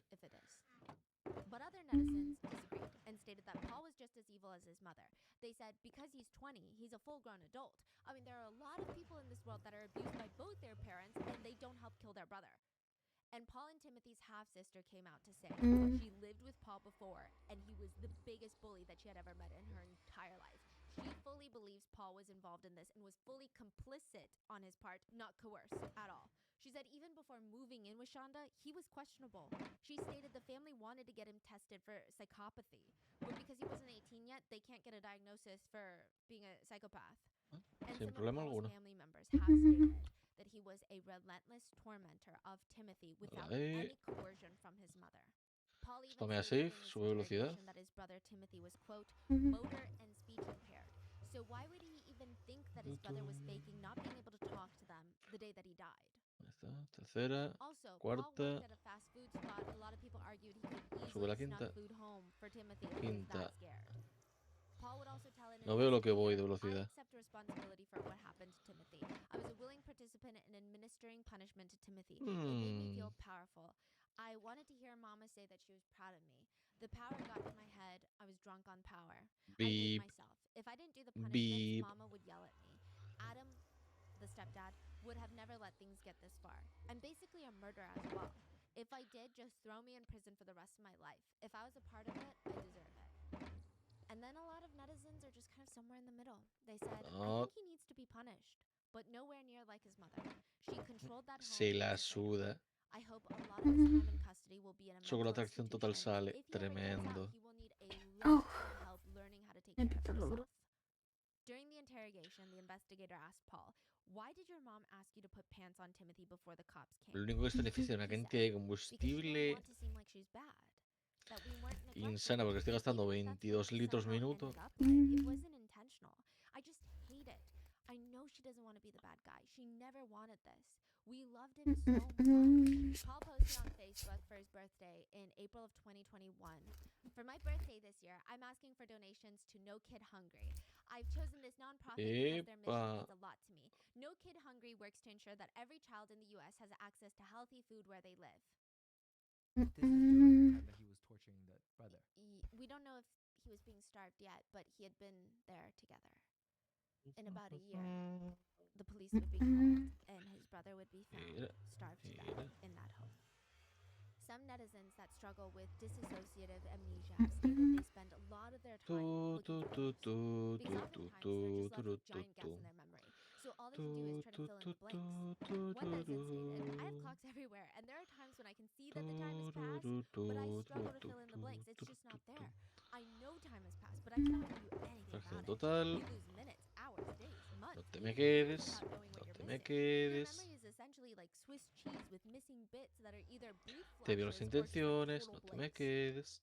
That is what Shonda Vander Ark was claiming she had. She stated that after her husband Adam's stroke, she developed dissociation to the point of having giant gaps in her memory. So, dissociative amnesia. And she also stated that she had chronic insomnia. I have severe attention deficit hyperactivity disorder combined type. I also have sensory processing disorder and OCD. And then after my husband's stroke, as a result of my husband's stroke, because Repostada de paso. I wasn't in the room when he had the stroke. Repostadita rápida. I was there right afterwards. And so I developed Uah, post-traumatic qué stress gustazo disorder with pega el dissociation camión from este that. que bien The gira. only medication that I was on was for the ADHD. A huge part of the trial is Paul's testimony against his mother. After the initial interrogation, Paul took a plea deal. Nada, juramento, no acierto este camión, It wasn't necessarily a plea deal. Yo tenía pensado pillar el otro. Agreement that the prosecutor Pensado, bueno, en un principio pensaba en el tema de los troncos largos. Pero visto lo visto. He was going to testify against his mom, and in return, Shonda also turned on Paul. Essentially, they're both pointing the finger at each other. When they're both in the courtroom, Shonda doesn't even look in Paul's direction. Suddenly, the mom that loved her children more than anything can't even También te digo, un poco de robo el tema de que la cantidad de troncos que lleva atrás en este camión sea exactamente el equivalente a lo que llevo aquí atrás. Que es menos cantidad, un poquito robo.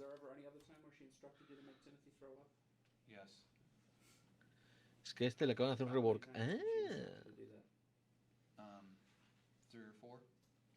¿Qué está? ¿En las notas del parche del último?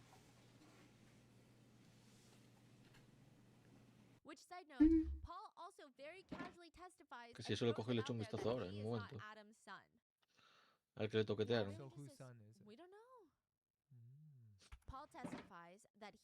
Del penúltimo. Ah, vale. Ahí sacó una tabla con una imagen de un camión en plan de ahí. A ver, camión, ¿dónde te han tocado? Señalan aquí con los faros. What the fuck? ¿Quién fue el mecánico que te tocó?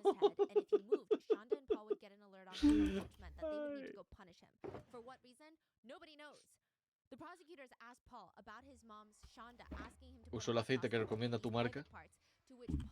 ¿O usó uno común?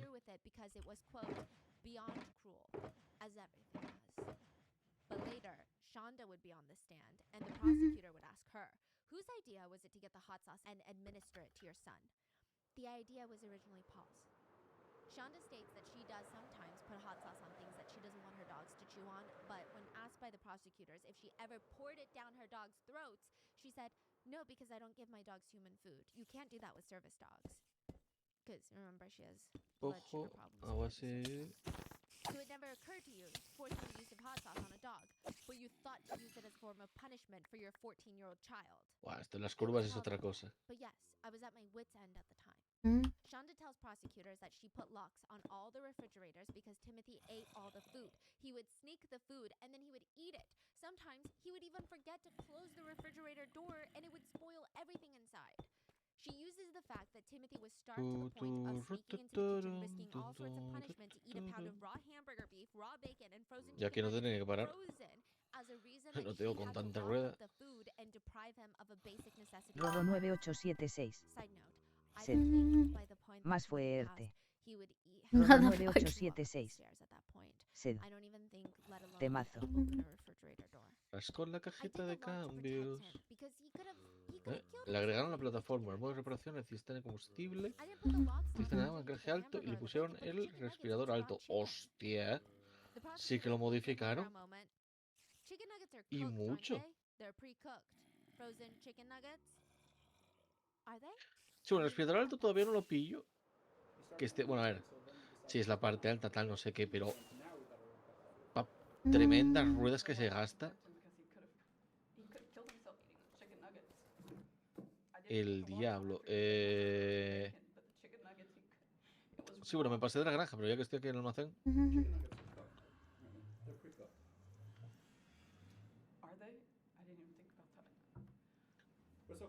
Vamos si nos abrimos.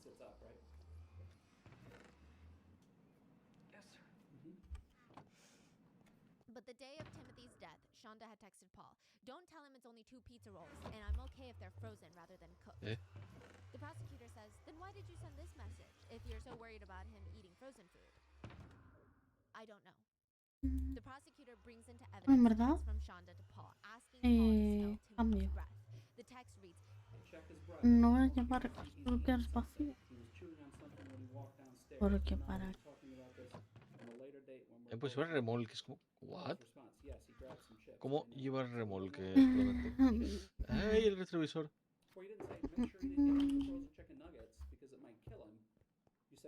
¿Puedo cargar en el camión los remolques? Como si fueran... ¿Por qué la madera le salen chispas? Se está quemando la madera, güey. Se me quema con la fricción entre la chapa y la madera. No sé, no se puede acoplar. O sea, antes lo cargabas directamente encima del camión. El diablo.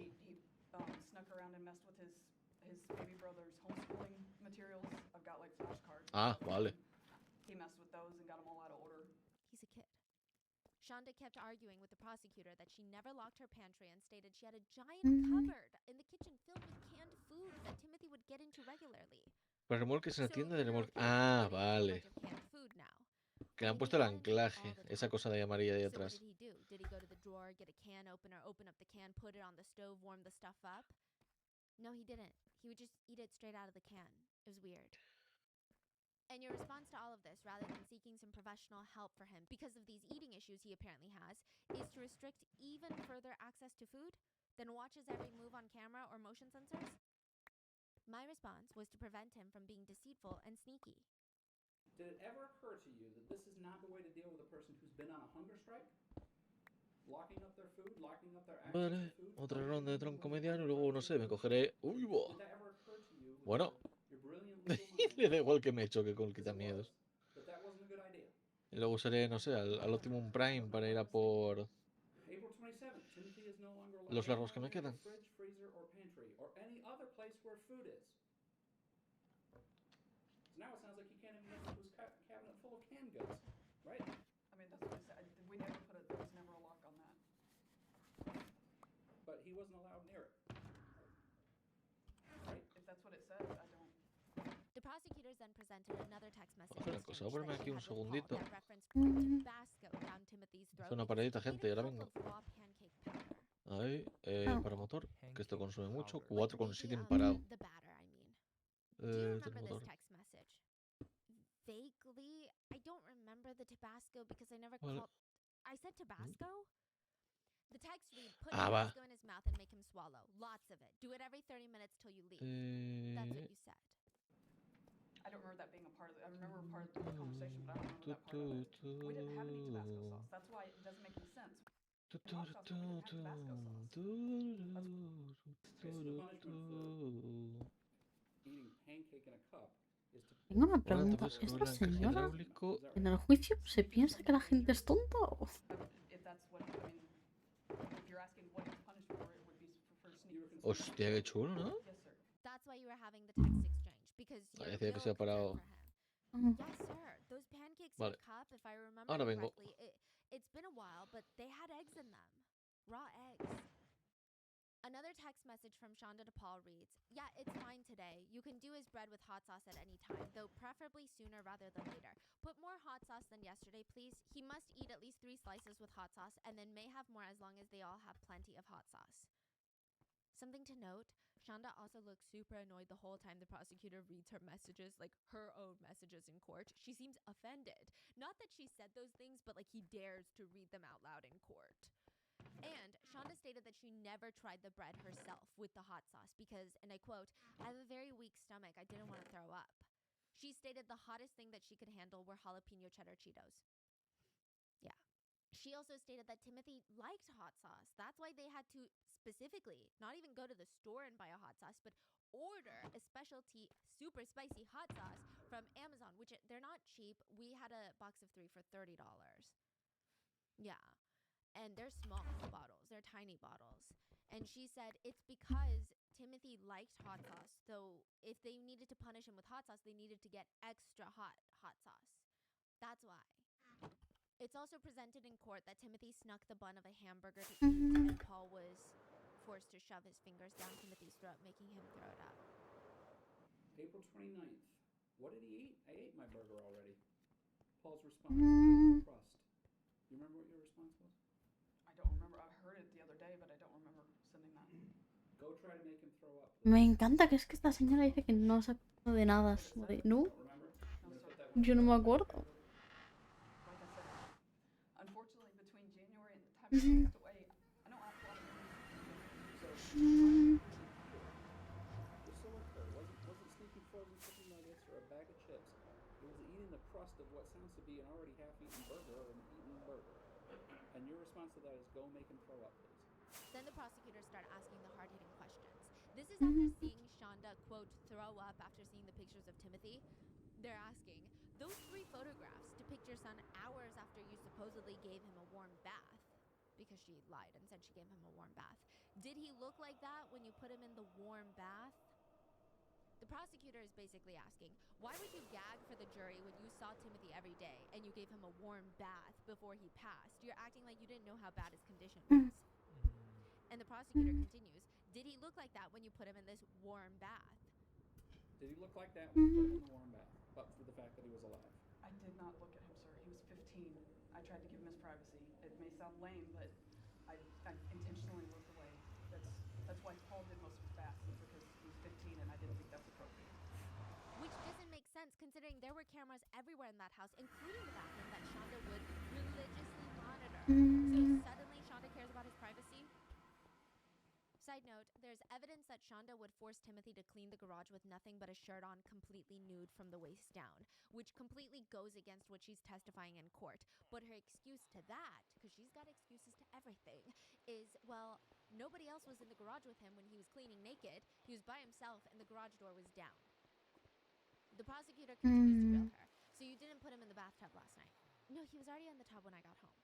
Did you get him out of the tub? I don't remember. Maybe later that night. I would assume so. Later that night? How long was he in the tub? Well, night to me is like any time after work, so. After the bath, it's believed that Shonda dragged Timothy out of the tub and dumped him into the closet room for the night where he would ultimately die. The prosecutors asked, Did you push him down onto the ground so that he was laying and facing the camera? If that's what it shows, then yes, sir. did you position his face towards the camera? If that's what it shows. And did you tell him that he owes you the biggest apology on the face of Rodo the earth and then 9876. maybe you could go use the restroom? Sed. Vale, ya If estoy aquí. that's what it Nals shows, 22 sir, Night but I Break don't Dance. Joder, media hora dando vueltas por la casa buscando el teléfono y lo tengo Pero aquí el mío es tirado. en la mesa. No, lo tengo de pie donde el posacascos, pero como está en vertical y está la habitación oscura no se ve. Sir, that's not necessary. Vale, sí. That would never occur to me. El And having principal, big dogs, I don't pongo el leave them at online home anyway. I use dry shampoo or I take them y le somewhere paso el else to be. juramentum I'm not talking código. about giving them a bath. I'm talking about using ice bath as a form of punishment for your dogs. I don't have space to do that, so I wouldn't do that because I don't have the kind of Hermano, space for that ¿qué he size hecho el dog. otro día con, Are you saying that if you had a large enough tub, you would want to con put la your dogs puta by azada? putting them in an ice bath? I mean, I can't imagine doing that. Side note, Roro this is really sad, 9876. but Shonda's Yo el dog otro día con la Serio. azada me la he comido. Una vez mi mamá se marcó a su celular con ¿Perdiste su la propio fesoria, Priya? celular para encontrarlo XD y le marcaba ocupado a jajajaja. always had food left out just in case they got hungry. She had giant containers of food as backup. She kept the dogs in good hygiene, sent them to the groomer, wiped their ears, made sure they had daily walks. Meanwhile, Timothy, her son, a little human being. Ay, no me digas esto que perdí el... Shonda was also confronted by the prosecutors about lying to the police about feeding Timothy slices of buttered toast the night before he passed. Ahí no está And her equiparado, vale, responses nada. to all these questions are variations of, I hear what you're saying, but I don't remember No saying it. zombie. I don't remember, sir. If that's what you say, it Este es shows. como el Doom If Slayer that's what you say, it shows. If that's what you A lo text me, Black, ¿cómo lo andamos? so you don't remember saying Aquí any estamos, of haciendo these un poquito things. de trabajo de If camionero. you say I did it, then I guess I did it. ¿Qué he hecho I don't con remember, la sir. puta azada? There are a few times Vale, that she esto actually va. remembers something. I know, crazy, okay? It was either her remembering something good that she did or justifying herself or código de even invitación. excusing herself. When the prosecutor showed her a text message she sent to Paul talking about how Timothy should sleep in the garage, she said, I actually Ahí está. remember the message. You were gonna have him sleep in the garage for a night. I actually remember that text message and I was frustrated. I never would have done it, but I was frustrated. I type really fast and I admit I have a bad habit of saying stuff when I'm upset and then calm it down later and it's totally different. But I do remember that. It never happened. It didn't happen? What didn't happen? Did you make him sleep in the garage? No. In another incident, Shonda was shown the evidence that she Me acabo de acordar, ahora que le acabo de ver a Black los emotes. with a message that says he's Tengo que boning preguntarle a la mama, I Kufi si think se you acuerda que también le understand. pedí Shonda emotes. responds to Paul in a text message. Trust me, I know he En plan, said le that being pedí said, he pack told me I'll make him de happy, modelo but y I want emote. it to be thin to make me feel bad for punishing him. So yeah, while I want to fix it, he's gonna get most of his calories from plain bread and rice for now, for pulling that. He'll get plenty of calories, but not Y get feliz porque un poquito al dar su... Shonda puts Definitivamente Ojito. me he comido la azada del otro día. No entiendo una mierda, estoy agarrando de los esqueletos. Y me la metieron doblada. Both of them are slim. Paul is 6'1" and 130. Y confirmo, es una aventura de masoquistas reprimidos. Me encanta. And I lose weight extremely. Nada fría. So if Black I se ha ever vuelto encourage uno you más to go back de to la that secta. text message Paul sent you because ¿De he qué said se you were at work and see the picture and check what you Está did jugando al exactly then? Souls. No, sir. Ah. With me, when something is out of sight, it's out of mind. Once I scroll, I don't scroll back on text messages. Aquí Como la la casa. Río y el Prosecutors, Vertex. like, out of sight, out of mind. No, el applies Black to está Timothy jugando al as 1. well. Isn't it true? Timothy had just become nothing Que es un more than poquito an emoji más... screen, Bueno, pero and he están was jugando not al using Souls. it that. Sí, bueno, está jugando... Bueno, realmente Vertex no está jugando al Souls como tal. No, Vertex está haciendo el Sherpa. Sí, también podría jugar en coop. Nah, es que la cosa es que se lo pase en Río. Entre comillas, sola.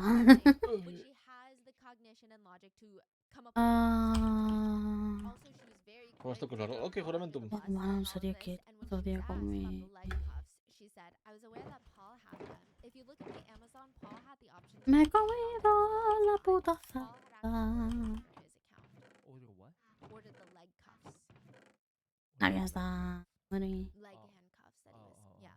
Experts who study y deception voy a say dejar that un this is momento ahí. very standard Pizarra. practice for liars. So instead of just answering the question yes or no, they always create this smoke screen of like, you can check my phone, you can check my account then, like you can check my Amazon, in hopes that you don't actually check it. They're trying to give themselves a sense of credibility. But it's like, just say yes or no. She also lies on the stand and states the leg cuffs used on Timothy were Paul's and the hot sauce was all Paul's idea. You know, there are texts that literally read from Shonda to Paul. The transaction is handcuffs and leg cuffs for Timothy from Amazon. Vale, nada. Figured it'd be okay to get those right away till we talk about the sensors and stuff. And even Hablaría, when pero Shonda 93 showed Switch. pictures of Timothy during the trial, Hace membresía, she 3 throws un día. up, remember? Like we were talking about. But netizens have Que pointed parecer... out the reaction is so quick. It's almost Esto de like jugar she juegos de consolas tipo covers Game her Boy en mouth before 64. she even looks Ojito. at the pictures for too long. It's like her brain didn't even process the pictures yet, but Un poco la she... música, todavía anda It un poco feels like alta. she planned the reaction. One netizen simply commented, fake peek. Another commented, her lawyer really said, get up there and act like your life depends on Ah, it. tremendo, It Black. does. and she thinks she ate. Another reads, Tenemos ya "She otro never cries for masoquista her más son. entre She only nosotros. cries when she is undeniably shown to be cruel and torturing her son. She only cries for herself." Some had a slightly more nuanced take, and they said, "Her face reminds me of one of my grandpa's saggy butt Aunque cheeks." tengo unas ligeras, Or bueno, one una pequeña comment ligera duda. describes, "She's so inbred."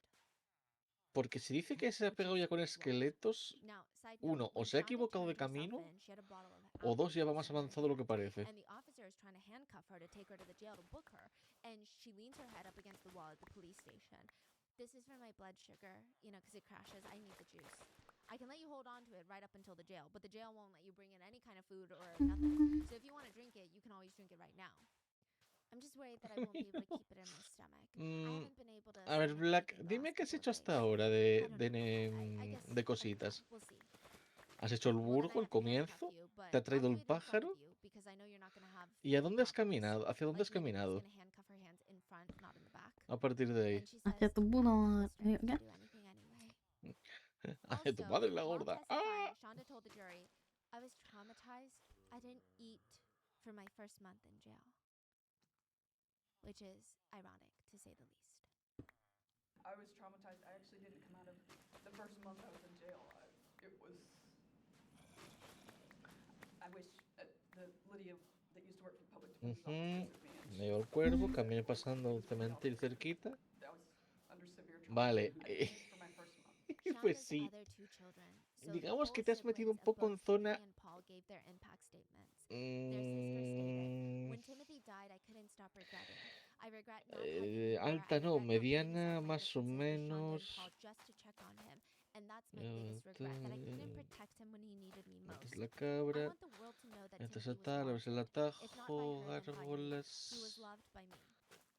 Their older brother stated, Sí, digamos "I que thought en things plan were por different nivel. when I was younger. I thought she had changed for the Aquí better. no, no, en plan Timothy estoy echando wasn't mapa surrounded by mental people that loved him when he died, and if I had known that, de la nothing would zona. have stopped A me ver, from rescuing him. Thanks to de cómo Shonda's es and her heart, el. Ay I no, only get to pillé feel a el. bag full of ashes now. Otra In all cosa. my life, I only knew of Estaba one haciendo el thing recorrido that my mental own del brother juego. didn't like. He hated goodbyes. If he had to say goodbye to anyone, he would cry, and he would hold you and he Vale, would te has say, "Don't metido go." como en And now la I'm the one tercera, crying, and I cuarta never got zona to en la say que hay que goodbye. ir. Judge Casel gave a very long statement before Si sentencing no, es Shonda. She was este del charged with burgo. first-degree murder and child abuse. Tiras de Stated, frente, "I don't believe you subes, te metes intended por to la kill him. alcantarilla donde I están think you intended to los no continue muertos, te torturing haces him toda for la as zona de long ahí as you arriba, possibly could. Why? tiras para I don't adelante, know. te haces For what reason? al, I don't know. There is something broken in you. a, I don't know what a la that cabra is, del but that mazo. doesn't negate what Bueno, la you cabra did. no, So el este besides carnero remembering aquel. him like that, I'm not gonna let you hide in Sigues, the te encuentras con darkness anymore. Soler, People know what you pasas are el puente now. donde el They know what you dragón, did. You're not able to hide in that darkness tiras anymore. todo por allí, Timothy llegas al won, and castillo, he won because we know what you abres el did to him, and atajo, it's not hidden. We know who you are. pasando por una cosita donde hay agua, Shonda was pasillos, sentenced to después del life in cementerio, prison without the possibility of parole. en fondo con una pila Paul de has cadáveres. pled guilty Ah, to ahora first-degree solamente un... child abuse, and his sentencing will be Ojito. held February 26th Ujú. of this year. Ah, que sirve así. Hostia, qué chulo. And that is where Pasando por we una are with this costa case. What are your thoughts on donde this? hay I agua mean, y pasillos. yeah, I don't even know what to say. So please stay safe, and I will see you guys on Wednesday for the Pasando next por el episode. cementerio bueno, en el Bye. fondo con una pila de calaveras. Ah, te adentraste para adentro donde el... Vale, te vas a ir a pegar con Nito. Bada bing, bada boom. In Ay, a no, con Nito no, hospital room, eso es in the después, con emergency Molinete. department, there's a college El student boss más just duro de toda laying la on the saga hospital Souls. bed, staring up at the ceiling. She doesn't have her shoes on. She's got her hands on her face. She looks very stressed. Someone is in the room with her, recording her. That's how we know this. She's rubbing her face. Esta Molinete sí, es después de Such a bajar long todo day por esa tomorrow. zona donde está la Oh cascada, my God. bajas todo hasta abajo. I'm not going to answer anyone's Snapchats. I'm not going to answer ¿Con qué me acabo de anyone's enganchar? questions. Ahí. The person recording her does not respond to her, does not even try to comfort her or La bajas todo anything, por just abajo. Ah, records pues her entré, me in morí. No silence. entiendo She solo. slowly turns her head over to look at the cameraman briefly ¿Qué while nivel she's andas, laying Black? there. A ver, te digo así un Well, poquito más o menos por you're too si puedes quiet. I'm continuar o gonna no por start esta singing zona. now because I hate the quiet. He still doesn't respond, not much of a response. So she just starts singing, laying there flat on her back on the hospital bed. I mean, clearly she's not that injured. She's singing, moving her arms around, doing the finger guns. Eventually she What? Pero needs si to estoy get yendo up and recto. put more Y effort ese into brinco, this ¿dónde lo pegó? performance. She sits up Nada, in mucha her rueda. hospital bed, takes off her socks, sits crisscross applesauce, and starts singing. You know those cute little TikToks that are me at 3 a.m. pretending to be performing on my tour? It's kind of like that. Ah, los esqueletos se pueden matar. Los esqueletos se pueden She's matar. singing intentions Ese by guerrero Justin creo, Bieber. eso sube como 2 The lyrics niveles, no me go, acuerdo. picture Vale, entonces perfect, you don't guerrero. need no filter, Creo que empezabas gorgeous, como make 'em drop al dead, 8 you're o a así. killer, shower you O with el all 10. my attention, Así que andarás these are sobre my el only nivel intentions. 10-12. Si recuerdo bien. Estás muy bajo de nivel para esa zona. Y sí, los esqueletos se pueden matar. Hay que matar al pibe que lleva el farolillo de la cabeza en la mano. Para que no los reviva. Que creo que es la única entrega que hay que hacer eso para que los esqueletos no revivan. Nosotros directamente, cuando estás tirando en el suelo el esqueleto, le pegas otra hostia y listo.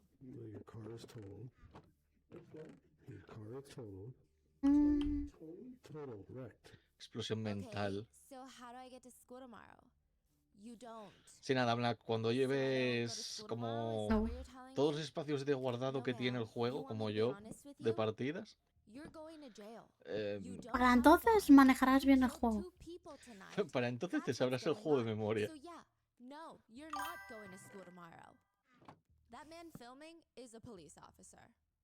Que creo que es el único Souls que me sé así del todo de cabeza.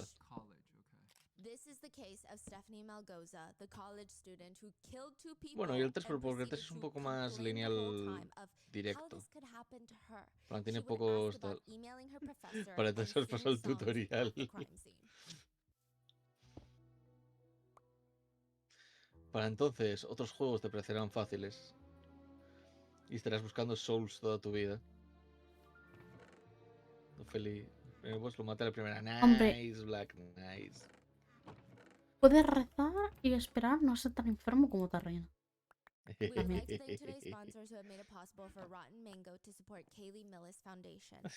más te cuesta, weón? No me cuesta, me he ido con una clase que no mete, pero que es graciosa meter ballestazos que le meta veneno al bicho.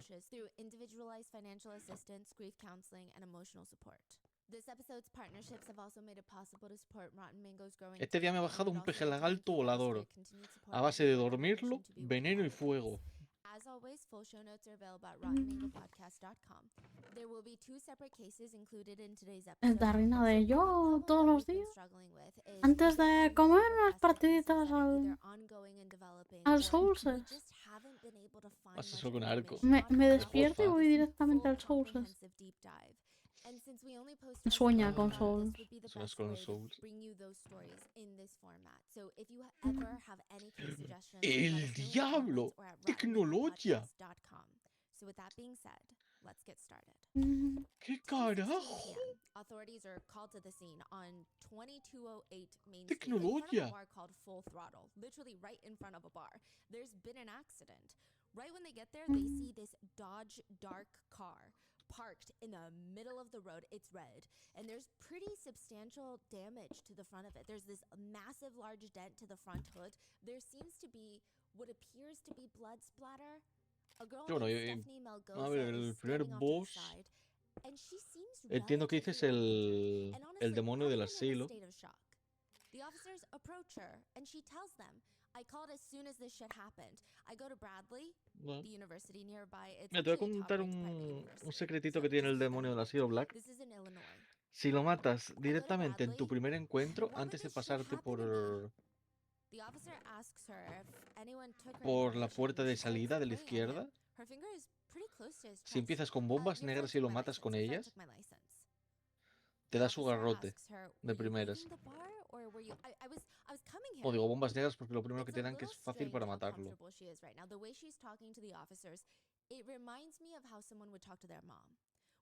O sea, como tu madre que está en Steam, joder. Fua, Fría, ¿sabías que tu madre ha vuelto a salir en Steam para comprarla? Wow, yo os recomiendo no hacerlo. Porque si es la mía, Igual os pegáis un tiro, ¿sabes? Have you had any marijuana tonight? Sí, Black, ese del comienzo. Rorro 9876. Plan, si nada más que te sale, los matas con las Enviar de bombas regalo negras, te das un XD. martillo. No voy a dar regalo. Yo a mi madre la regalo, sí, cuando quieras. She later asked, I mean, I graduated in 4 weeks. Is this going to affect anything? She gets a full pat down. No, They o sea, put her in the backseat of the cop me car, graduó en and the 2 días. police, they don't want to ask her No. more questions right now. Right now, their priority are the 2 people. No te afecta, pero te hace falta una cosa. ¿Qué cosa? Sentido común, Experiencia laboral. gilipollas. Se está hablando con la policía. Near the car. Right there at the scene, there are contorted bodies. Even though her car is Me lo red, digo it's igual un pretty compa easy que to va see con un how blood Basene. has splattered all Dice, over nada, the mejor los windshield and the prismáticos front porque bumper es of her como car. yo. There is blood quite literally everywhere. There is Te a la woman baja, estoy laying te la about bajando, 30 maldita feet sea. from the red car, which is quite far. But her leg, part of her leg has been Ay. completely severed and is attached to the front of Stephanie's Fa, yo vehicle. soy más It's de stuck on la the llave front bumper maestra. of the car, Puedes sticking meter por out the sitios front ya grill. avanzados con ella. There are photos, it's Y pillar blurred, but there are cositas photos. guapas para There's leerle. another man laying about 90 feet from the car, and the officers are seen trying to perform Venga, CPR dale on ahí. their bodies, but they're Ahí not quitamos moving. bloqueo. Their bodies are in a Metemos really bad altas. state. It's stated that at least both of them had partial Tienen dos, leg entonces puedes amputations, as decir, well as ¿me full body platiné a tu blood madre? trauma all over. Ay, hostia, es verdad, le vi los Yeah, logros she's yo at al the crime juego scene. ese. She sees this. Ujú. She sees the 2 people. Oh. Y el primer logro de todos es abre a tu madre. When ¿What? this shit happened. Paul Prowant and Andrea Bueno, Rosewitz Por buen primera logro. vez. met Que, at the está Full bueno. Throttle bar. And since they had a drink or two, they wanted to be safe. They started walking back home. I don't think Vale. either of them were quite drunk, but I think even a sip, you shouldn't be driving. So they're being extra cautious. They don't want to put themselves, they don't want to put others at risk. It's 10 p.m. It's not that dangerous of a road. Until Me Stephanie pica Malgoza starts la driving, rodilla. and it's very Japoneses clear from the que get-go that she is so Joder. intoxicated. She tries to make it seem like she was heading to the bar, she's heading to Full Throttle to, quote, get her night started. But the officer, they read her Miranda rights and ask her, are you open to explaining what just happened? And she's sitting in the back seat of this police car at the scene, and she's like, yeah, I was coming to the Full Throttle, and I was almost here, as you can see. Were you driving this way or that way? I was coming here, and suddenly, one person, she sticks her index finger in front of the police officer. One person walked out in front of me, and my car got hit. And I called you as soon as I got hit. My car got Venga, tira. No Yes. te me cales, no te me cales. You called 911? Oh, Yes, I called oh. 911. She's nodding her head up and down also the whole time. Like, I freaking told you. How many times do I have to tell you? I called 911 as soon as something happened. And then someone said, oh, someone else is hit. And I was like, oh my God, how did that happen? Okay, so what happened when you hit that one person? I just called you. That's all I know. I called you. Did they fall down right away, or did you get out and help them? What happened? I got out, I called you, and then everyone else came out, so I just kind of let them Nada come se and pone take the peor. situation over. But I promise you, Ay. I only knew one person got hit, and I'm just like, they came out of nowhere because, like, I'm a safe Que literal, el driver. juego ese, tremendos I get logros it, que se I gasta, get it. espérate. If you had to estimate Voy a how buscarlo en un fast you were momentito. going, Voy a buscar I a tu would say madre. at least 40, maybe 40, 45, but at Ay, motor least parado. 40. The En un speed limit on segundo. this A road is ver, 30. Steam, tu madre. Uy, sin querer vi. You think that you were going too fast for this dark area? Espérate, que ahora hay tres. Don't think I was going too fast because I tried to be. Ahora hay Está 3 juegos tu que llaman madre. tu madre. Sí. Tu Está madre, tu tu madre, madre versión plus. normal, tu madre, versión china. Y tu madrastra. Con DLC. Yes, sir. Brights on or just regular headlights? Mm, Okay. So obviously you saw them and there was no time to react. Veamos, aquí están And los she logros. almost Hostia, gets te metí con half las imágenes que up tienen out los of her logros. seat in the back of the police car, like she's gossiping with friends and they're reaffirming her. No time. Aquí, abre el juego por primera That's vez. word. Completa tu primera atención con clic. That's word. Juega con mamá. Okay. That's weird. Hacer una pose, los All right. atuendos. So where were you coming from? I was coming from Tavern 10 minutos de 41 juego, on 30 Sterling minutos de Avenue. juego, Tavern 1 hora de 41. juego, 41. Yes, sir. 2 horas de And you juego left y Tavern 8 horas de 41 juego. and Se llama drove straight here. Yes, Adicto sir. el logro. Over the course of the night, how much Adicto have a tu you had to madre. drink? Like I probably had like Eso sí, los emotes que tiene de los 3 últimos logros están chulos. Roro 9876. Sed. Jajajajaja. Roro 9876. Sed. Qué buenos logros. Paso por acá por disco. Qué buenos logros. Los logros, en plan, están chulos los hechos. Tranquilo, ya me platina tu madre. Were you drinking while you were in the vehicle, or was this the last drink at the bar? On a scale of 1 through 10, 1 being the least drunk you've ever been, and 10 being the most drunk you've ever been, where would you La versión say china. you put yourself right now? 5, because I've been very drunk, and right now, like, I see you, I see everyone, I know the situation, you know what I mean? Like, Sí, bueno, Jamie, ¿por qué tienes la versión china? The police do an eyesight coordination test, which she's gonna ¿Por qué follow no? the officer's light with just her eyes. I think it's wild because Pues she's del seen 25, smiling and entonces. laughing for even a few seconds of it. And I, Lo único que cambia es el listen, I desarrollador. tend to give people a lot of grace when it comes to nervous laughing. I'm a nervous laugher. You give me slightly bad news, take me off guard. I will smile because I feel very stressed on how to respond. But nervous smiling Y tu and madre hasta ni laughing, siquiera in my salió. opinion, do not extend to this level. Like Ay. they're just minor stressors. This is a life-threatening, life-consequential type of situation. Y a mí But no me she's smiling and giggling because it's hard not to move her head, you know? And she's like following the light with her eyes. At one point, she even grabs hold of her face with both of her Sí, hands. The whole eye Ay. coordination test, which is supposed to test how jerky your eyes are when they Hostia move side to puta. side. So when you're drunk, no matter how good you are at, quote, hiding it or behaving like you're sober, it's very hard to fake this test. So for No, example, mentira. right now, if you're sober and I move my finger Que across tengo que the ir screen, you can follow al them very almacén o en el smoothly, even to the aserradero. No, a la corners of granja, your otro. eyes and then back. It's almost like a train going back and forth. You'll Echar un notice poco de that gasolina de drunk paso. people, it's like 3 points. They look straight, then they jump to the left, then they jump to the right, then they look Boing. straight. It's very jerky. And then even when they're looking to the nearest of the left or the right, their eyes will have these jerking movements, almost like twitches, if you will. Because if you're that drunk, that's what happens. It's very difficult to hide it. At one point, the officer tells her, "You gotta put your hands down." And she's like, "Fine, fine, fine, fine, fine." Like they're playing a game and she broke the rules. And you can visibly see on the camera that her eyes are jerky. It's like a 3-point, like 1, 2, 3 that she's doing with her eyeballs.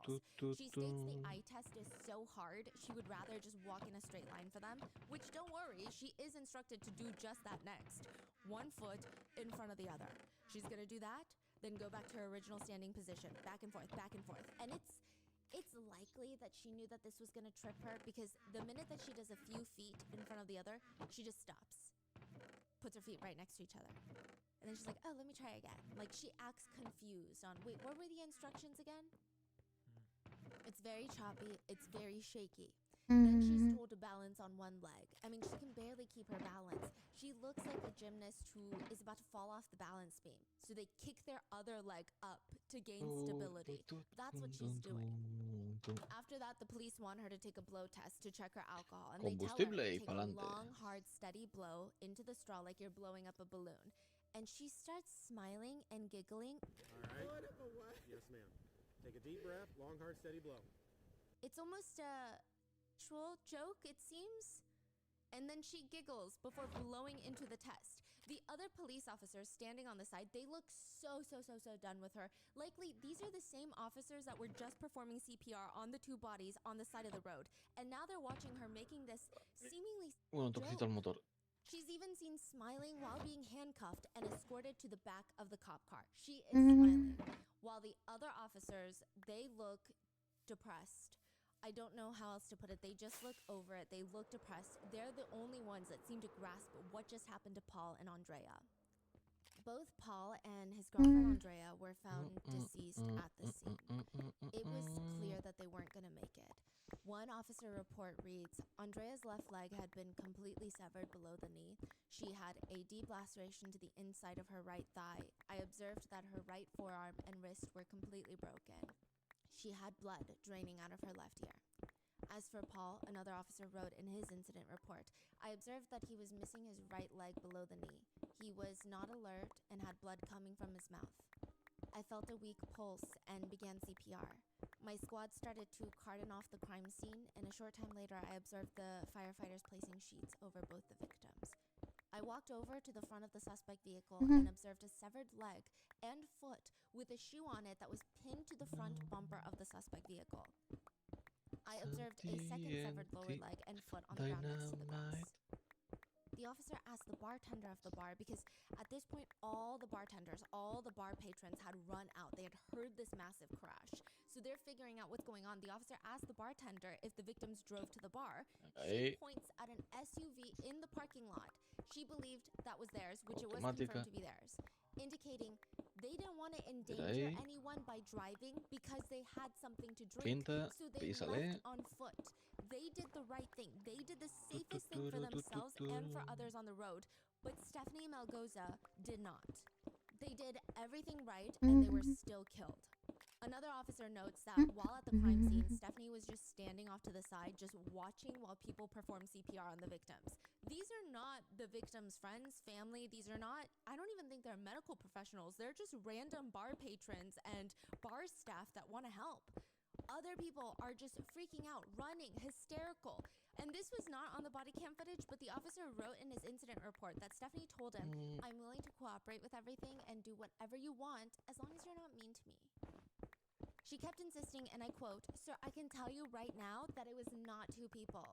She stated that it was just one person that ran out onto the road all of a sudden, which she's not that credible because the legal limit for alcohol for driving is 0.08. Stephanie Malgoza's blood alcohol level was 0.253, almost 3 times the legal limit.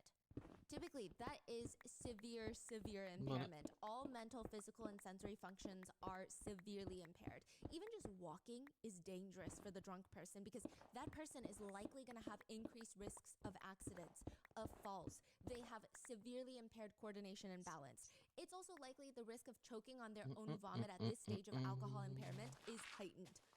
And because of that, Paul and Andrea are now dead. Their cause of death were both listed as multiple blunt force traumas sustained as a pedestrian being struck by a motor vehicle. When the authorities are getting her ready to be taken to the hospital, Stephanie Malgoza starts talking again. Can I ask you a question? I have an 8 a.m. tomorrow at Bradley, an 8 a.m. class. Will I be able to make it or should I email my professor? The officer seems kind of taken aback and just tells her for the time being, they're going to be together for the next few hours at least. She's like, yeah, no problem, as long as I can text my professor. On the way to the police station, she's telling the officer that's driving that she's so embarrassed. Not because of what she did. She explains while laughing. I didn't think he could hear me, but he heard me. Oh my god, that's so embarrassing. I thought I was by myself in the back, but I wasn't alone. Oh gosh.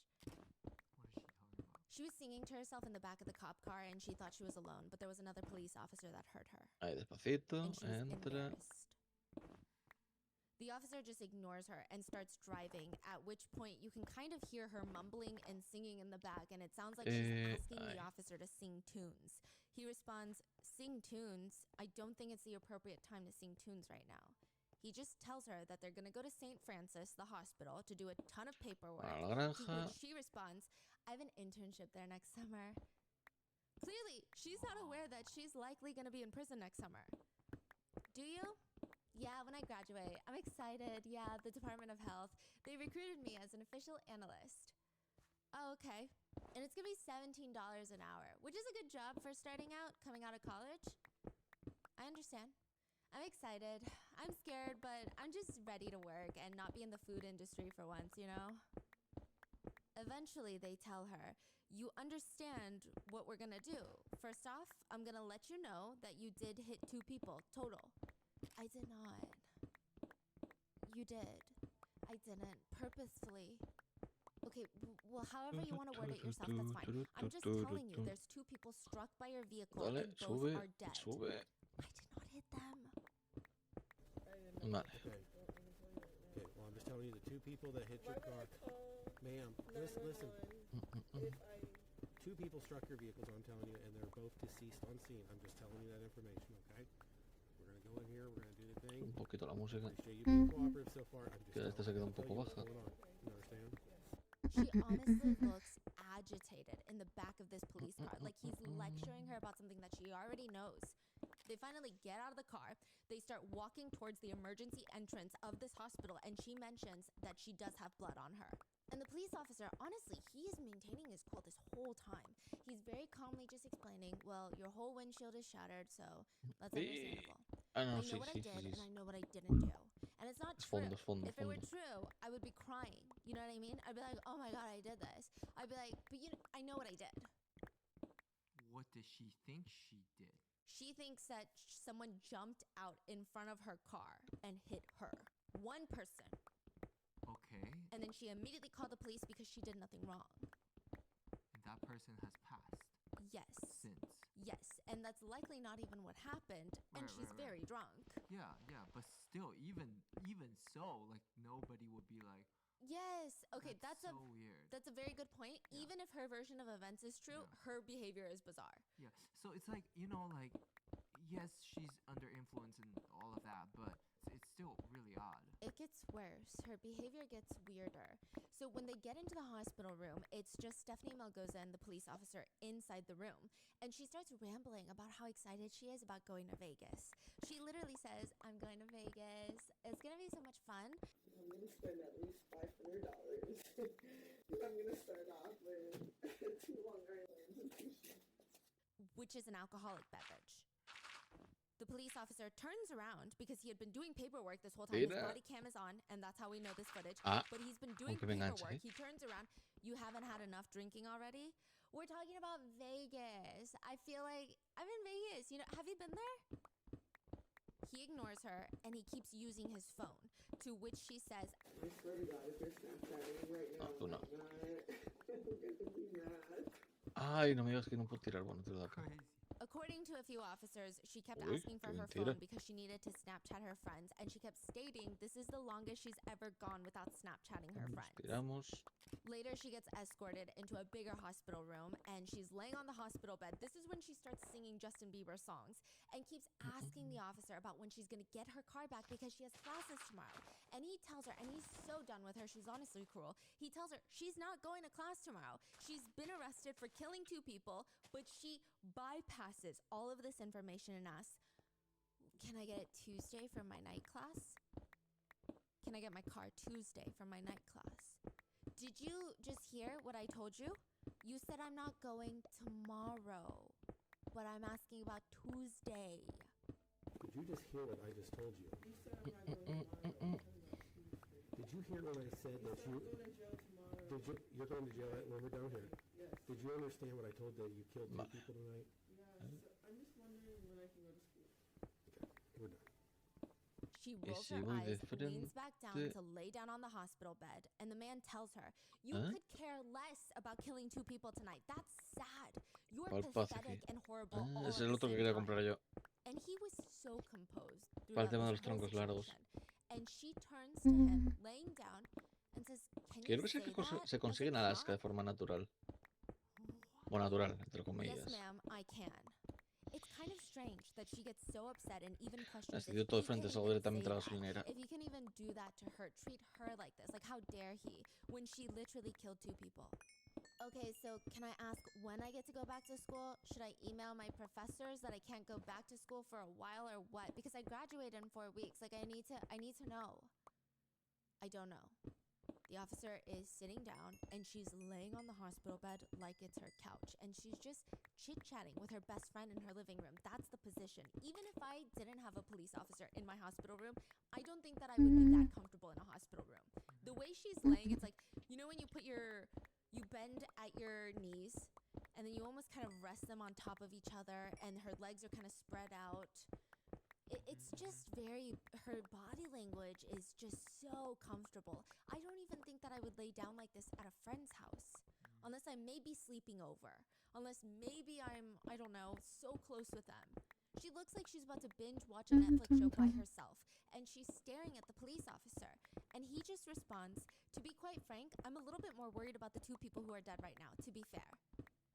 She rolls her eyes and repeats, to be fair.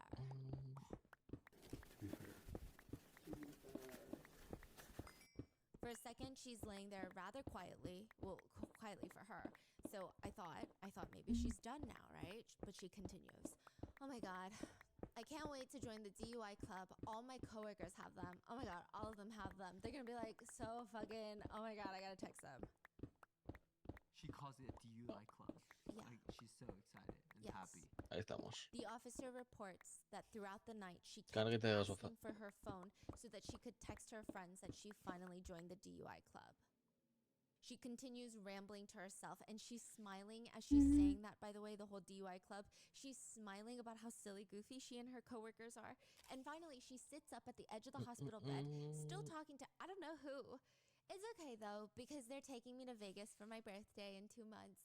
That'll be fun. We just can't wait. It'll be like partying. How old is she turning? She's 24, so I assume she's turning, well, 25 maybe, yeah. And then she starts singing again. She was charged with failure to reduce speed to avoid an accident, possession of cannabis in a motor vehicle, and aggravated reckless driving resulting in death, as well as aggravated DUI resulting in death. I mean, essentially, she went to a bar, got very drunk, and then had a giant bottle of Tito's vodka in her car, and presumably was drinking while driving, literally, and then hit them. I think that she just didn't see them because she was so drunk. Are they like crossing the street? Or? We don't know. It seems like they were just on the side, Hey. walking like you normally would. Yeah, it doesn't, there was no statement that they were crossing the street or anything. It seems like it was purely, she just Te almost paras. basically aimed at them is the Pues te feeling. estás rozando los I don't neumáticos think contra that el she quitamiedos. intentionally did, obviously. She had weed in her purse as well as that large Pues bottle para of eso Tito's están, ¿no? vodka in her car. Now, there's a lot of Sí, ¿no? notable Es que estaba moments yendo from recto y this empezó a case. irse We solo don't para la have much izquierda. information on really anybody. We don't have much information on ¿Tiene the una rueda un victim poco or desinflada o qué? how they were walking, at which part of the road they were walking, or any witness statements from Stephanie Malgoza at the previous bar that she was at, because she would plead guilty. So we didn't need any of these testimonies. There was really no trial. Now, other notable moments from this case include, well, in the back of the police car, because there's a camera there, she's being driven to the hospital, and she starts pointing out the fact that the officer's window is so clean in the back seat that it almost looks transparent. She said, damn, your windows are really clean. I thought it was down. I thought your window was down, like dead ass. Like your windows are really clean. So Look, far if you were in my position, away. you'd be like, wow, that window is down. You keep your vehicle well You're right. maintained. She then continues to sway and dance to imaginary music. She also angrily states to the camera that one of the officers is being a dick by accusing her of being drunk. And she says, I've never been more comprehensive. ¿Podrías dejar ese tiro por aquí? Or, what's the word? I guess. I don't know. That's about it. She literally says that. No. Mind you, she's talking to No herself puedo. and the camera. Then she continues to sway and dance to the music, which is a thing that she does on and off the entire night. At one point, she starts dancing in the backseat in a way that I can only describe as intense dancing. I mean, she's mouthing words to a song. She looks like she's about to grind on the seat, making faces like you would if you're performing on stage. She also asks Por the querer officer atajar. while he's driving, can I hit my nicotine pen, please? Oh, that's all I want. He tells her no, and she goes, fine, I'll just pretend. She pretends to suck in air like she's using a vape pen. It's the most ridiculous footage I've seen in a really long time. And she comments, feels the same, honestly. And keeps doing it, even exhaling like she's puffing out smoke. She has pled guilty to all her charges, and she was sentenced to 14 years in prison. She is 24 years old. She said in court, I'm so sorry for everything, and I'll never ever commit anything like that again. I have not drank since that day. I do not plan on drinking ever again. I want to try and do something positive to make a difference. I Está spoke a lot about this con... and warn others about the dangers that come with drinking. Which, I mean, she was out on bail, but also you're going to prison, so I imagine that you don't really have a choice in whether you're drinking or not for the foreseeable future. So it's not really something to say like, look, I've changed. Her attorney also argued that he wanted to, quote, pay it forward by using her story to prevent others from making the same mistake.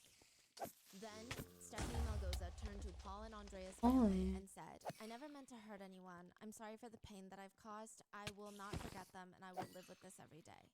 Which is the most generic statement that you could ever say.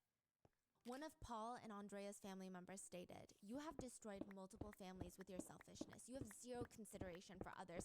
It was her decision to drive drunk, and she should be held accountable. Because you chose to drink, you chose to get drunk and then drive. Our friends and family was sentenced to daily pain and grief that grows greater each and every day. But most importantly, Paul and Andrea have lost their lives. Such precious gifts lost forever." The victim's family stated that it was Stephanie Malgoza's decision and her decision alone to drink and drive that night. They demanded the maximum sentence of 28 years, which they sadly did not receive. She has to serve at least 85% of her 14-year sentence, meaning she could get out in 11 and a half years. She won't even be 40. She's still in her 30s. Yes. But not only that, it gets worse. She ends up still receiving her diploma from Bradley University. Everybody was so upset. At first, everyone thought that she would even be walking at the graduation because she was out on bail. And there was such a huge uproar. Students were threatening to not show up. It was really bad. She was eventually banned from walking, but she still received her degree. The even more unhinged part is some people actually defend her online, stating, "There is not one person on earth that hasn't made a mistake sometime in their life." Wow. To that person, I would just like to say, no way. Is it not a lot of people, right? No, this is a small group of people, and maybe like they are the mistake. I don't know. Your lack of common sense and good judgment is the mistake here. How could you even say that? One person commented on Stephanie's father's Facebook post, "My heart hurts for you and your family. Stephanie is a wonderful person and you're a great family. I'm sorry for the people who don't understand your situation. I pray for you daily, hoping for forgiveness and understanding." It's bizarre, but nonetheless, I do think most netizens do not like her. They feel zero sympathy for her. She said, "Can you say that as a cop?" About the cop calling her pathetic. Honestly, that officer exercised an incredible amount of restraint. You can hear the anger and the incredulity in his voice, and I'm certain that officer saw the condition of the victims, and her nonchalance would have angered anyone. She obviously did not give a weaker person than that officer would have wreaked vengeance. There were some arguments that she was clearly so drunk that her mind likely did not register the gravity of what she had done. I personally have never been that drunk enough to say, but those who have been very, very intoxicated before wrote online, "Even in my most wrecked days back in college, I've never been so hammered as to not care if I've just killed 2 people. Being drunk just lets the real you show. I bet her true self has horrific disregard for other people." I mean, even her sober actions after being arrested and what she said to the family and everything is just bizarre. To make matters worse, it's alleged that while out on bail before her sentencing, Stephanie Malgoza got married to her boyfriend and got pregnant.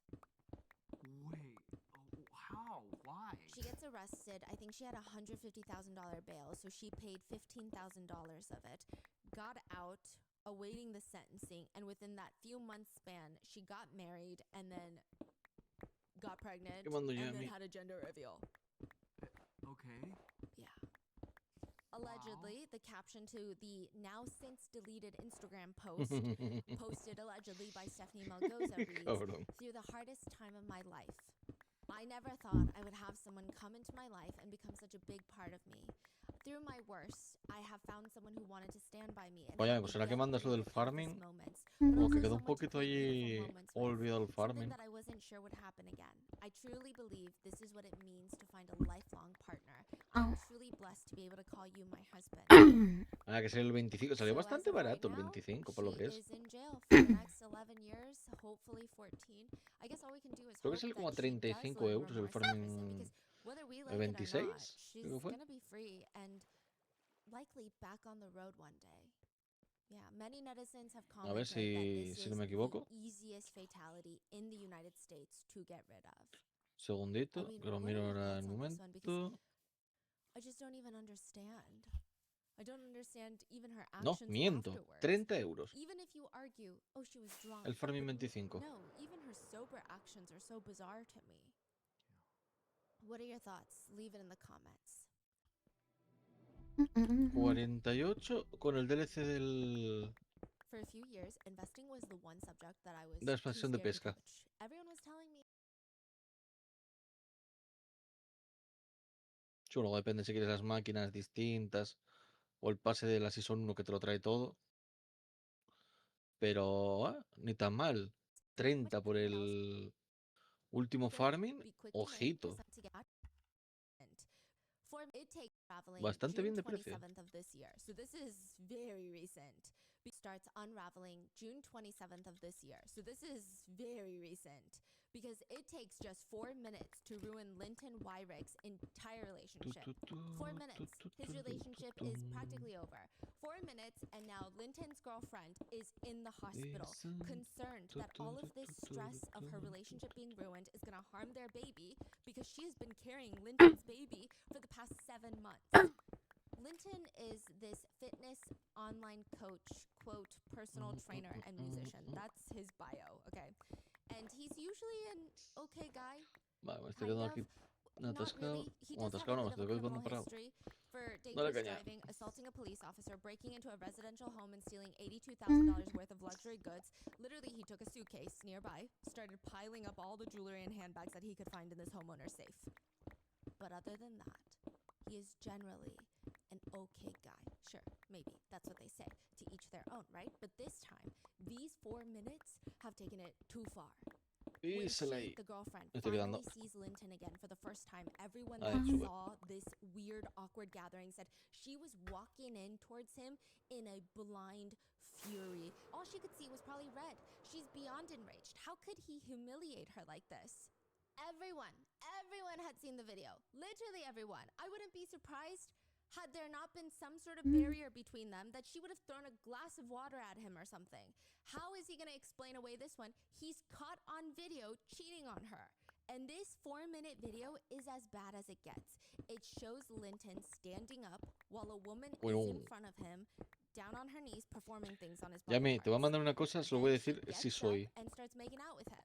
Now, the strangest part is this video is not filmed with the camera on a tripod. Someone is holding the camera, walking around getting better angles. At one point, the cameraman even turns the camera to himself to show himself smoking what appears to be a joint. He comments, "This is a movie, innit?" While he films the woman getting up, making out, and then they start performing the full-on intimate act.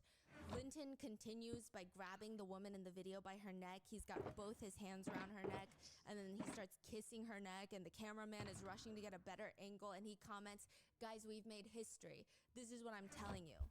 Then he gets the camera right up in her face, where it's clear that both the participants, Linton and this girl, this woman, know that they're being filmed. But they're so engrossed in the dirty deed that they don't even seem to care. Even though Linton has a pregnant girlfriend back at home. Nobody Nada de estas va a acabar salir volando. The cameraman then again shows himself, and he's smoking. There's clouds of smoke in this room.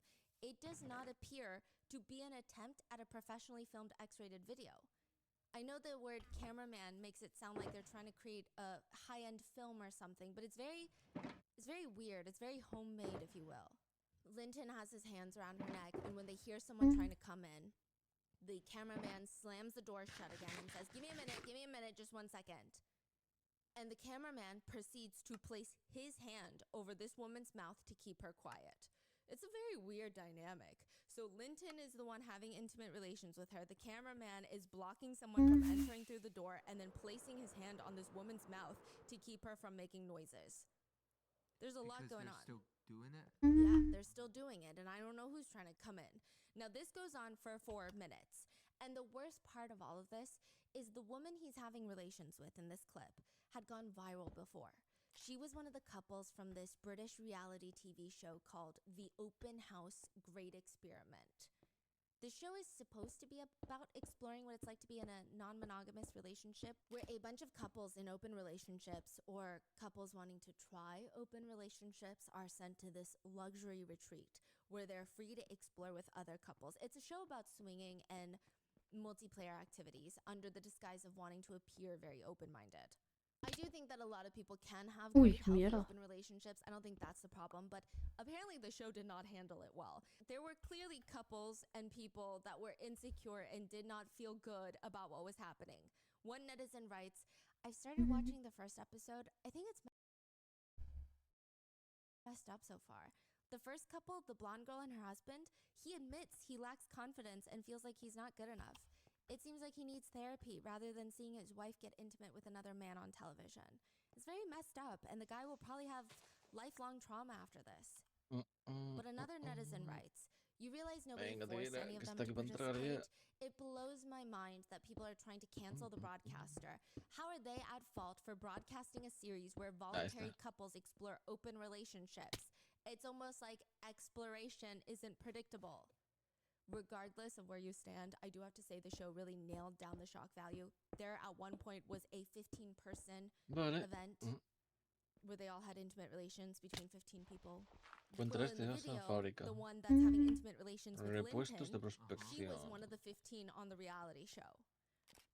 Her name is Linda de Souza Abreu, and she was on the show last year with her husband Nathan. So she's married. And she said, monogamy is a social construct that should be dismantled.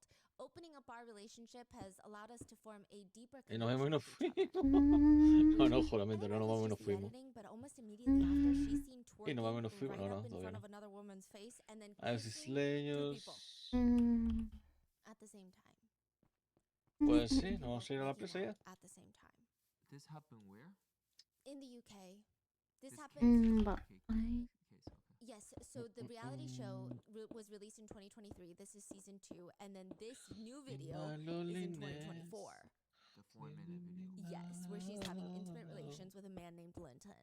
And the whole open house reality show, it's just a lot. There's a lot of emotion swirling around. And to make matters even more interesting, Linda has that 15-person orgy and talks about how she's been with her husband for 9 years and they've been open for 3 years and they've got an 8-year-old daughter together. So does her husband know that she's being filmed having intimate relations with Linton right now? Vale, pues no sé. Now, like I said, a lot can happen in 4 minutes. Bueno, Linton no is puedo sitting todavía. down at one point and Linda is all over him and the Rango cameraman 8. is just sitting directly in front of them, perhaps 2 feet away, filming, smoking, turning the camera on him to say, "There's a Visualmente. movie in it, gangsters. You know you're a gangster, Hay que ir a la right?" cantera esto. He's talking to Linton. "No one's coming through that door, bro. I will fight them. No one's coming. Do your thing, bro." There's a giant bottle of baby oil on the table next to them. And he keeps Voy a saying, cambiar "You know, we are el camión. family. This is how we live at Wandsworth." Pero un poco más rápido. Wandsworth. Wandsworth, as in HMP Wandsworth, Britain's second largest prison located in South London. Linton is an inmate. The cameraman is his cellmate. And Linda, the woman that Linton is having sex with, is a prison guard. In the video, you can hear her radio turn on and you can make out some of the words. All stations, activity patrols. She's supposed to be guarding the inmates. Instead, she is in their cell having intimate relations with one while his cellmate records it on a phone that's been illegally smuggled into the prison. Y después el Some Scout portions of the video 800. are described as the woman's white prison Oh, blouse is visible and nice. her belt, which usually contains handcuffs, a baton, and pepper spray to control the inmates, is bouncing up and down her waist. Vas a volcar, no voy a volcar, Grisa. Clearly, she's breaking a ton of rules. I mean, not He just rules casi put in place by the volcado, pero prison, no he but also volcado. the unofficial rules that female prison officers have set for Pues themselves. si no ha volcado, One no cuenta. female prison guard writes online about the rules of being Bueno, a aquí cuenta prison con que guard me in quede a male a medio facility. volcar. She says, "Welcome to the show. Here's what you need to know. First, they're gonna try Ah, you. falta quitar el remolque, es There'll verdad. mostly be slick comments that are inappropriate to see Ojito. how far they can go, or always wanting to talk to you about BS Pero issues bueno. just to be up in your face, and never, I mean never allow Tremendo us to slide. If you el, do, they will keep doing it. Any unwanted el physical, you todoterreno. order them to cuff up. You have to establish right from the start that that nonsense is not going to fly, and you will enforce the rules. Antes Avoid casi being vuelco. alone with inmates, Se me especially quedó off como camera. solo una fila de Situational awareness ruedas. is life or death. Know Es where el you are, Hammer. know where everybody around you is, where backup is, and don't walk around blindly. Head on a swivel at all times. This will prevent getting hemmed up or blindsided. When your life is in Joder. jeopardy, do whatever you have to do to get out alive. Getting choked out, gouge out an eye, or bite down on any flesh that you can get in your mouth. Vale. 3 or more have you cornered, Boron hit the man down button, empty your pepper spray can all o la the way, and pick up anything to Flistar. protect yourself. El Hammer, a Okay, ver. this is clearly not what Linda was doing inside Ah, that es este, cell. vale. In fact, the inmate had close access to her baton, her taser, her radio. Ah, mira He que at lo one tengo, el point, Scout. or multiple points throughout the Que me lo video, trajo had both juramento. of his hands around her neck. To give you some context, Linda is a Portuguese national Vale. living in London. She recently started working as a prison Pues tiene guard buena pinta el Hammer. earlier this year, so a few months ago. Honestly, nobody in her family even knew that she wanted to be a prison guard. It just came out of Uy, nowhere. y tan She buena went from being pinta. a personal trainer to going on this reality show, The Open House, and now she decides, hey, Vale. I'm gonna go inside one of the most Tensión understaffed, elevada. overpopulated prisons in South London. Motor neumáticos de At 39. first, nobody could understand Neumático why. Hammer. But I mean, sure, it's a job, it pays, but surely there's easier jobs, right? Until Para she barro, starts con her cadenas. OnlyFans. Her username was Cable allegedly Linda estante. from the Playroom, or she Este said con you could call her bloqueo, La con rueda de cambio Madre, the detrás. mother. Her bio allegedly read, before the account went private, Nice, "Happily married nice, to nice. Latina that wants to share hot content with you. We believe in authenticity. All our content will be genuine, and we will never fake it because we want you to enjoy watching it as much as we enjoy making Monstrenco. it." Which begs the question of, did she do all of this to promote her OnlyFans account? Linda's sister did an interview with Daily Mail where she confirmed, my sister's a swinger. Vale. She was on Channel 4 called, a program called The Open House. I never saw it. It's not the sort of thing I would want to watch my little sister in. De I only found camiones, out hacen de that she worked for the prison camiones. service in January. That's when I spoke to her and said, do not mix your lifestyle with work. Don't be stupid. Don't do stupid things.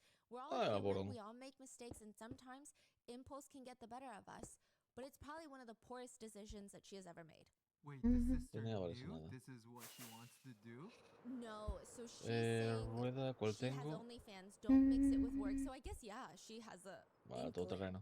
Yeah, she's Yeah. like, don't. What do you mean? Like, who even comes to that conclusion? Like, I would never think about that. That's true. If you have a hobby on the side or a second job, you wouldn't mix Yeah, it if with work. I know someone who's Los OnlyFans, cementos aquí arriba and then todo. they also are like, I don't El make that almacén. connection. That's crazy. Yeah. So Crazy. perhaps, yeah. Wow. It probably didn't help in Linda's case that she tried to, Vamos allá. I wouldn't say flee, but she tried to leave the country immediately after the video starts going viral. She took her passport, drove to Heathrow, and tried to fly into Madrid. Wait. So the video was taken by the cellmate. And he posted it on social media, and at first it went viral in the prisons because everybody has an illegally smuggled phone. So she is okay with that. She knew this was taken, and she knew this was getting posted. The suspicion here is that she thought it would leak, and her name would be everywhere, and she could capitalize on it. But I think she discovered very quickly that she broke laws, and Buenas she noches, was Grisa. gonna get arrested. Didn't know she was breaking law. I guess not. That seems to be the case. That's the only thing that makes sense for a lot of netizens, that she Solo wanted to canta do this to cositas. make a lot of money to promote her Chale. OnlyFans, is the theory. But then once it's done, she realized she broke a bunch of laws. Maybe the video starts going viral and everyone's like, hey, actually, this is so illegal.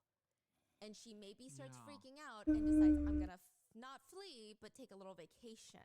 I'm assuming this is one of the biggest thing they tell you, like on the employee's manual, like this is what you cannot do. Yes, and it seems like it's been happening more frequently. I know that there have been a few higher profile cases of female prison guards that were fired for having intimate relations. I believe one had gotten pregnant with an inmate's child, and another one had tattooed the inmate's name onto her thigh.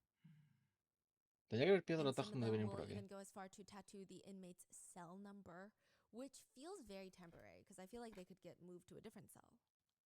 But it gets very serious. We're gonna get into the seriousness later, but Okay, yeah. so it sounds like she got the job. Do you think she got the job for this purpose? That's what a lot of netizens believe, because her family said it was a little random, just kind of out of nowhere. Nobody knew that she was interested in becoming a prison guard. It seems like there were likely more ways for her to make better money, perhaps, considering she had gone on that reality show. She was a personal trainer. Right, so maybe she thought the video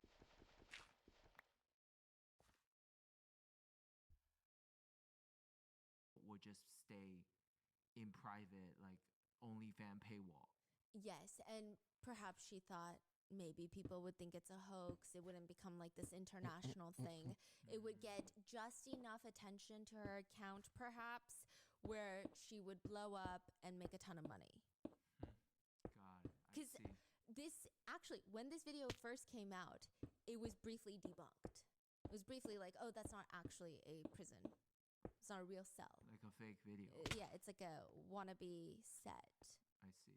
Yeah. Wow. So she called her boss on the way to the airport, letting them know that her husband is going to return the rest of her work equipment and she's not going to be returning to work ever again. She technically states that she's going to visit relatives in Madrid. She was arrested at Heathrow Airport in London. She's facing life in prison. Oh. Yeah. Wow. Yeah. How? For misconduct in a public space, like misconduct in a public agency, because she works for the government. Wait, she may get life in prison? It's highly doubted she'll get life in prison, but I think that this charge, there's no specific charge for the specific crime that she committed. So this is the overall charge that it could fit into.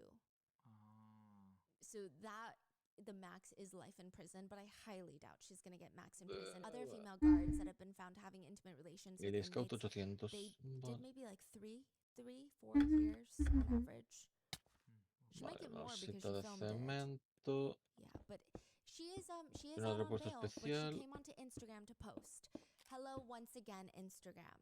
I hope you can appreciate this is going to be a very awkward and Tendría que haberme uncomfortable traído. conversation for me to have. Ay, I la just grúa, thought I pero a ver really si needed puedo. to come on here and clarify a few Me da igual things. hacer el recorrido First porque thing me empieza a hacer being, atajo. there have been a lot, A ver. and I mean a lot, a Quitar tremendous granada. amount of fake profiles of me that have been monetizing off of my misfortune and scandal that the entire world Rescatar. has somehow Aceptar. managed to be involved in.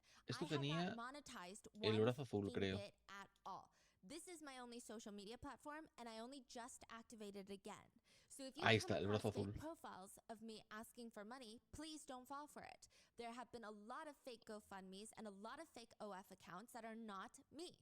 I do apologize if you have fallen from it. From the bottom of my heart, I apologize. I really want to clarify that this is my only social media account, and I just came back on. On the topic of impersonation, I thought it'd be very important for me to address this very distasteful subject of OnlyFans creators impersonating me. So after this video went viral, a lot of OF creators started doing prison videos, but not actually in prison, like on sets. Some of them would look like Linda or try to dress like Linda and act like that was Linda's full unreleased. Wow, okay. Yeah. She said, pretending to be me and recreating the scenario of said scandal, which I am involved in. Very, very distasteful for you to monetize or advertise yourself as me for OF content. It does interfere with my trial, but furthermore, it is incredibly, incredibly distasteful. Please, if you are an OF creator, refrain from tagging said prison. We all know the name of the prison. Please refrain from tagging HMP Wandsworth on your stupid videos. There are other jails in the world. You don't have to pretend to be me. It is very distasteful. The fact that she's calling people out for distasteful ¿Cómo activity. funciona? Yeah, this is crazy. Like she Me corono. was like tag someone, don't copy my idea. Yes, and so that's why a lot of people think that she did this for the purpose of promoting her OnlyFans, because she seems very upset that other Yes. people are monetizing and she wasn't able to, because at this point she's knee deep in legal troubles that there's Aumentar no el way she can campo de monetize. visión. She Right. says, and lastly, I wanted to tell you that all of No, you lo do tengo not full. know my side of the story. The media has a great way of getting the narrative, twisting it for their benefit. The media love any story to be salacious and sensational. They sensationalize everything. You don't know my side of the story, and we will leave it at that for now. I think other OnlyFans creators making money by acting to be you is probably the least of your concern at this point when you're facing life in prison. Like, who cares? And this is what most of her rant is about. So she's like, we will leave it at that for now. But then she comes back with another Instagram story. And she says, whilst I'm here, this also has to be addressed. Whilst I'm here, you don't know who has you. You don't know who are your friends until shit hits the fan. Honest to God, family, friends, you need to pick them very carefully. Very, very carefully. There have been people going behind my back. The media have been following me everywhere. I can't go anywhere without being paparazzi'd.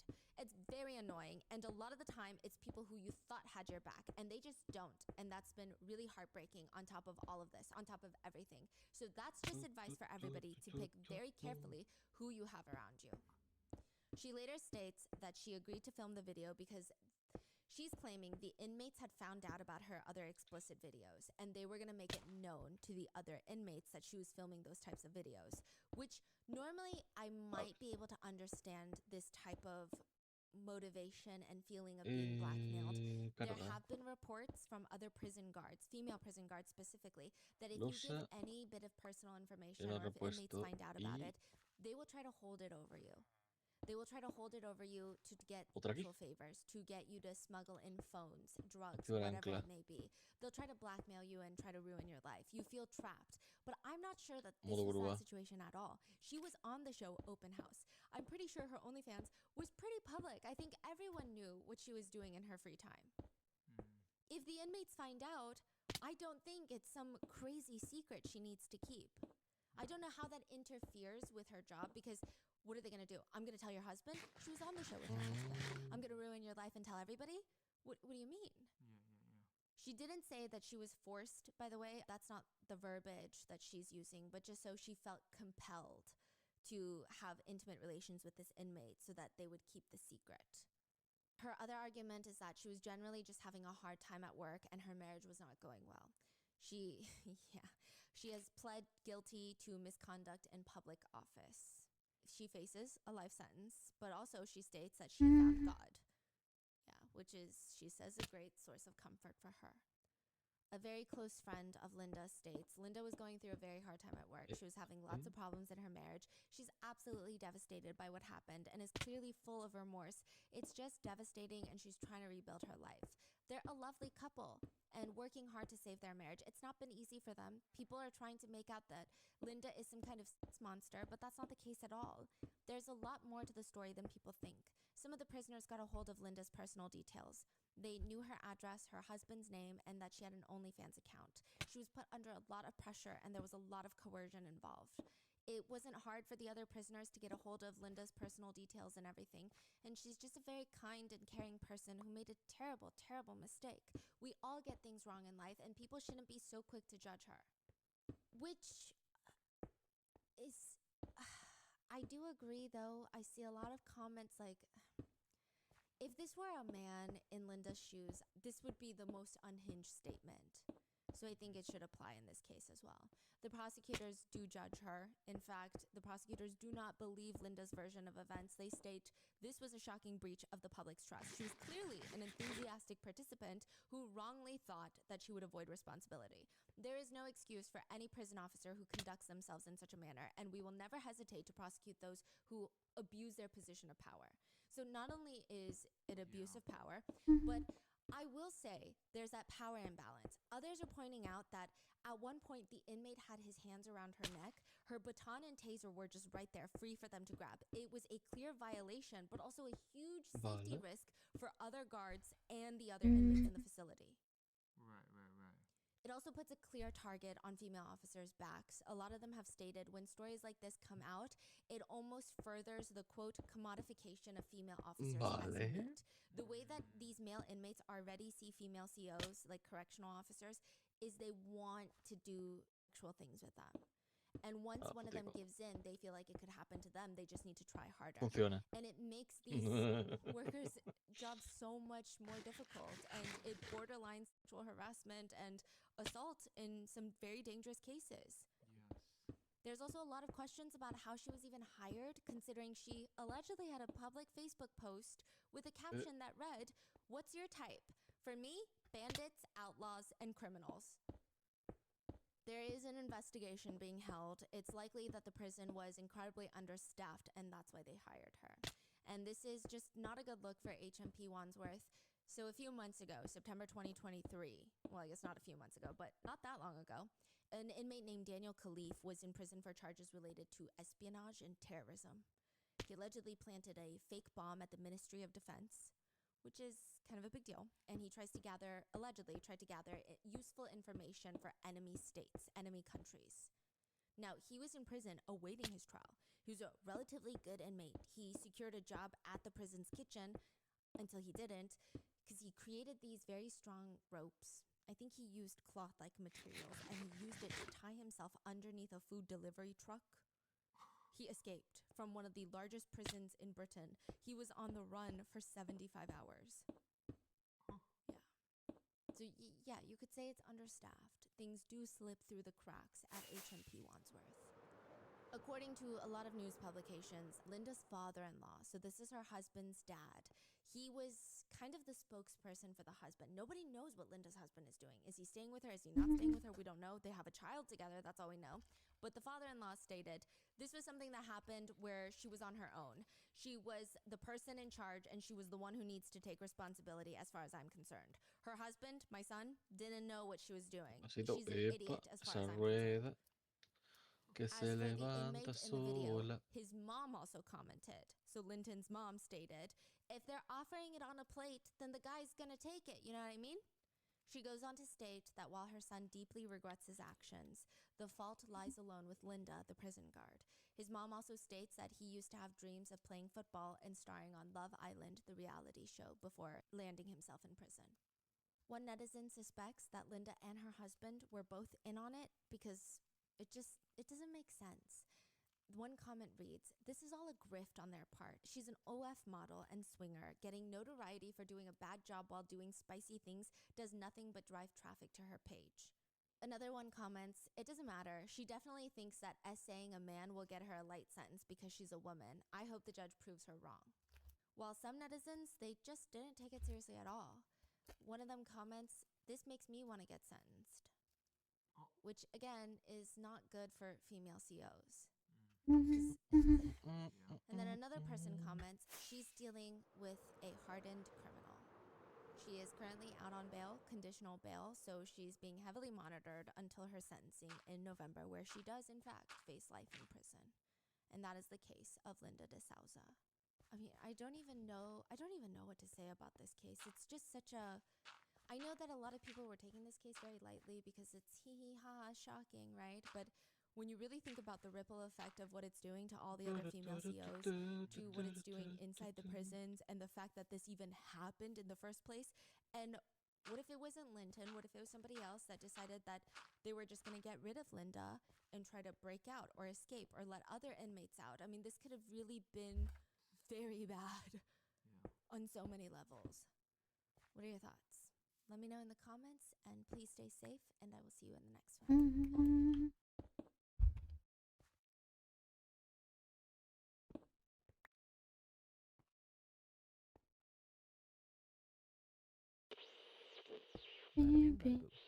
What would be Roro a 9876. reaction to have when Sed. detectives come to your door Nas and they tell 22 you mimis. the other woman that your fiancé is Mm. seeing, Mimis. she's dead.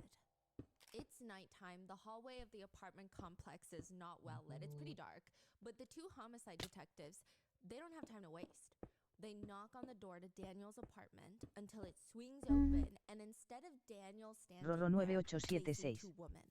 Sed. One of them is definitely Aló, older. ahora. She's 27. Hello, and Mexican. Antonetta. She clearly seems like she's the one in charge when she opens this door. The other girl, Janine, she's 17. And she has this energy that's similar to those side girl in the movies. That one follower of the mean girl who just follows the main character mean girl around, smirking in the background while she's bullying other people. That is the 17-year-old Janine's aura. Antonetta leans up against the door frame. Janine, the side character, is like behind her, leaning up against the wall. Juramento, Hit this mira cómo puck llevo la out on carga one atrás. side. Hey, this is Detective Poppy or Sergeant Poppy. Hi, nice to meet you. We know that there was like an incident that happened earlier today. Agarrada con la Have grúa. told you about it since. No. Was somebody supposed to? Aquí haciendo un poquito de entrega de I una. guess the girl went to the hospital and she died. She died. She's dead. Both of them are No se quiet mueve. for a moment.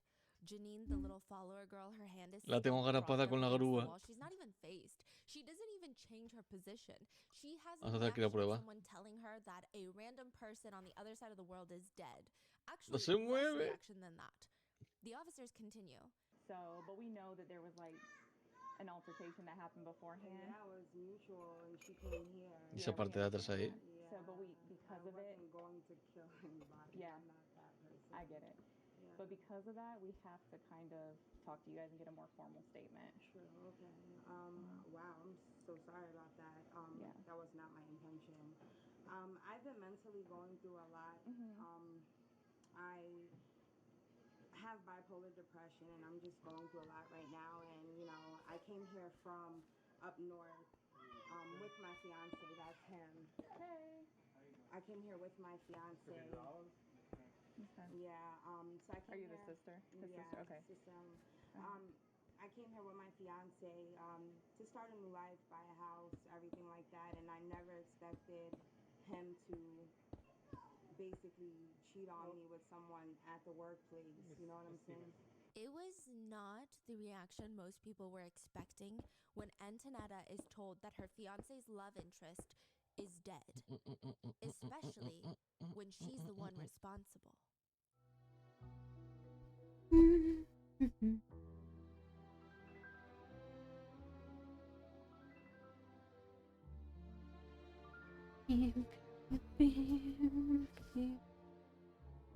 Vale.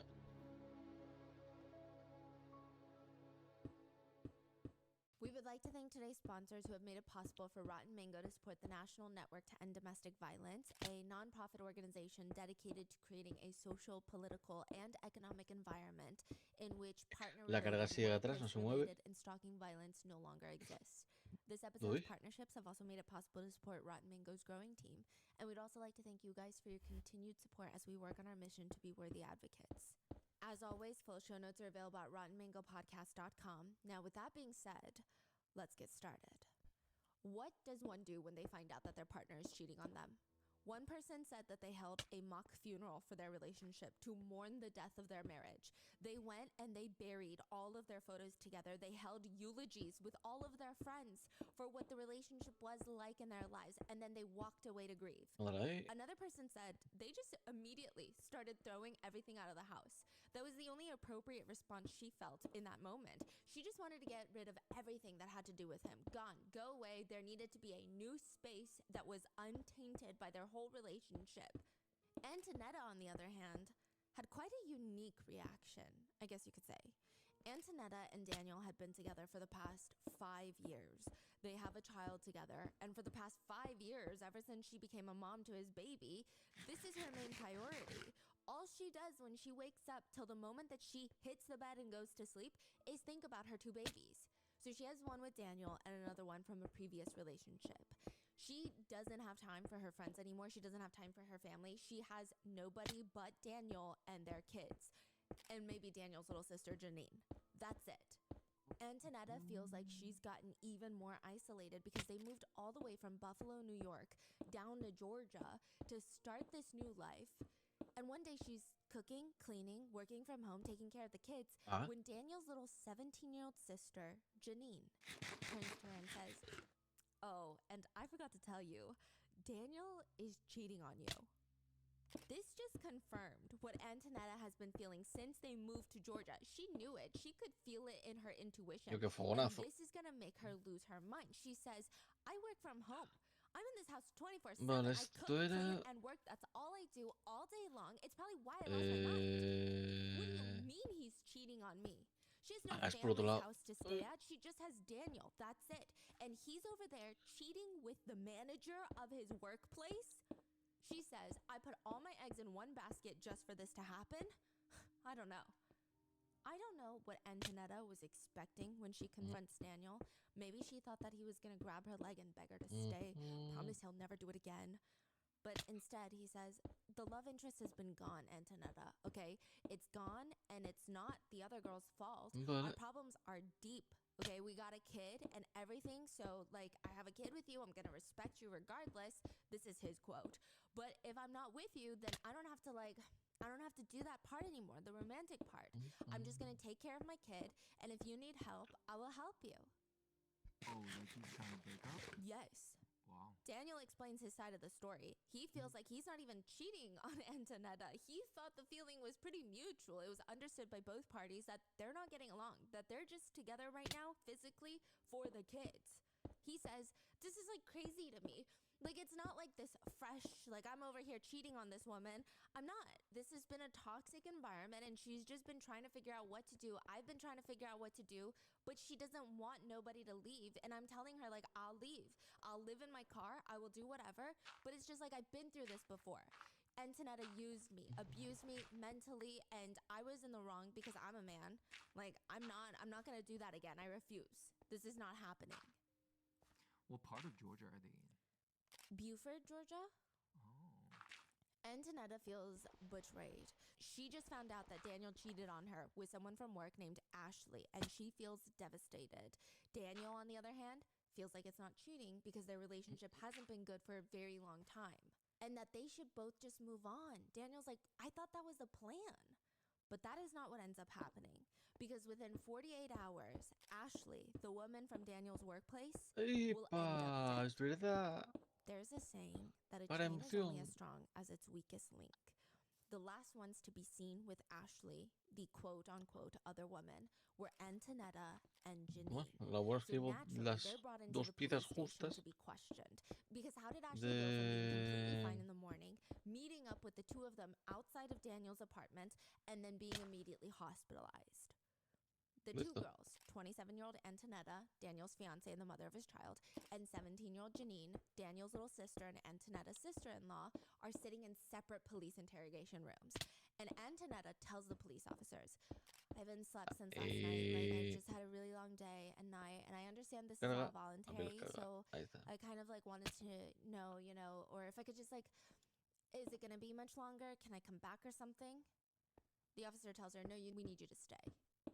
As in, I have to stay? Okay. I think this is when Antonetta starts realizing how serious this is. Because immediately after she has read her rights, she states, Well, I do want to speak with the lawyer just because bien. of how sensitive Lo the grito para el cuerpo. situation is. I will say that, Intocable. I don't go out Completa 10 looking encargos to o competiciones sin harm recibir daño. anybody. That's not my intention. I do feel, very remorseful about anything that has happened with that young lady. Nada, repetimos I will jugada. also say that, it wasn't my intention to even get into an altercation with her today. She came over Today. to my place Maybe of tomorrow. residence looking for my fiance. We argued. I was hit. We fought. I feel really Encuesta bad, tu mano por but I don't know. I'm just, Ay. it's just too much. So she asked for attorney and then she went on to share all of this without the attorney. Yes. She does not reveal or answer many other questions, though, after that. In terms of what a criminal defense attorney would want to see in a client, she's not bad. She's not the worst. She doesn't respond to anything. This is pretty much Las it. opciones, ya But verás. as always, the group is only as strong Sí, as its sí, weakest link. sí. In the next room over, 17-year-old Janine is read her rights. And then she's asked about what happened that day. As she's being read her rights, she looks very serious. Her energy is similar to that of Antonetta's. Like she's comprehending the seriousness, the gravity of this situation. And then she's asked, so tell us what happened. That's when she cracks a smile, flips her hair, and starts using her hands to narrate this whole story. So, like, let me start where I lead it, okay? Since I've been down here, they haven't been on good terms. So, arguments back to back. So, like, we just came back from Florida, like, not too long ago from her mom's wedding. And we left on bad terms with everybody because my brother got into a, incident with her stepdad. So, ever since that happened and we left Florida, it's just been rockier. It's just been worse arguments and shit. So, yeah. Sorry, I just cursed. You're fine, girl. Okay. What? She keeps covering her mouth like she's laughing. Like, you know when you do the index finger to the mouth to cover your mouth because you're giggling about something so hilarious? She's flipping her hair, using her hand to narrate. I'm gonna be honest, she sounds very normal, and that's the alarming part because she's in an interrogation room, but she sounds like every other normal person giving a little story time on TikTok. Sale. My brother. Gente de poca fe. A man cheats. ¿Tienes gente de poca fe? Like always, he's feeling less than he thinks it's okay to cheat. So, ¿Tienes alguien de he tells me. ¿Quién tiene Casi todo lo que hay aquí. He tells me who's he cheating with and stuff. Now, me and my stepsister, not my stepsister, my sister-in-law, we're very close, like so close, like you understand. Like she's more of a sister to me than my brother's a brother to me, Oh, okay. Yeah. So like we're very close. Yeah. So once he told me, I was just like, ooh, what to tell her? Because she's giggling and stuff? Like, the whole time she's laughing and giggling. She's flipping her hair. She's like, hee hee hee hee. The police keep egging her on. Yeah, of course. It's girl code. Literally, the detective is playing into this. So then she puts her hand on the table and she keeps covering her mouth. So, especially when, right after he told me what he was doing, he wanted to do it with her. So I was just like, I'm about to tell her. So she won't do it with him. So I let a few days go by because I wasn't sure. I didn't want to stir up the pot because I already know they had problems. So I'm like, maybe it'll come to light before I have to say anything. Obviously it did, but I still told her.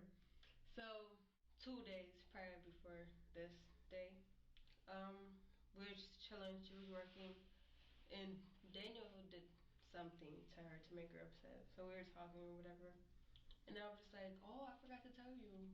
No, I didn't forget, but I still, you know. So I was like, told her what happened. He explained what she did, whatever. She was like, "Oh, really?" She's upset, whatever. I was like, "Don't tell him that I told you, because he's gonna be mad at me." Right. Okay, so after that, he explained how the girl looked to me though, and curly hair, Puerto Rican, skinny Diggy girl. diggy ho, So the way diggy she's diggy talking is so ho. normal. I feel like this is how I would talk, maybe not in this Diggy setting, in this ho. context, but if I was just talking to a girlfriend about something unserious, something that happened at the grocery store that resulted in no negative consequences. I accidentally bumped into my sister with my cart and we got into a little argument. She uses her finger to emphasize words as well. The next day we went to the store last night. Menos We went to the store last night to Quick Trip. Quick Trip is like right there. A ver cuándo se pone descuento el jueguito de cavar.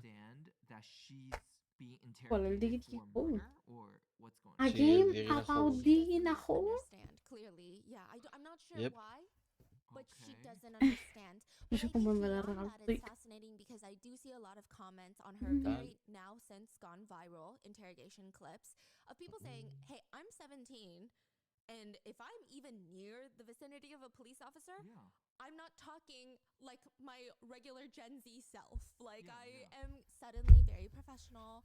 No, sir. Yes, sir. No, thank you." Especially Diggy someone died. diggy So ho.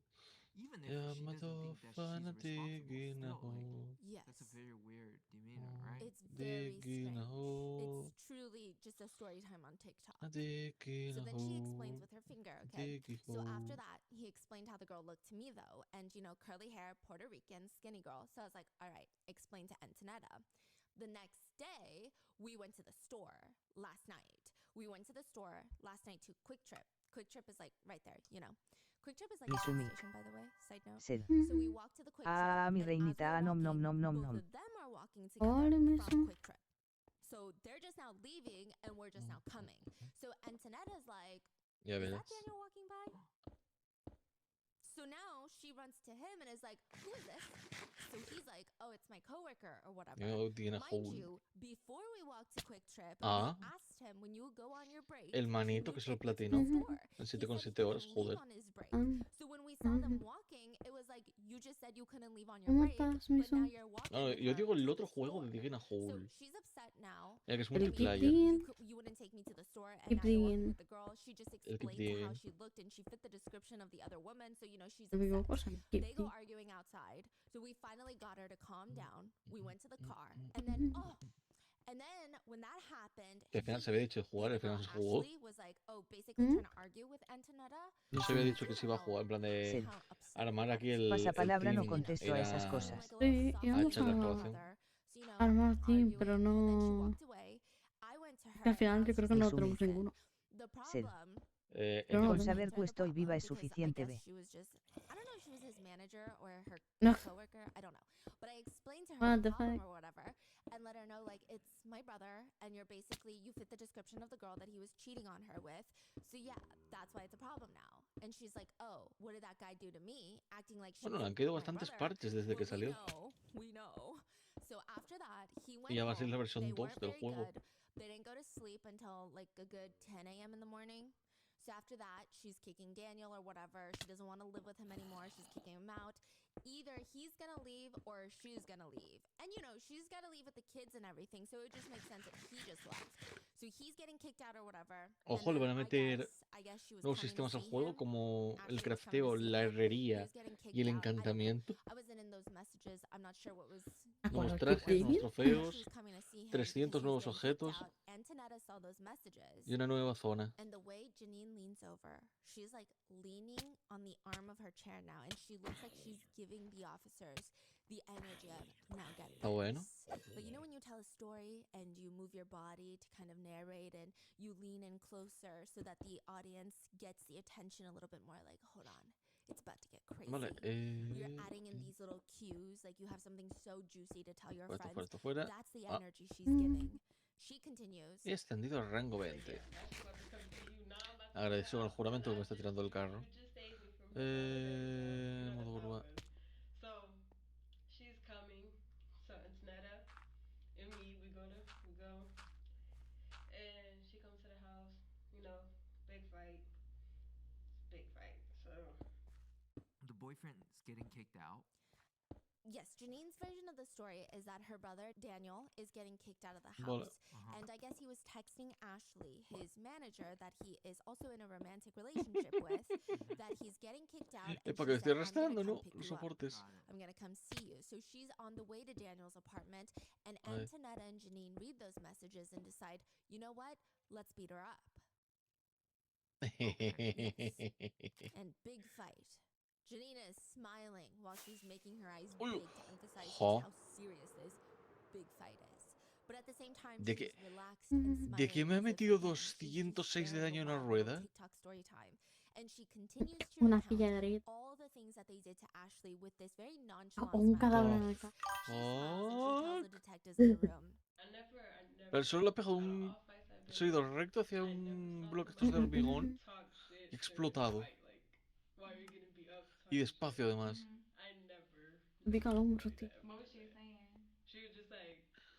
Bueno, que estoy aquí al lado, voy a coger del taller el este. Haz una cosa, voy a ir quitando este muro para aprovecharlo. She just kept on talking. Then she was like, "Aren't you his sister?" And it was just laughing all types of shit. It was just weird. She was a weird person. Never. I was like, okay. Ashley came over to pick him up. Yes. When was the fight happening? Outside. They met her downstairs. Ashley was walking to pick up Daniel. And where's Daniel? Inside sleeping. Oh, it's gonna get crazy because none of this is all happening while Daniel is sleeping? Yes, because he was not actually getting kicked out. Oh yeah, it's all gonna make sense in a second. This is Janine's version of the story to the police, and the police are already putting together, this doesn't make sense with what we've discovered. So this is not the most accurate version of events. This is Janine's version of events. Their detectives are laughing with her. They're joking around with her. I mean, Detective Carter really nailed this one in the interrogation. I don't even know how to explain it. The way that she is instantly so buddy-buddy with Janine, the way that she built a rapport is probably one of the more impressive ones I've seen so far. I was about to judge you. You were like, I never went to Niagara Falls. I'm like, girl, did you even leave your house? Like, oh my God. Like, no. And so she's joking around with her, even when she explains how they took Ashley's phone. So Janine is like, during the fight, we took Ashley, the other woman's phone, because Ashley has a husband. So we were going to tell the husband that she's cheating on her husband with Daniel, who's cheating on Antonetta. And it's all funny for the detectives. The detectives are laughing with her like it's the funniest thing in the world. Until it's not. Fuck. So we're going to have to book you into jail. Your charge is going to be aggravated battery, all right, for the fight. So basically just a little more serious than just a regular battery. Okay. So what's up with Antonetta? Same thing. So you're clear on your charges, Janine?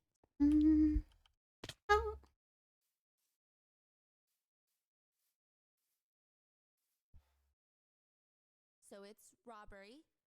Janine's mouth drops open. Robbery? What? Robbery? Yeah. We didn't take the phones. We took it so she could come to the house. Oh, you took it. Yeah, she just did it to the weaker car. Her Rescatar. changed their mind. Okay. And once the police tell her, Y yeah, retener. okay, Ahí that's está. robbery, she covers her mouth and starts laughing. Like, oh, literally. Boron The y other pista. charge is murder. Murder? Yep. You're being charged with murder. Me? Yep. Y aquí no pasó nada. That's too deep. bad. That's deep, right? Yeah, that's fucking insane. Yeah. No. What? And she starts wagging her finger in the air. No. Murder? I barely laid hands on her. That's her realization? Yeah, that's her realization, and she keeps trying to argue that it wasn't murder, but the whole time she's like half laughing. Later when they take pictures of her, she's posing. She's not drunk, by the way. A lot of people have compared her to Stephanie Malgoza, the drunk driver that killed the couple that we covered recently, but she's not drunk. She's not under any influence. No. Wow. It's just the most bizarre interrogation, and the way that she's sitting there, she keeps talking to herself after they leave the room. So they tell her charges, they leave the room, and she just keeps going, me? And she's thinking. Sometimes I see that she looks stressed because we got the original full interrogation clip from the police. Sometimes it looks like she is about to feel how serious this situation is. But then she'll start talking to herself again like, me? In jail? No. What?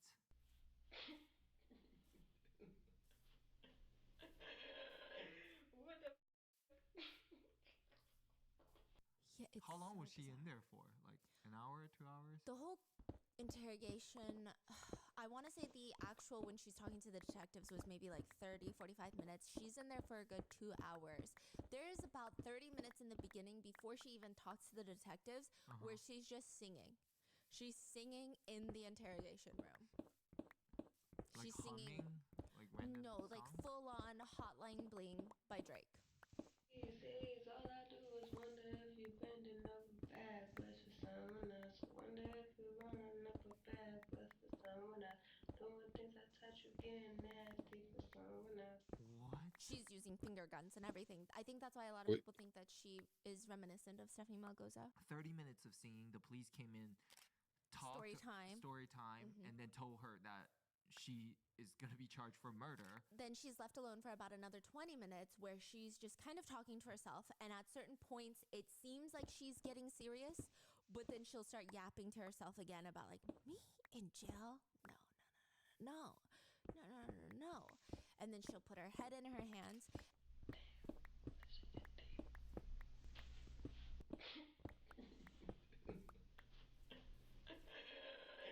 What the fuck?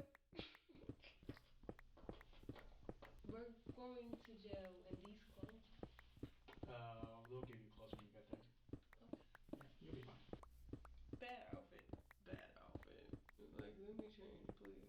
And then they come back in to take pictures of her, to take pictures of if she has any injuries or cuts, scratches, bruising, because there was an altercation previously. And she starts kind of posing and giggling. And then she's like, okay, let me be serious. No. Freaking Yeah. way. Gotta take pictures of you. I know. But you went and checked yourself, you know. You good. Oh my god. Let me see. You gotta get your arms down. She's posing. Ah, la cantera, es verdad. Is it a little... No, it looks fine. Nobody's gonna. It's just for us. Okay. If you'll turn and face that wall for me. Thank you.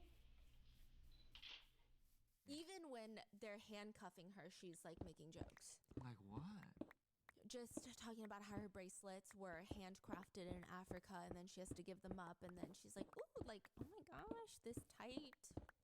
After Antonetta and Janine's fight that Janine just told the detectives all about, Ashley died in the hospital from her injuries.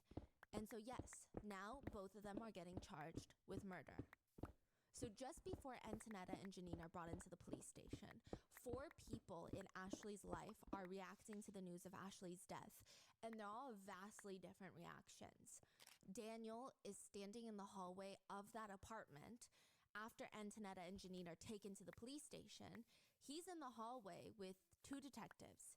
He's showing them his phone, showing them all the text messages Antonetta sent to Ashley. He's saying Antonetta took my phone while I was asleep and lied about me getting kicked out to lure Ashley to the apartment to beat her up. He tries to explain to the detectives that he was checking in with Ashley, but she clearly does not want to talk to him. So after the fight, he keeps texting her like, "Are you okay? Are you okay? I need to see you."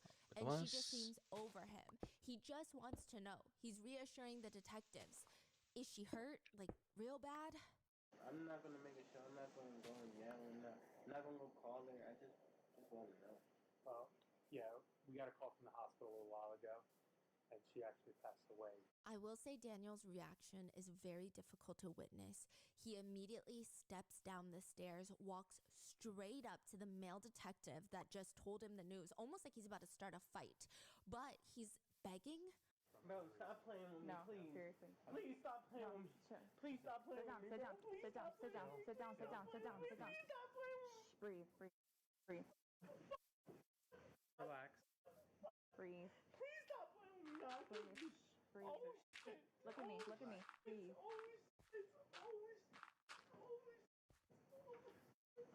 They keep having to tell him, just relax, breathe, and he keeps begging them, please stop playing with me. I can't breathe. I can't breathe. Holy shit. He starts walking back into his apartment and he sounds hysterical. The authorities have to remind him to be mindful of his babies. They're still in there. They don't need to be traumatized. We.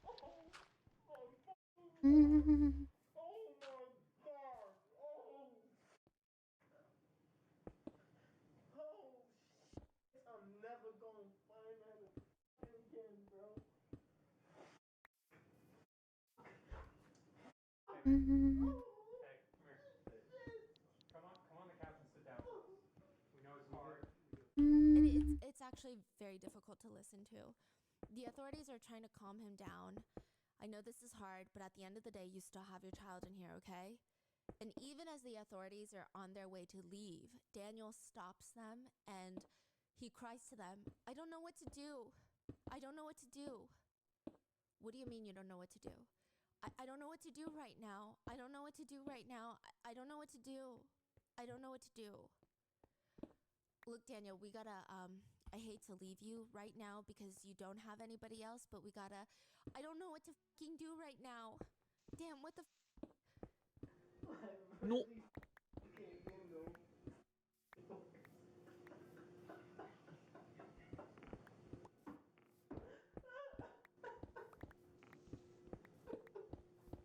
Y volcó.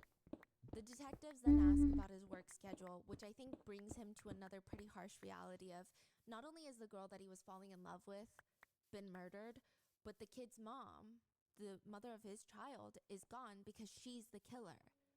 The police ask him, do you work tomorrow? Or you said you work only at nights primarily. I work at night. I'm not even, how am I gonna fucking do this? Listen, you just gotta take a breath and give yourself some time. Do you have any other siblings you can call? Estoy parado. I don't have anybody. Someone you can call and talk on the phone with? Pilar. No. The authorities leave him alone with his children. Now, in the same town, there is another man who has a strong reaction to the news of Ashley's death as well. Her fiancé is in the hospital with detectives. Today is Ashley's fiancé's birthday. Ashley is dead on his birthday. So the detectives don't know how much this man knows. They don't know if he knows that Ashley was having an affair, but pretty quickly on, you can tell that he was in the dark. He doesn't know that she was seeing a man named Daniel. I just don't get it. There's no reason why anybody would want to do this to her, and it was just random. I don't know why. She was going out to get me a birthday cake. That's what she said. Today was my fucking birthday. She was going out to get me a birthday cake, and it just happened, you know? And we have a 7-year-old son, and I have to go to my son and break the news. And that he explains to the authorities how 8 months prior, they moved back to Georgia from the Bronx in New York because his mom had passed away. She was very sick. They wanted to be with his mother who lived in Georgia. And now 8 months later, this happens. Just no reason. It doesn't make sense. He tells detectives that all of them are originally from New York. His mom moved down to Georgia first, and they came because they thought, quote, New York, I mean, you see all the random shootings, beatings, stabbings. We thought, we don't need this. And everything we did was just for our son. But now we come back to Georgia and deal with the same that we tried to leave. You know what I mean? I never felt safe having my child and her alone in the city in New York because of shit like this. And now we come over here and I make sure we find a gated community so we're a little more safer. They actually all live in the same community. They live in the same apartment complex. Gated. It's like a massive apartment complex. Ashley and her fiance live on the other side. Daniel, Antonetta, and Janine, who's visiting, live on the other side. And like this happens, so it's like we're not safe anywhere. I tried my best to give my family the best I can, the best chance possible, and it didn't work. This just blows my mind. We live in a gated community that's supposed to prevent this from happening.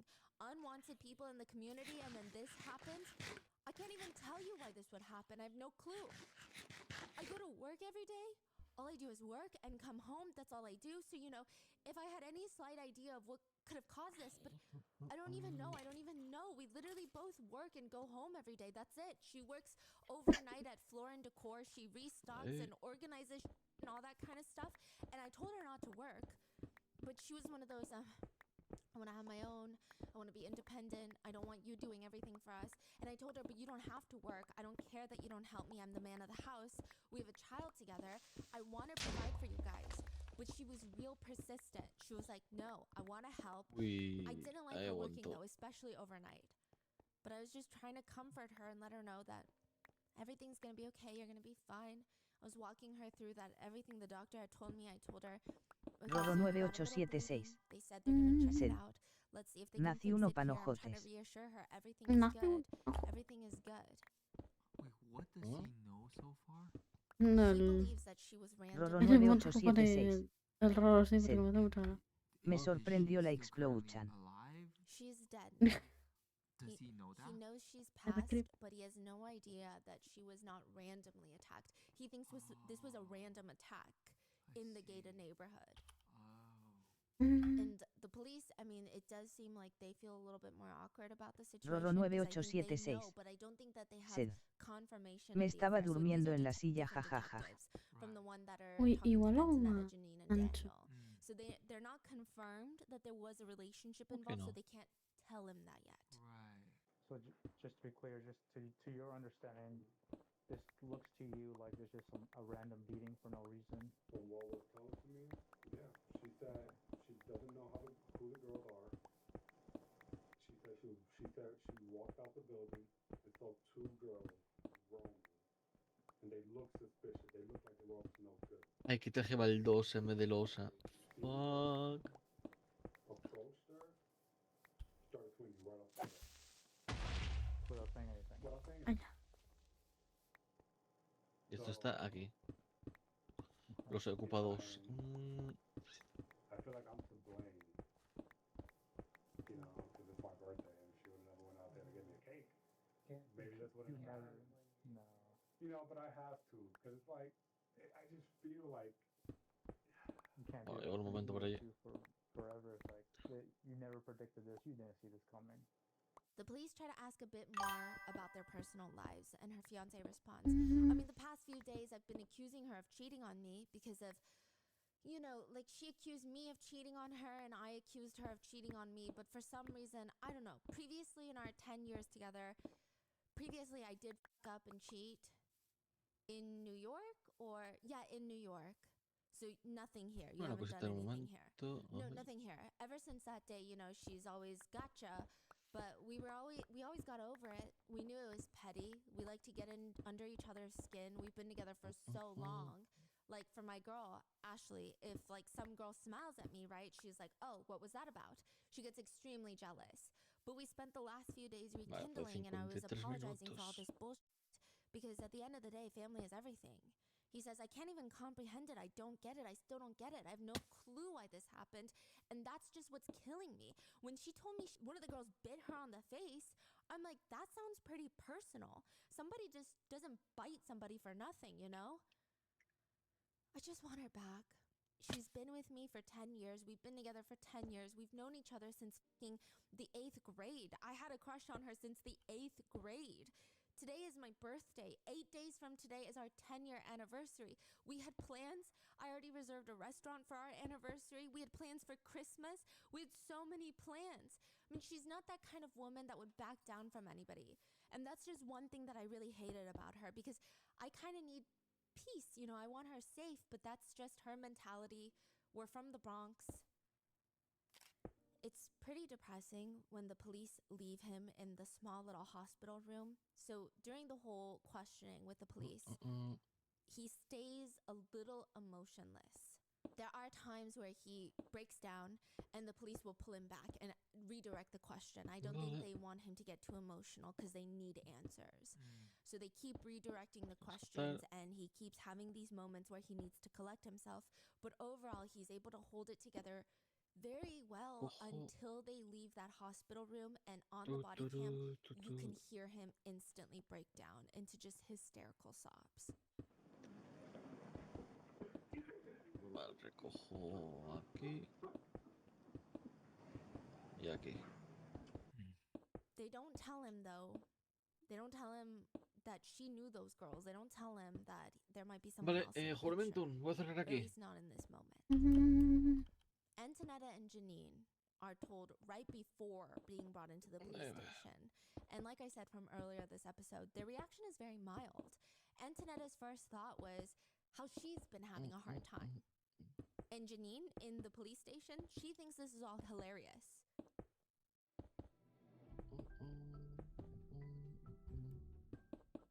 Some of my favorite wholesome videos to watch online are the ones where people who speak multiple languages but don't look like it will randomly break out into full sentences, surprising everyone around them.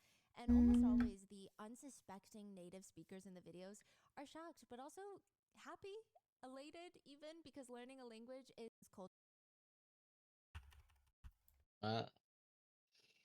Blue sky. Because language stay. It just the of the addict drink being miserable ingredient to things. It was my first. It's always so exciting. Thank you, Z-Biotic. Meanwhile, the detectives are from both sides, from the hospital and now the detectives that are in the police station talking to Antonetta and Janine. They're trying to get the full picture of what's been going on. Earlier that day, Ashley and her fiance had walked into an emergency room. The nurses at the emergency room are talking to each other about how to handle this new patient. Because Ashley's injuries and what she's saying happened, none of them really make sense. The nurses see these large blotches all over her face, head, upper torso. I mean, these are some pretty bad bruises. Her entire face is swollen, puffy. She has bite marks on her body, her face, her legs, her back. She clearly has a black eye. She looks what appears to be bite marks on her cheek. Scrape marks all over her shoulders, like she was dragged. Like somebody dragged her shoulders onto the concrete outside. Her elbows are completely scraped up. Her knees are bleeding. Other notes on her medical chart include possible collapsed lung, patient in need of a CT scan, evidence of a lacerated liver. There's not much explanation on how she got these injuries that don't include severe abuse, at least none that the nurses can think of. They ask the man that she's come into the emergency room with, her fiance, and he explains to her that he was at work when she called him, stating that she just got jumped. She got jumped and it all happened so fast. She didn't even have a chance to do anything. It was just, they ganged up on her and she doesn't know why. He was rightfully so concerned for her that he leaves work, comes home, she's on the bed just gasping for air, saying she can't breathe, she can't breathe, she can't breathe. He keeps asking her, what happened? Like, what do you mean you just got jumped? What happened? She's trying to explain to him what happened, but she can't even finish her sentence without stopping. Hold on, I can't breathe. I can't breathe. She does have a pre-existing heart condition, so it could be that. He gets her dressed, rushes her to the emergency room, but as they're leaving, she's throwing up. It's red blood. The entire time in the car, he keeps telling her, trying to comfort her, it's all right, we're almost there. That's what he explains to the nurses, which only gives them more confirmation. Yeah, we gotta call the police. this is weird. Did they think it was him at the hospital? They might have, because it's just weird. The whole thing, none of this makes They sense. called the police because they feel like there was something a lot darker here. Yes, either it could be him, which is a natural thought until you realize what happened, right? It could have been somebody else, or those two girls that randomly jumped her, they still need to get arrested because you can't just randomly jump somebody. That's crazy. So they call the police, but it's very tricky when the patient does not want the police involved. In fact, she tells the officers on the phone she doesn't Rorro know why the nurses 9876. called them in the first place. Sed. She says it's fine. The Toca ir a situation is descansar. Y nos fuimos. Cuando termine de Rorro prender los muros. 9876. She's just waiting for a Sed. taxi. This is what Buenas she tells the noches, que police. descanse She's en. waiting Mira for ese a taxi huevo. when these two women walk up towards her, behaving suspiciously, and they start Y whispering to Así each la other. And gente. the only thing that she Rorro hears is 9876. yeah. No decía por qué. Tiene sentido. Lo he procesado luego. Déjame, tengo procesamiento lento. who they are, why they randomly attacked her. They probably mistook her for somebody else. Is her best El guess. ladrón. But Hijo. obviously, the police don't really believe her. Rorro Hijo. 9876. Ladrón de mierda. Sed. This was a very Ja ja personal ja ja ja ja ja Bye cargando. The police just try to verify with her, but once again, Ladrón they de don't want the mierda. police involved. Ay. Don't want anything Ay, done. gente. You are all good? Okay. Awesome. Well, I really hope you feel better, and if you have any more questions for me, just call the Gwinnett County Police Concierno Department. al Rorro 9876. Sed. Okay. Buenas noches, bye bye. She's not going to get the chance to, because after the CT scans, the doctors realize her injuries are so much worse than they thought. She has extensive blunt force trauma to the head, which has led to hemorrhaging in the brain. She ends up passing away. Her cause of death is listed as generalized trauma. Her manner of death is homicide. Clearly, Antonetta and Janine did something to her, but exactly what? Just 3 hours prior, before her passing, a call comes into 911 from a leasing agent at the apartment complex, Preston Hills Apartments. The leasing agent is on the phone with 911, and she's almost live updating the operator on what's going on at the apartment complex right now. First, she's explaining she's driving into work, and in the parking lot, in the distance, like on the back road of this apartment complex, she sees what looks like a big dog on the ground or something. I don't know, it looked like a pet. But as she drives closer, she sees, oh, it's not a pet. It's two girls on the ground fighting. It's a bunch of people fighting. It does not look like standing around and arguing either. They're on the ground, the concrete. They're kicking, slamming, punching. They're down on the ground. And naturally, the leasing agent has zero intention of getting out of the car, but she's still brave. She's rolling by in her car, these three people fighting, and she tells them to stop the fight. One of them looks up at her, pauses, and goes back to slamming down the other girl's head onto the cold concrete, onto the pavement. The leasing agent drives to her office, immediately calls 911, and she remembers seeing one person sitting on top of Ashley. At this point, Ashley is forced to lay on her stomach on the cold concrete floor. Somebody is sitting on top of her, holding her down onto the ground while simultaneously punching her, slamming her head around, physically grabbing at her head, pulling it around, punching it. Just so much is happening, and the third person is standing next to the two, and it looks like she's recording on their phone. And then she'll randomly go in and just kick Ashley while she's down on the ground and then go back to recording. The leasing agent tells the operator they're jumping her. I mean, it's so clear. This girl, Ashley, is not fighting back. She's down. She's a small girl. They're jumping her. And she also hears one of them scream, "I will murder you. I will murder you. I will murder you. I will murder you. I will murder you. I will murder you. I will murder you." She can see them through the leasing office window, and when they finally get up, she can see that one of the girls, Ashley, has this giant red splotch on her head. She could tell it's blood. She's bleeding. There looks to be a tiny bit of blood on one of the offending parties, the one that's beating her, but it's hard to say for certain if it's Ashley's blood or she's also injured. But then something very strange happens. They are no longer fighting. All three of them get up, and now they're walking towards an apartment unit together.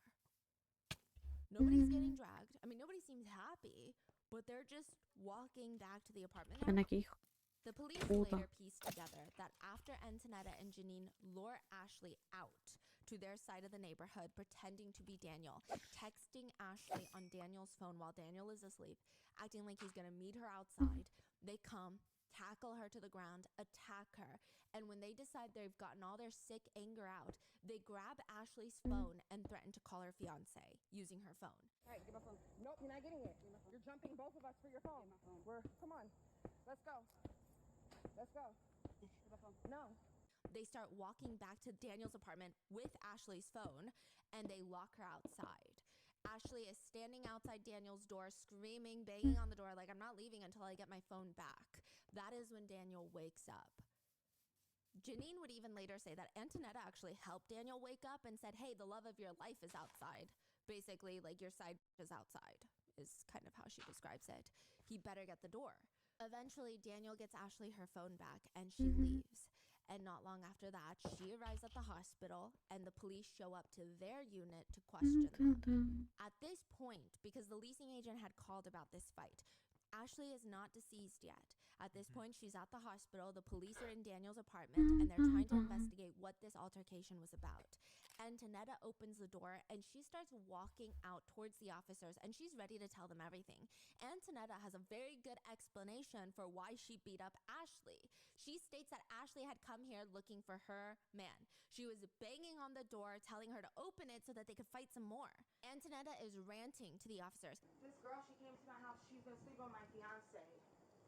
She works over there. She's his manager, and she keeps on forcing him to have sex with her after he been cut it off, or she's gonna fire him. And we ended up fighting right there because she approached my home. This is my home. She lives all the way over there. Okay, is everybody in the house right now? The officers point at Daniel, and this is your fiance? Yes, my fiance. I've known him for 5 years, okay? We moved here together from up north. He's worked at Floor & Decor. He's been sleeping with his manager. And that's, he was here? Yes, he's been sleeping with his manager, and I've been feeling it for some time now. Yesterday, I'm walking to Quick Trip, the gas station. I see them walking together, and you're a woman. You know your intuition. I know that's the girl. I've seen her. We argued yesterday. He broke it up. It was fine. And this morning now, she's calling, texting, saying that she's going to be coming here. So I waited for her.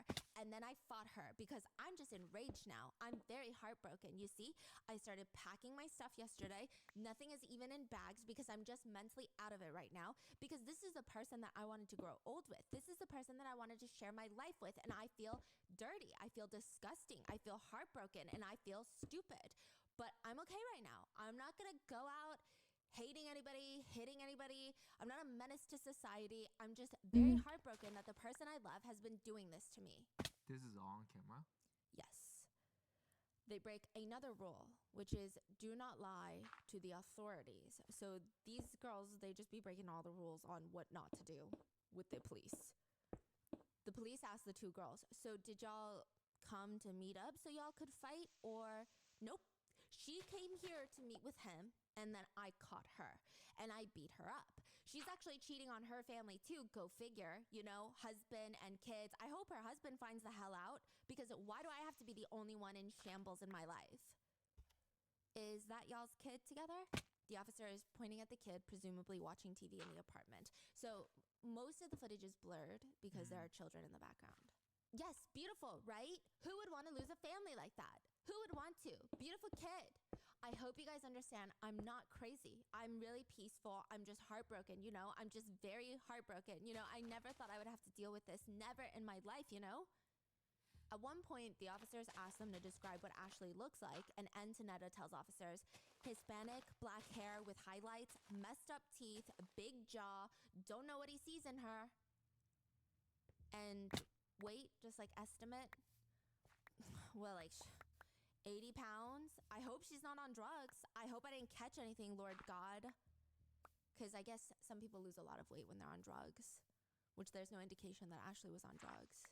Another quick tip that I feel like a lot of criminal defense attorneys would give, not that I am one, but just in general life tip that gets broken multiple times by both Antonetta and Janine is do not advertise any characteristics in yourself that might be connected to criminal behavior. For example, to say things like, I'm really sneaky, I'm super secretive, I'm good at hiding stuff.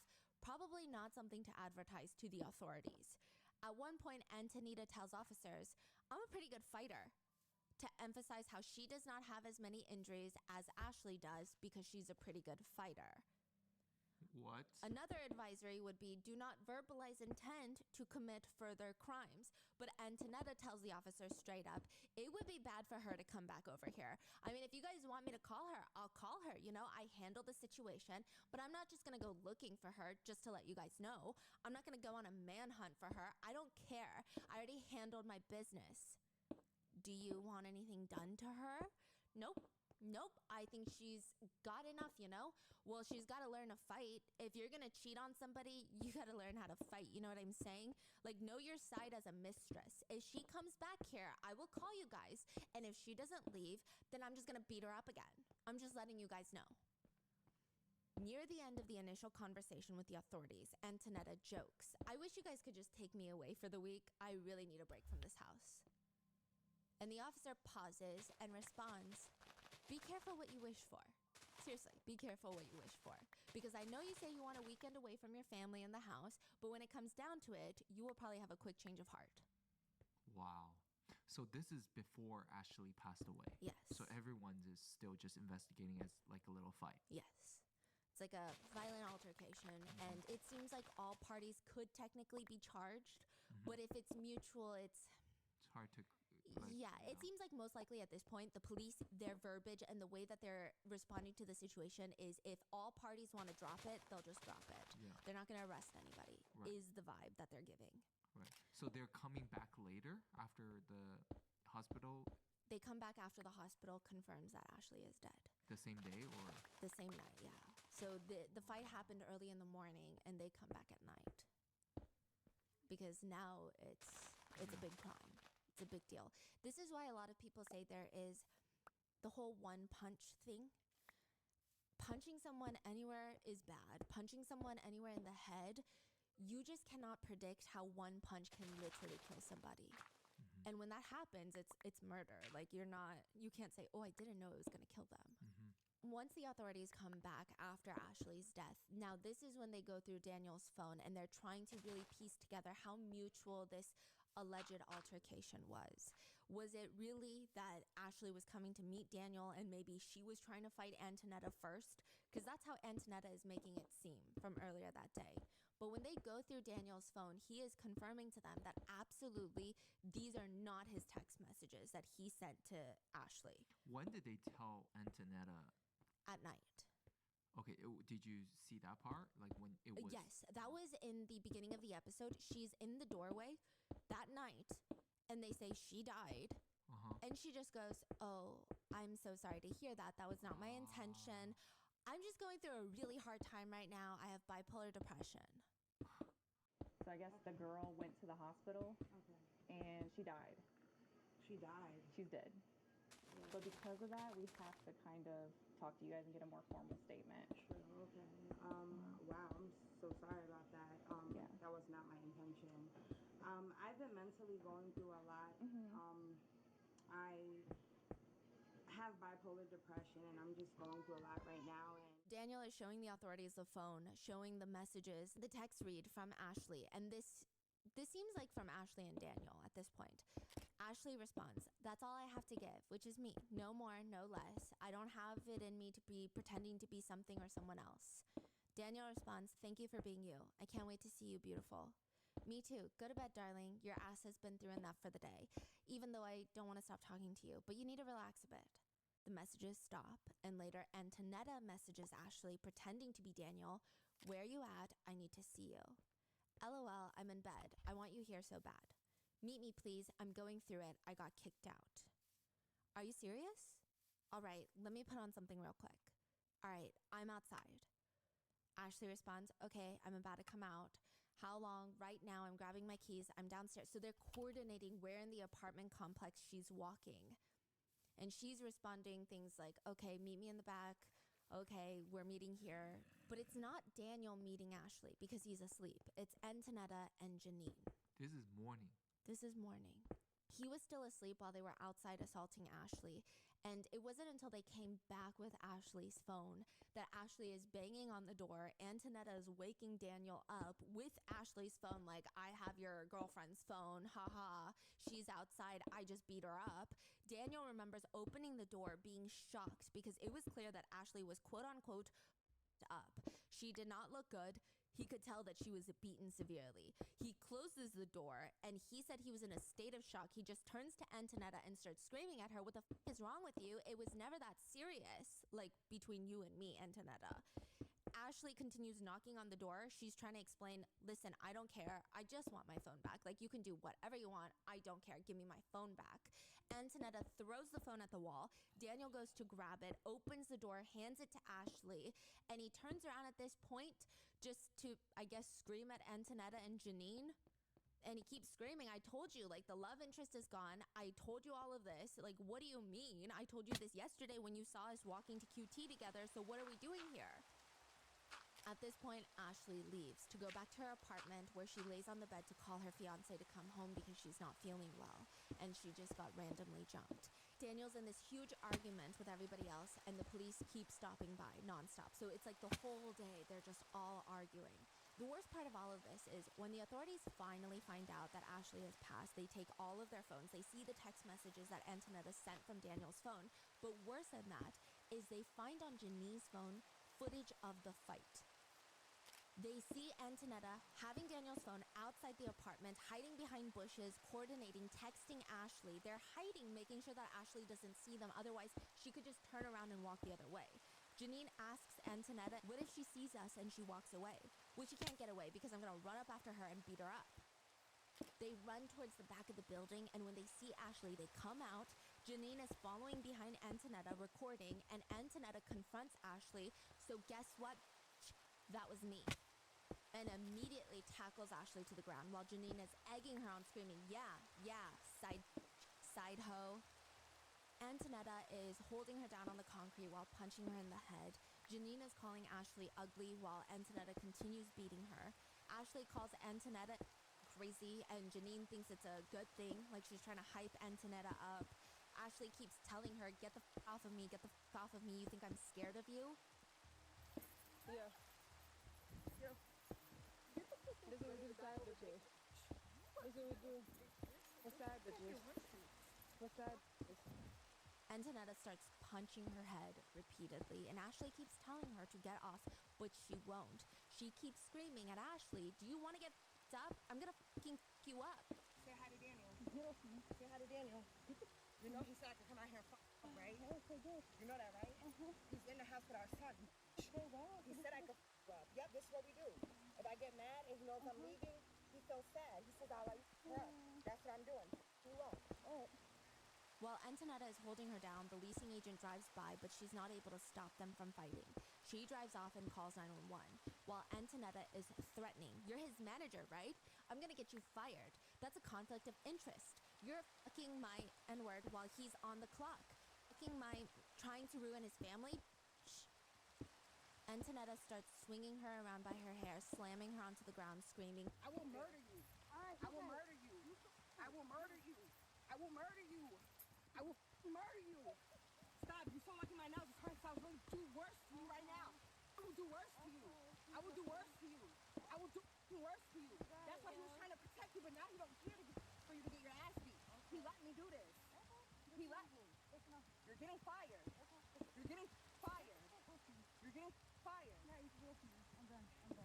Antonetta continues to punch her over and over and then asks, "You want some of this, Janine?" She responds, "Yeah, I can do," and she puts the phone down, or it seems like she's holding the phone so it's pointing towards the sky, because she goes in to kick Ashley in the back multiple times. You want some of this, Janine? Yeah, I do. Go ahead. And Ashley is very small. Antonetta is still on her violent monologue. "You messed with a crazy ass, and he knows I'm crazy. You're looking dumb. Go home." Ashley asks for her phone back. At this point, they take her phone, but Antonetta tells her, "You want it, you getting jumped for it. Point blank period. I don't care. She's gonna get beat up by both of us. You're going to stop. I do this. You let me come out here and whoop your ass. You should be ashamed of yourself. Come out here in the morning after you work the whole late night.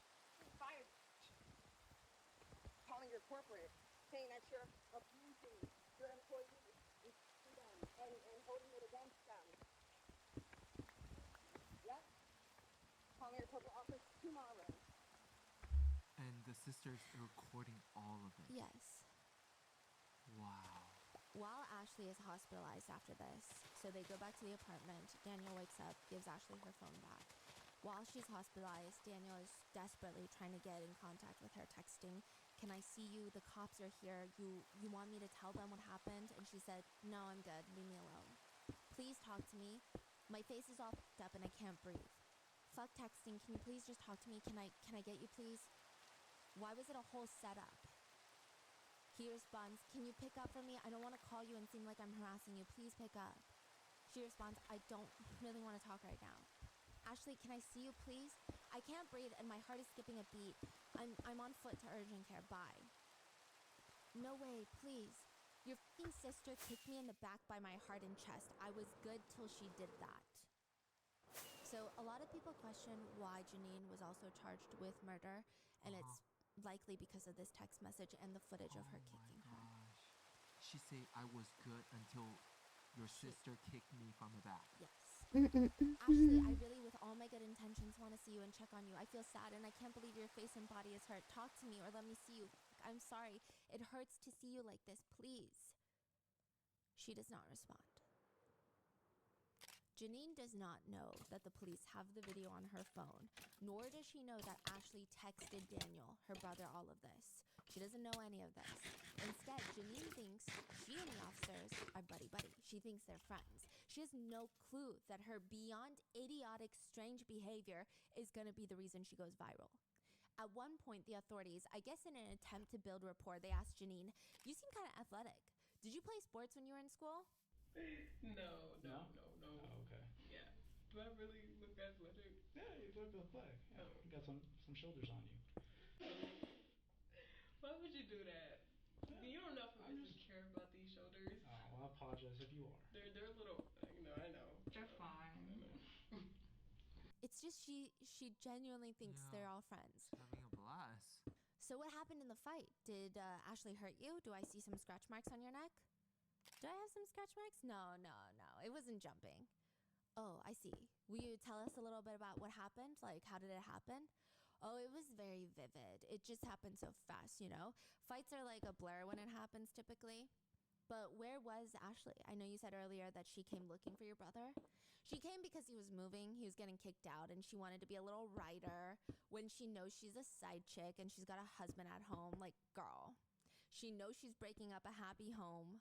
How did you make contact with her? Through messages, like, you know, we seen her. Where did you guys meet up?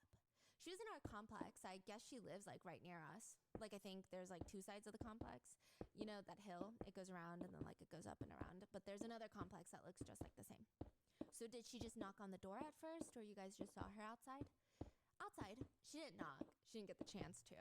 Because, like, oh, yeah, you got that around? I'm about to be around. So, yeah. You know, it wasn't really, like, it was just like, yeah, you came to see my, you know, who it was, because she got ready to, you know, it's just fighting. It's just fighting. Who is fighting? The girl in Antonetta.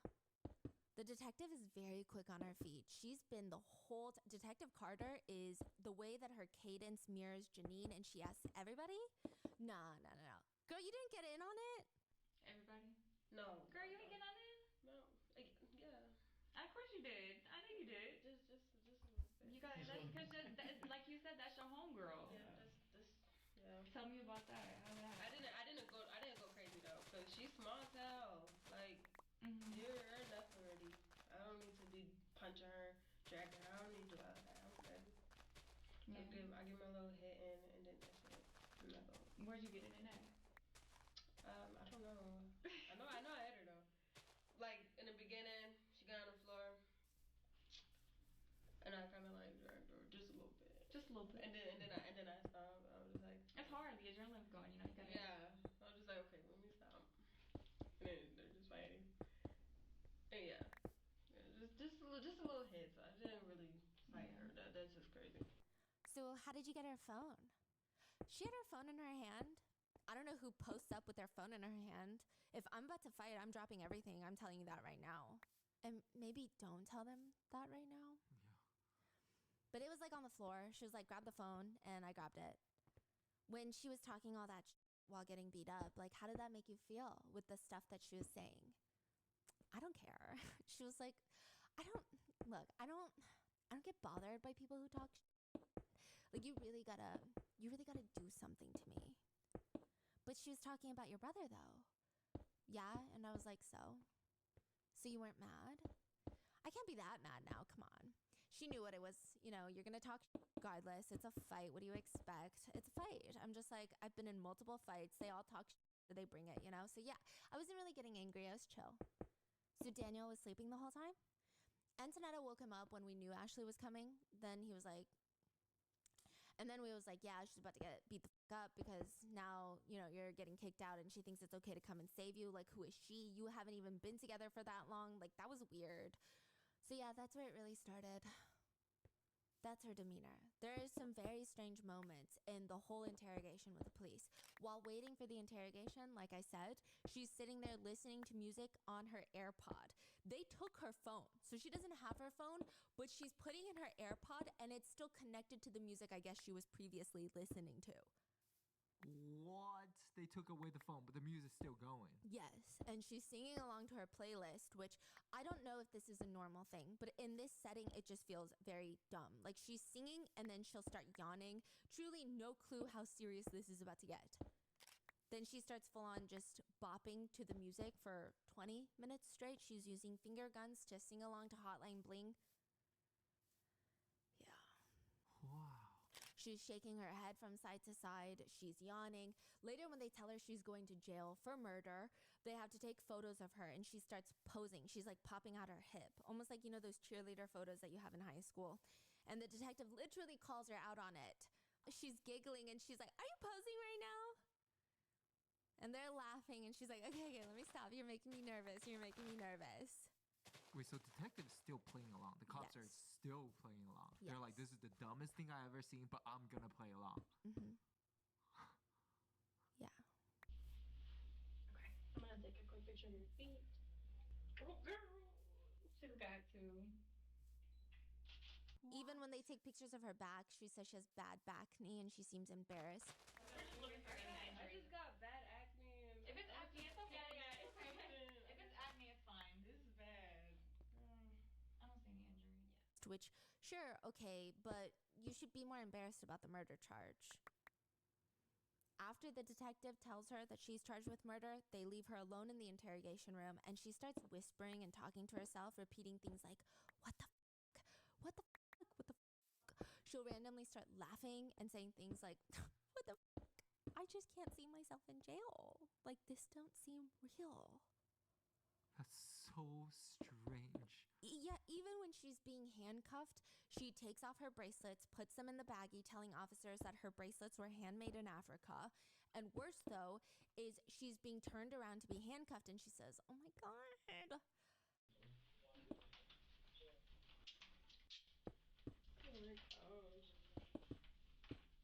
In a very bizarre, creepy moment in Janine's interrogation, she looks at the officers and says, that's crazy. But, like, do you know how she died? No, she's dead. I know that shit's crazy.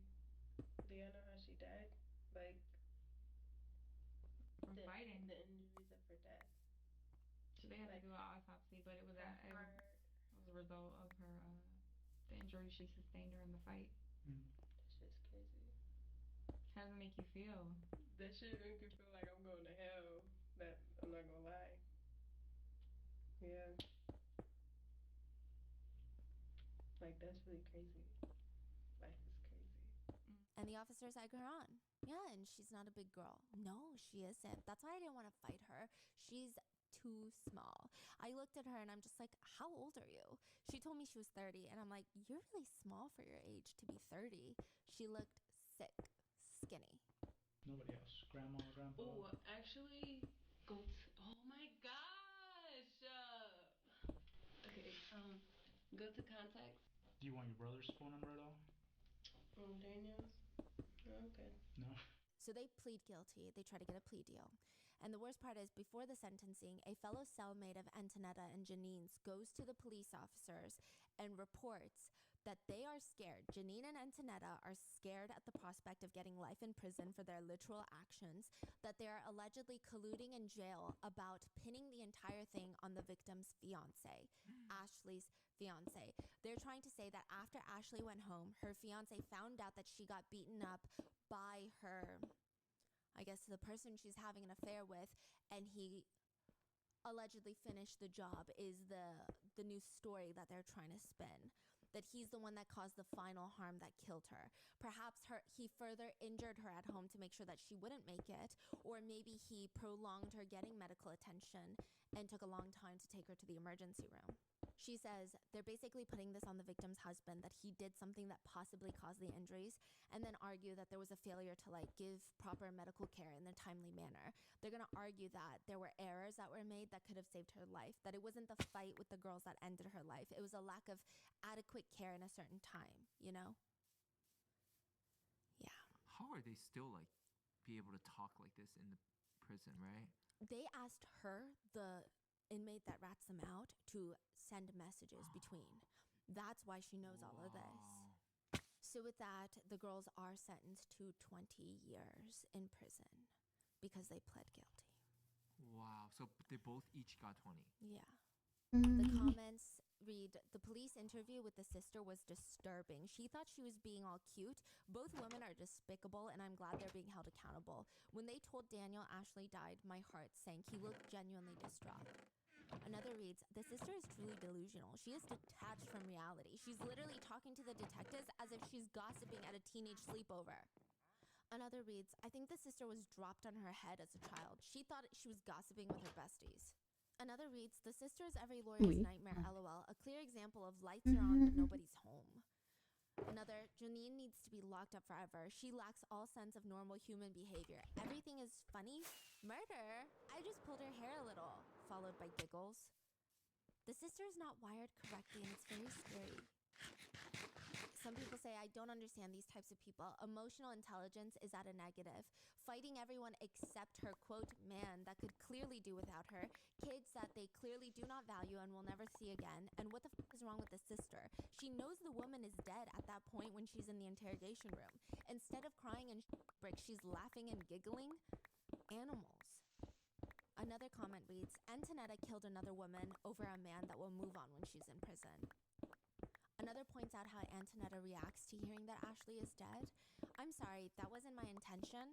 Girl, that's something you say when you accidentally bleach a shirt or something. A life was taken. Others point out the fact that she said, I'm sorry, that wasn't my intention. I'm just going through a lot right now. I have bipolar depression. A comment reads, I have bipolar depression. Girl, so do a lot of people, but you don't see them murdering people out of jealousy. Another points out what Antonetta said prior to that. She was making my fiance sleep with her. No, your fiance was cheating on you. You beat a woman to death. Another comment reads, she killed that woman over a man that didn't even want her, shaking my head. Antonetta, I wasn't gonna kill anybody. Also Antonetta in the video recording, I will murder you. Another quote, she's dead. I'm so sorry about that. I've just been going through a lot. What the f? But there are some people who defend the girls.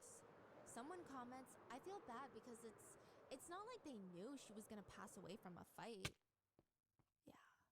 But most people, I think, are on the path of, quote, you're in prison now, your cheating man is free, your child is without a mother, the other mother is dead. Yeah, you surely thought this one through. Another comment just reads, I feel very sad for the boyfriend of the deceased woman. To find out you're being cheated on the same Literal. time you find out Para your mí, partner passed, and I feel el very que está sad en la for all peor the people situación es involved. el marido de la So que with murió. that, Es como de... they are O both sea, te going toca to serve 20 enterarte years primero for que tu mujer voluntary está muerta. manslaughter and Segundo, que robbery se by estaba tirando a force. otro. Their maximum release date is Que la han August matado por tirarse a 2032. otro. Como... They may potentially get out sooner than that. To which one netizen comments, I can't believe they only got 20 years. It was premeditated. They lured her, they beat her, and killed her. Premeditated. They should have gotten life. What are your thoughts on this one? Let me know in the comments. Please be safe, and I will see you in the next one. Mierda. Pues sí que estaba pegada aquí. No me acordaba de dejar el puto espacio. Bada bing, bada boom. Hello. Okay, well, I don't think that you guys realize that I went anywhere, but just to fill you in, for the past 2 weeks, I don't know what happened, but I got really sick out of nowhere, and I thought maybe I just need to lay down for a day or two. I'm gonna recover. It ended up lasting nearly 2 weeks. I tried my best to keep up with the cases while I was in bed, but I just haven't been able to get as much done. But no worries, I am back at 1,000%. I feel so much better now. I am so ready to just dive back into so many different cases. I have a few really important ones coming to you guys very, very soon. We're currently working on a case with a victim's family member, and there's just a lot of videos that we're very passionate that are going to be posted very soon because we want them to be the best for you guys and for the case. And in the meantime, I didn't want to leave you guys without any videos, so I tried to get a little bit creative. I did try to film while I was really ill, and it was just not going to work. So this episode is going to look a little bit different. This is actually 2 pre-filmed episodes that went live on a separate channel of mine, maybe like a year or so back, but I don't think that many of you guys have seen it. But it's 2 separate cases we're covering in this video. One about ghost hospitals in South Korea. Now, the wild thing about that is it's not a paranormal case. It is so much worse than it sounds. And then we have the case of the Squid Games actor's son. His son was found mysteriously dead in the United States, overseas, and at the hospital, these people keep knocking on the door. Turns out they're called body dealers, and they come crawling in, begging the Squid Game actor, "Can I have your son's body?" So with that being said, What the fuck? we will be back on schedule on May 5th with new episodes every Wednesdays and Sundays, audio and visual here on YouTube and wherever you get your podcasts. But thank you guys for understanding, and I promise I'm working so hard to make up for the time that I was sick. And let's get into it.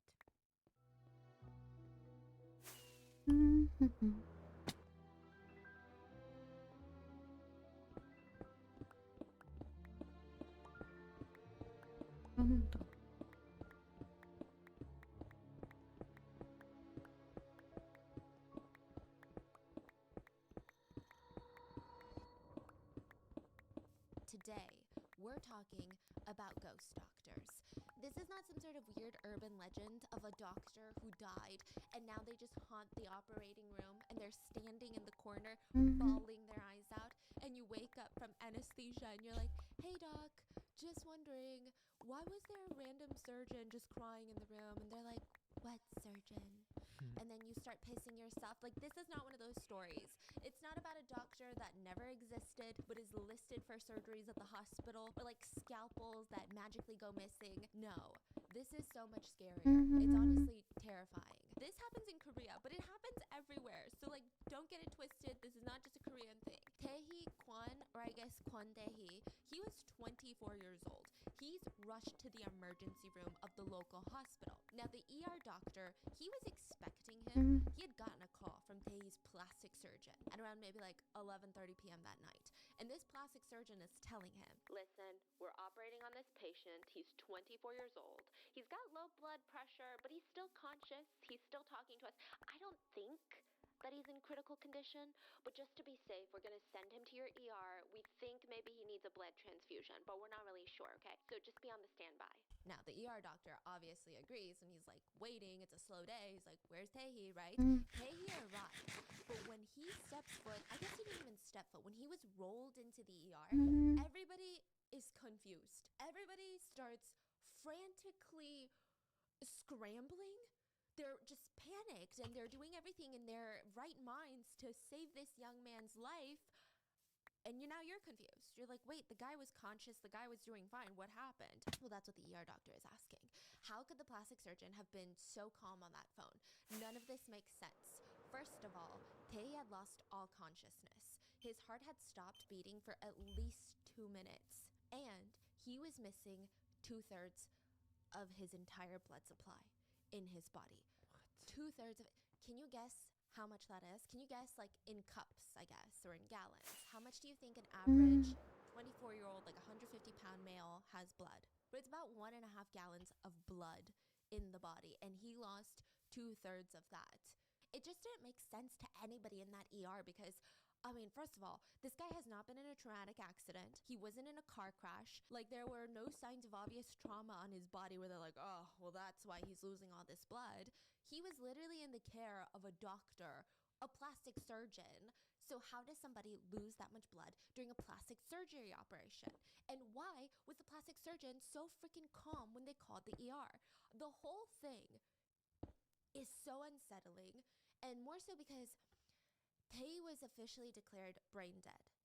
And the next morning, his family, they're called to the hospital. And the plastic surgeons come too, the ones that operated on him. And this is so depressing because when Tay's brother was called to the ER, and again, I don't know the protocol. If you guys work at hospitals, please let me know. Let's say a family member is really sick in the hospital. Do you tell them it's an emergency or not? Because are you worried that they're going to get into a car accident? Are they going to speed? So do you downplay? Like, what are the rules of that? Well, the hospital, they tell Tay's brother, hey, your brother's in the hospital, but his condition is not that serious. They just straight up say it's not that serious. He's brain dead. Yeah, so I don't know if it's like a hospital rule so nobody Not that like, serious. hurts themselves Brain or dead. hurts others, like driving there, speeding or something. I don't know. So the brother just assumed that maybe Tay had gotten into a bar fight or something. Listen, it's not good news, but it's not life or death. He's getting into the taxi thinking, I'm going to fight my brother. Not physically, but I'm going to sit there and I'm going to scream at him because why is my little brother getting into bar fights and ending up in the ER? Like, he's going to be like, you're never going to do this again. Like, I'm going to be your chaperone. That's what he's thinking on the way there. But when he gets to the hospital, he's never going to have a chance to scold his brother or even talk to his brother. Because when he gets there, Tay is unconscious. The family, they're sitting there. We want answers. We don't know how this happened. What are you talking about? He lost 2/3 of his blood. That doesn't even make sense. Nobody seemed to have any answers. The hospital were like, we don't know. He was rushed over here by his plastic surgeon. He had 70% of his blood gone. We couldn't really help him. And the plastic surgeon is like, well, shoot, thanks for calling us, but it wasn't us. We did the procedure as normal, and we even have the CCTV footage if you want it, Tay's mom. You can have it because he was fine with us. We brought him here, and we don't know what happened here or on the way here, but something must have happened. Now, Mrs. Lee, Tay's mom, just had this feeling inside of her chest, like inside of her gut. You know those types of feelings where she didn't know if the plastic surgeon was bluffing. Like sometimes maybe the surgeon is like, we have the CCTV. You can take it if you want. And maybe they're kind of expecting you to say, no, it's fine, like I trust you. Because I don't know why he gave the CCTV. This CCTV is so important later. So she takes the CCTV. She just knew that something in that footage was going to be important. She snatches it right up, goes home, and watches over it like 500 times. She literally sat there writing down every millisecond and logging down what happened, like time-stamping everything. The footage was literally in the operating room. So she's replaying it over and over, trying to figure out what the hell went wrong. And I mean, so many things went wrong. She will never get this picture out of her head, but at the end of the plastic surgery for Tahi, he was left on the operating table in the operating room with a nurse. Actually, it wasn't even a nurse. It was like a nursing assistant. So he's like under anesthesia. He hasn't woken up yet. All the other surgeons, they have left, and a few nurses are in and out of the room, and nobody's checking his vitals. Why? I don't know. I guess they don't care because the nurse that's sitting in that room, she's on her phone. She's checking her makeup. She's texting people. Listen, I just want to say, nurses are amazing and they will save your life, but not this one apparently. She literally just could not care at all. She heard this noise coming from Tahi, this like dripping noise. And she looks down and Tahi is literally bleeding out onto the floor from his jaw. She goes and grabs a mop and mops the blood up. You're like, okay, that makes sense, right? But she does this 13 times. This is not a leak from the ceiling because it's raining and your ceiling isn't great. This is not like a river leak. Like, this is someone's blood that's continuously coming out of their body, and you're not putting more blood back into the body. But you're mopping it up 13 freaking times. I don't even think you have to be a nurse, a nursing assistant. I don't think you have to even have much common sense to know that that's dangerous. Later, the anesthesiologist comes into the room like an hour later and is like, hey, did he wake up yet? Why isn't he woken up? And then they start freaking out at that point. So So you're like, how did the surgery even go wrong to the point where they're done operating on him, but he loses 2/3 of his blood? What kind of freaking plastic surgeon are we talking about? So I think to understand the whole story of the ghost surgeries, we have to talk about who Queda is, okay? Now, Tae was a really nice guy. Everybody that knew him describes him to be warm and humble, and he was the type of son that would slave away in the kitchen on his mom's birthday to cook some seaweed soup, byokguk, which is a Korean tradition. You have to eat this on your birthday. Now, I don't know if it tasted good, but he would spend all day cooking that for his mom. He did well in school. Vaya, He valiantly served 2 years in the Korean army. Honestly, this guy was a high achiever, and he just really wanted to do well in life. But here's the thing about Korea. A lot of people think that South Koreans are super vain and that we are just all about looks and we all want to be the plastic surgery capital of the world so we can look like your favorite K-pop idol. That's not really the case, okay? I can see why people might think that because of the plastic surgery statistics in South Korea. But listen, your average South Korean is not trying to get plastic surgery so that they can be a K-pop star. They're trying to get plastic surgery so that they can get a work promotion at their corporate job. And you're like, that's dumb.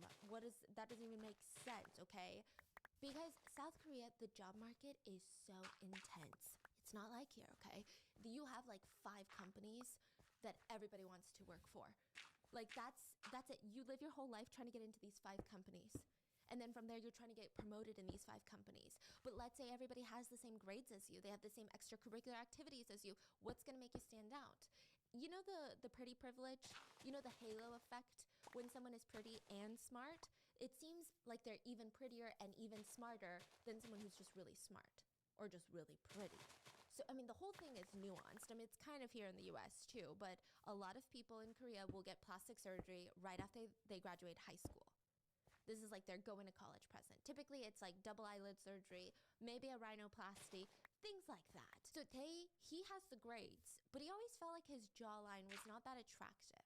The conventional beauty standard in Korea is to have a V-shaped, slim jawline, like really sharp, kind of pointy almost, right? And listen, you don't even understand. And then my mom would tell me in the shower, you have to get your knuckles, okay? Make sure your jaw is wet so it's not. And then you just gotta scrub it 100 times like this, really hard. And I'm like, I think I am bruising myself, mother. So he felt like if he fixed his jawline, he would have higher promotions at work. He was also bullied throughout high school for his prominent chin. That's what everyone says. You got a big chin. So he would even edit his pictures before he posted it online. He would slim down his chin, which just breaks my heart because like high school bullies. And honestly, he just thought overall this was like a smart choice for his career. Jaw surgery is incredibly painful. It's a pretty common procedure. The risk of dying is pretty slim, but it's I knew someone that had it. And she said she would not wish this pain on her worst enemy. How do you think you get rid of some, I mean, it's not like you have a ton of like fat just hanging out right here on your chin, you know? It's not like it's a bunch of skin left over. It's just your bone. So they go in there, peel off your skin, and they literally like grate your bone like you would a block of cheese. They just saw off your bone and then put your skin back on, and then that's jaw surgery.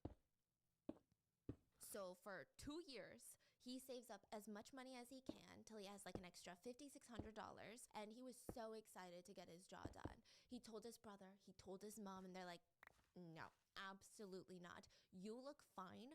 We love the way you look. But Tae was not going to change his mind. So he secretly books a consultation at a well-known plastic surgery clinic that literally specializes in jawline surgeries. Like other plastic surgeons are known for their double eyelids, their nose jobs. This guy was known for his jawline surgeries. It was in the richest area of Seoul, Gangnam, which is like Beverly Hills. Even the whole office, like the front, the lobby, everything looked super nice and super modern and just amazing. During the consultation, Tae feels more at ease. This famous, well-known, well-respected doctor told him, super simple. So simple, you don't even have to worry about it. You're gonna get discharged the same day. I'm gonna go in there, shave off some of your jawbone to change the shape. I know it sounds really intense. It should only take me like 2 hours-ish. I mean, if I'm not shaving too much off, like I get in there and I'm like, ooh, this is perfect, then maybe like an hour and a half. That's about it. That sounds alarmingly fast. Yeah. So Tae knew that it was was going to be painful, but he was excited. He booked the surgery with this doctor, and he paid a premium to have this doctor work on his face. And on September 8th of 2016, he goes into the hospital alone. And again, the doctors are like, super easy procedure. Don't even worry about it. Like, you're going to be able to ride the train home. You're going to take the subway home. You can get a taxi. You're going to be all bandaged up, don't get me wrong, but good job. Like, so easy. Obviously, that's not how it happened. So Tae is put under general anesthesia, and the timeline of his surgery goes something like this. And it's weird. I know it's going to sound like I'm just listing off times, but it's so important to this whole thing. 1 p.m., the plastic surgeon that he signed with, the one that he consulted with, goes in and starts the operation. He cuts into his jawline, and almost exactly an hour later, he leaves the room. That's already kind of alarming. Why'd you leave the room? Are you gonna wash up and get sterile again when you come back? Where would you even go? Why did you leave? But that's not even the alarming part. When he leaves, 1 minute later, a new random doctor walks into the room. Now, the medical charts and records for Tae don't list this doctor anywhere. This is not the assistant doctor for the surgeon. This is not a resident that's training underneath this plastic surgeon. Nothing. It's almost like this doctor doesn't exist. AKA the ghost doctor. Yes. So they walk in and just starts operating on Tae. I mean, you would think that this is some sort of imposter that broke into the hospital and wants to like torture patients or something. So they work on Tae's jaw for like 30 minutes. Then the main doctor walks back in and then leaves again around 3 p.m. So this is 2 hours after his surgery started, which according to the main doctor, the procedure should have taken just 2 hours. But both the main doctor and this ghost doctor, they leave the room and he's like open. He's not all sewn up yet. They leave the room and the nursing assistant comes in and they stay in the room for like 30 minutes. There was not a single doctor in the room during the time that he was technically open and he was under anesthesia. I'm sorry, nobody wants to be in that situation. That sounds like a nightmare situation. Then the ghost doctor comes back, finishes the surgery, and leaves around 4 p.m. Now, this is 3 hours after the start of the surgery. Then the main doctor enters the room to dress Taehee's wound and just leaves. They all leave. From there, he's essentially wheeled into the recovery room at 7:30, and for the next 3 hours, the nurse just sits there expecting him to wake up soon and like mopping up his blood casually 13 times off the ground right underneath his head. And she's not alarmed at all by this. All the doctors just like left. They actually went home for the day. What? The ghost doctor and the main surgeon were like, oh, I work a 9 to 5, guys. I gotta go. So they left. But the anesthesiologist was going to come back. I don't know if he went out to eat dinner or something, right? But the anesthesiologist, he comes back and he's like, oh, why isn't he waking up yet? He's been out since like 1 p.m. It's like, what, 9 p.m. now? That's weird. Anything I should know about? And the nurse is like, well, yeah, I did mop up his blood like 13 times. So now the anesthesiologist starts freaking out. He rushes him into the OR and is trying to find a vein to put the blood into because he obviously needs blood because he lost 2/3 of his body's blood, right? But he can't find a freaking vein. And I was sitting there reading this like, you are an idiot. You don't deserve to be an anesthesiologist. And I was panicked. I called my sister and she said that, maybe this is common sense, I didn't know this, but she said that when you lose blood, so your veins, all they do is pump blood into your heart, to simplify it, right? Your heart pumps blood into the veins. Yeah. Your heart pumps blood into the veins and then the blood goes back into the heart. You get it, right? It's like a whole system. Well, it's not efficient if, let's say, the tube is this big and you have so little blood. It's going to use so much more pressure to move that blood along. So what happens is your vein shrinks to try to make it a lot more efficient for your body to pump the blood. Now, what that means is it's going to be really hard to find a vein, which, I mean, if you guys have ever gotten your blood taken and you have pretty rough veins already, like the pain of people trying to find a vein when you've never lost blood already. So he can't find the freaking vein. Now, he calls the main surgeon and, he starts freaking out and they're like, we got to call the ER, but we got to make it seem like it's not our fault. So they call and they're like, we just need to bring this guy in. He's still conscious, don't worry. The shady part is, without the CCTV, if Tae's mom didn't get that, she would have no idea who this random doctor is and they would never have been held accountable. not even the main surgeon would have been held accountable. A ghost doctor is, especially it happens in plastic surgery, it's common in Korea but everywhere. It's when you use the No. fame of a plastic surgeon, the ones that are Instagram famous, the ones that everybody is like, ooh, I heard that celebrity got their work done there. The one that everyone's like, the influencers are coming in and like doing the stories with them. Well, that doctor is going to do your consultation. They're known for how good they are with da-da-da-da-da. And you're like, okay, I'm willing to pay this premium. Dr. Tomato is the best of the best. But when you're knocked out from anesthesia, Dr. Random will come in and operate on you. And you're like, why? I mean, that doesn't make sense. Well, a lot of people will hire attorneys and are willing to pay more to get the name partner on their case versus a random associate because you feel like you want their expertise, you want their skills, their talent, right? But think about how many surgeries that famous plastic surgeon can do in a day. Did you know in plastic surgery, in the business of plastic surgery and a lot of other private doctors, consultations are actually the moneymaker? It's not actually the surgery. Sometimes consultations are more important than the surgery. Because when you first go in and you get a free consult with like a plastic surgeon, that's when they're trying to sell you. They're trying to close the deal. They're trying to close the deal. So this is actually the most important moment inside of that building because once they close the deal, your money is their money. So the surgery, I mean, it's already too late. Obviously, they don't want a bad reputation, but they have your money.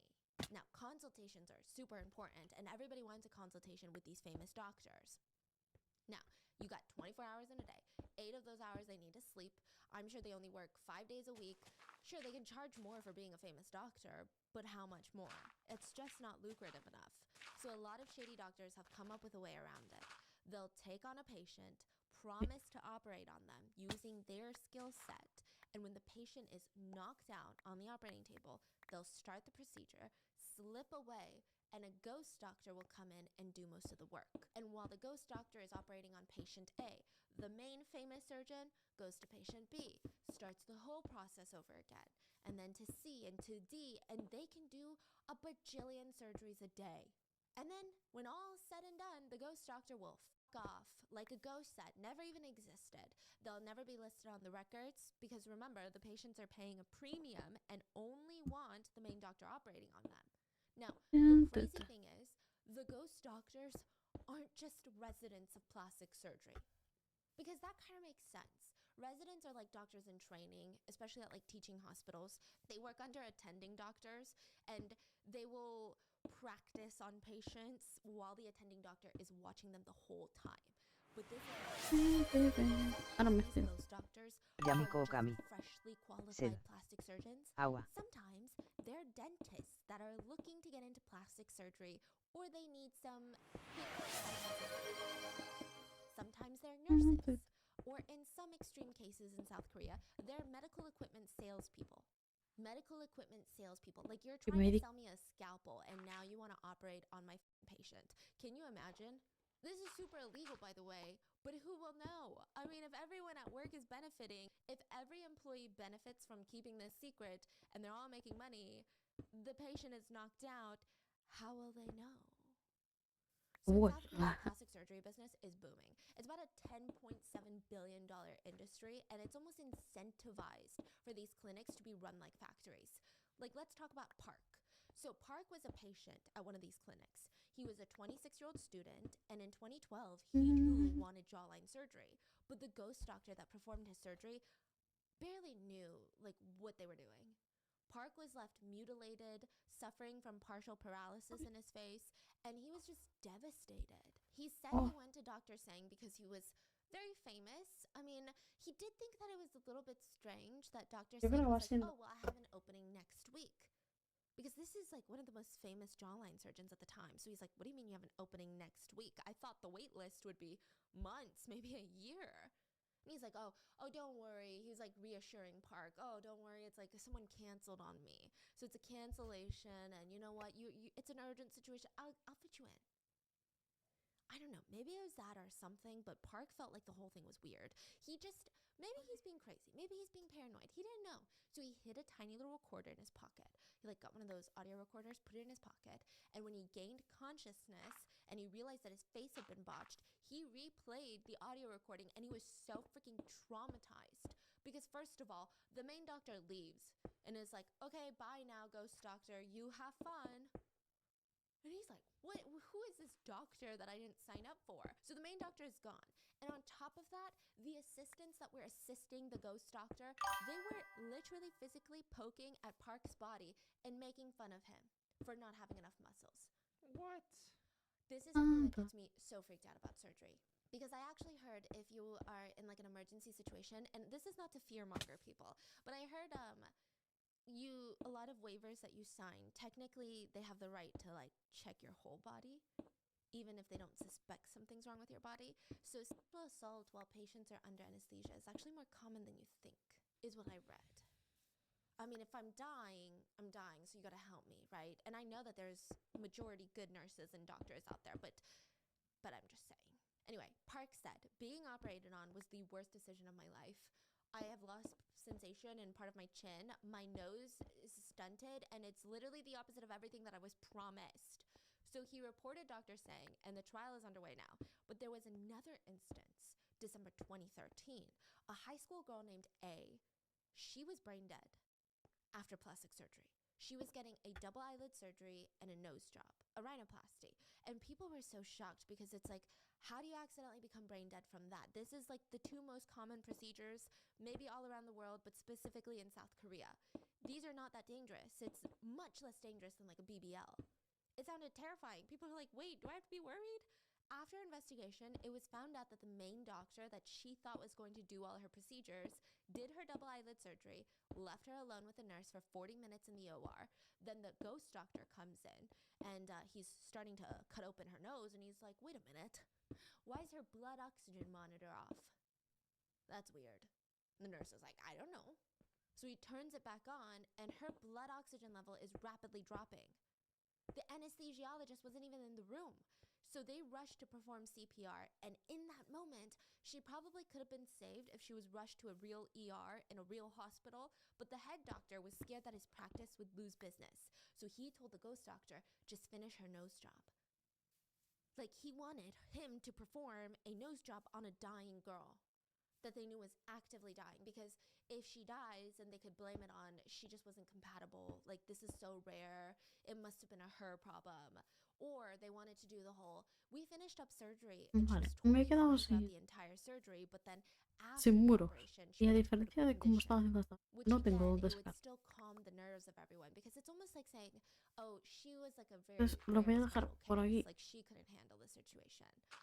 Uy. Which I don't know how it works, but I'm sure there's like 9 million ways that the ER could figure out that you're lying out of your ass. But by that time, it was too late.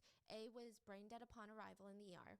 The police went to investigate the plastic surgery clinic, and they were so shocked at what they found.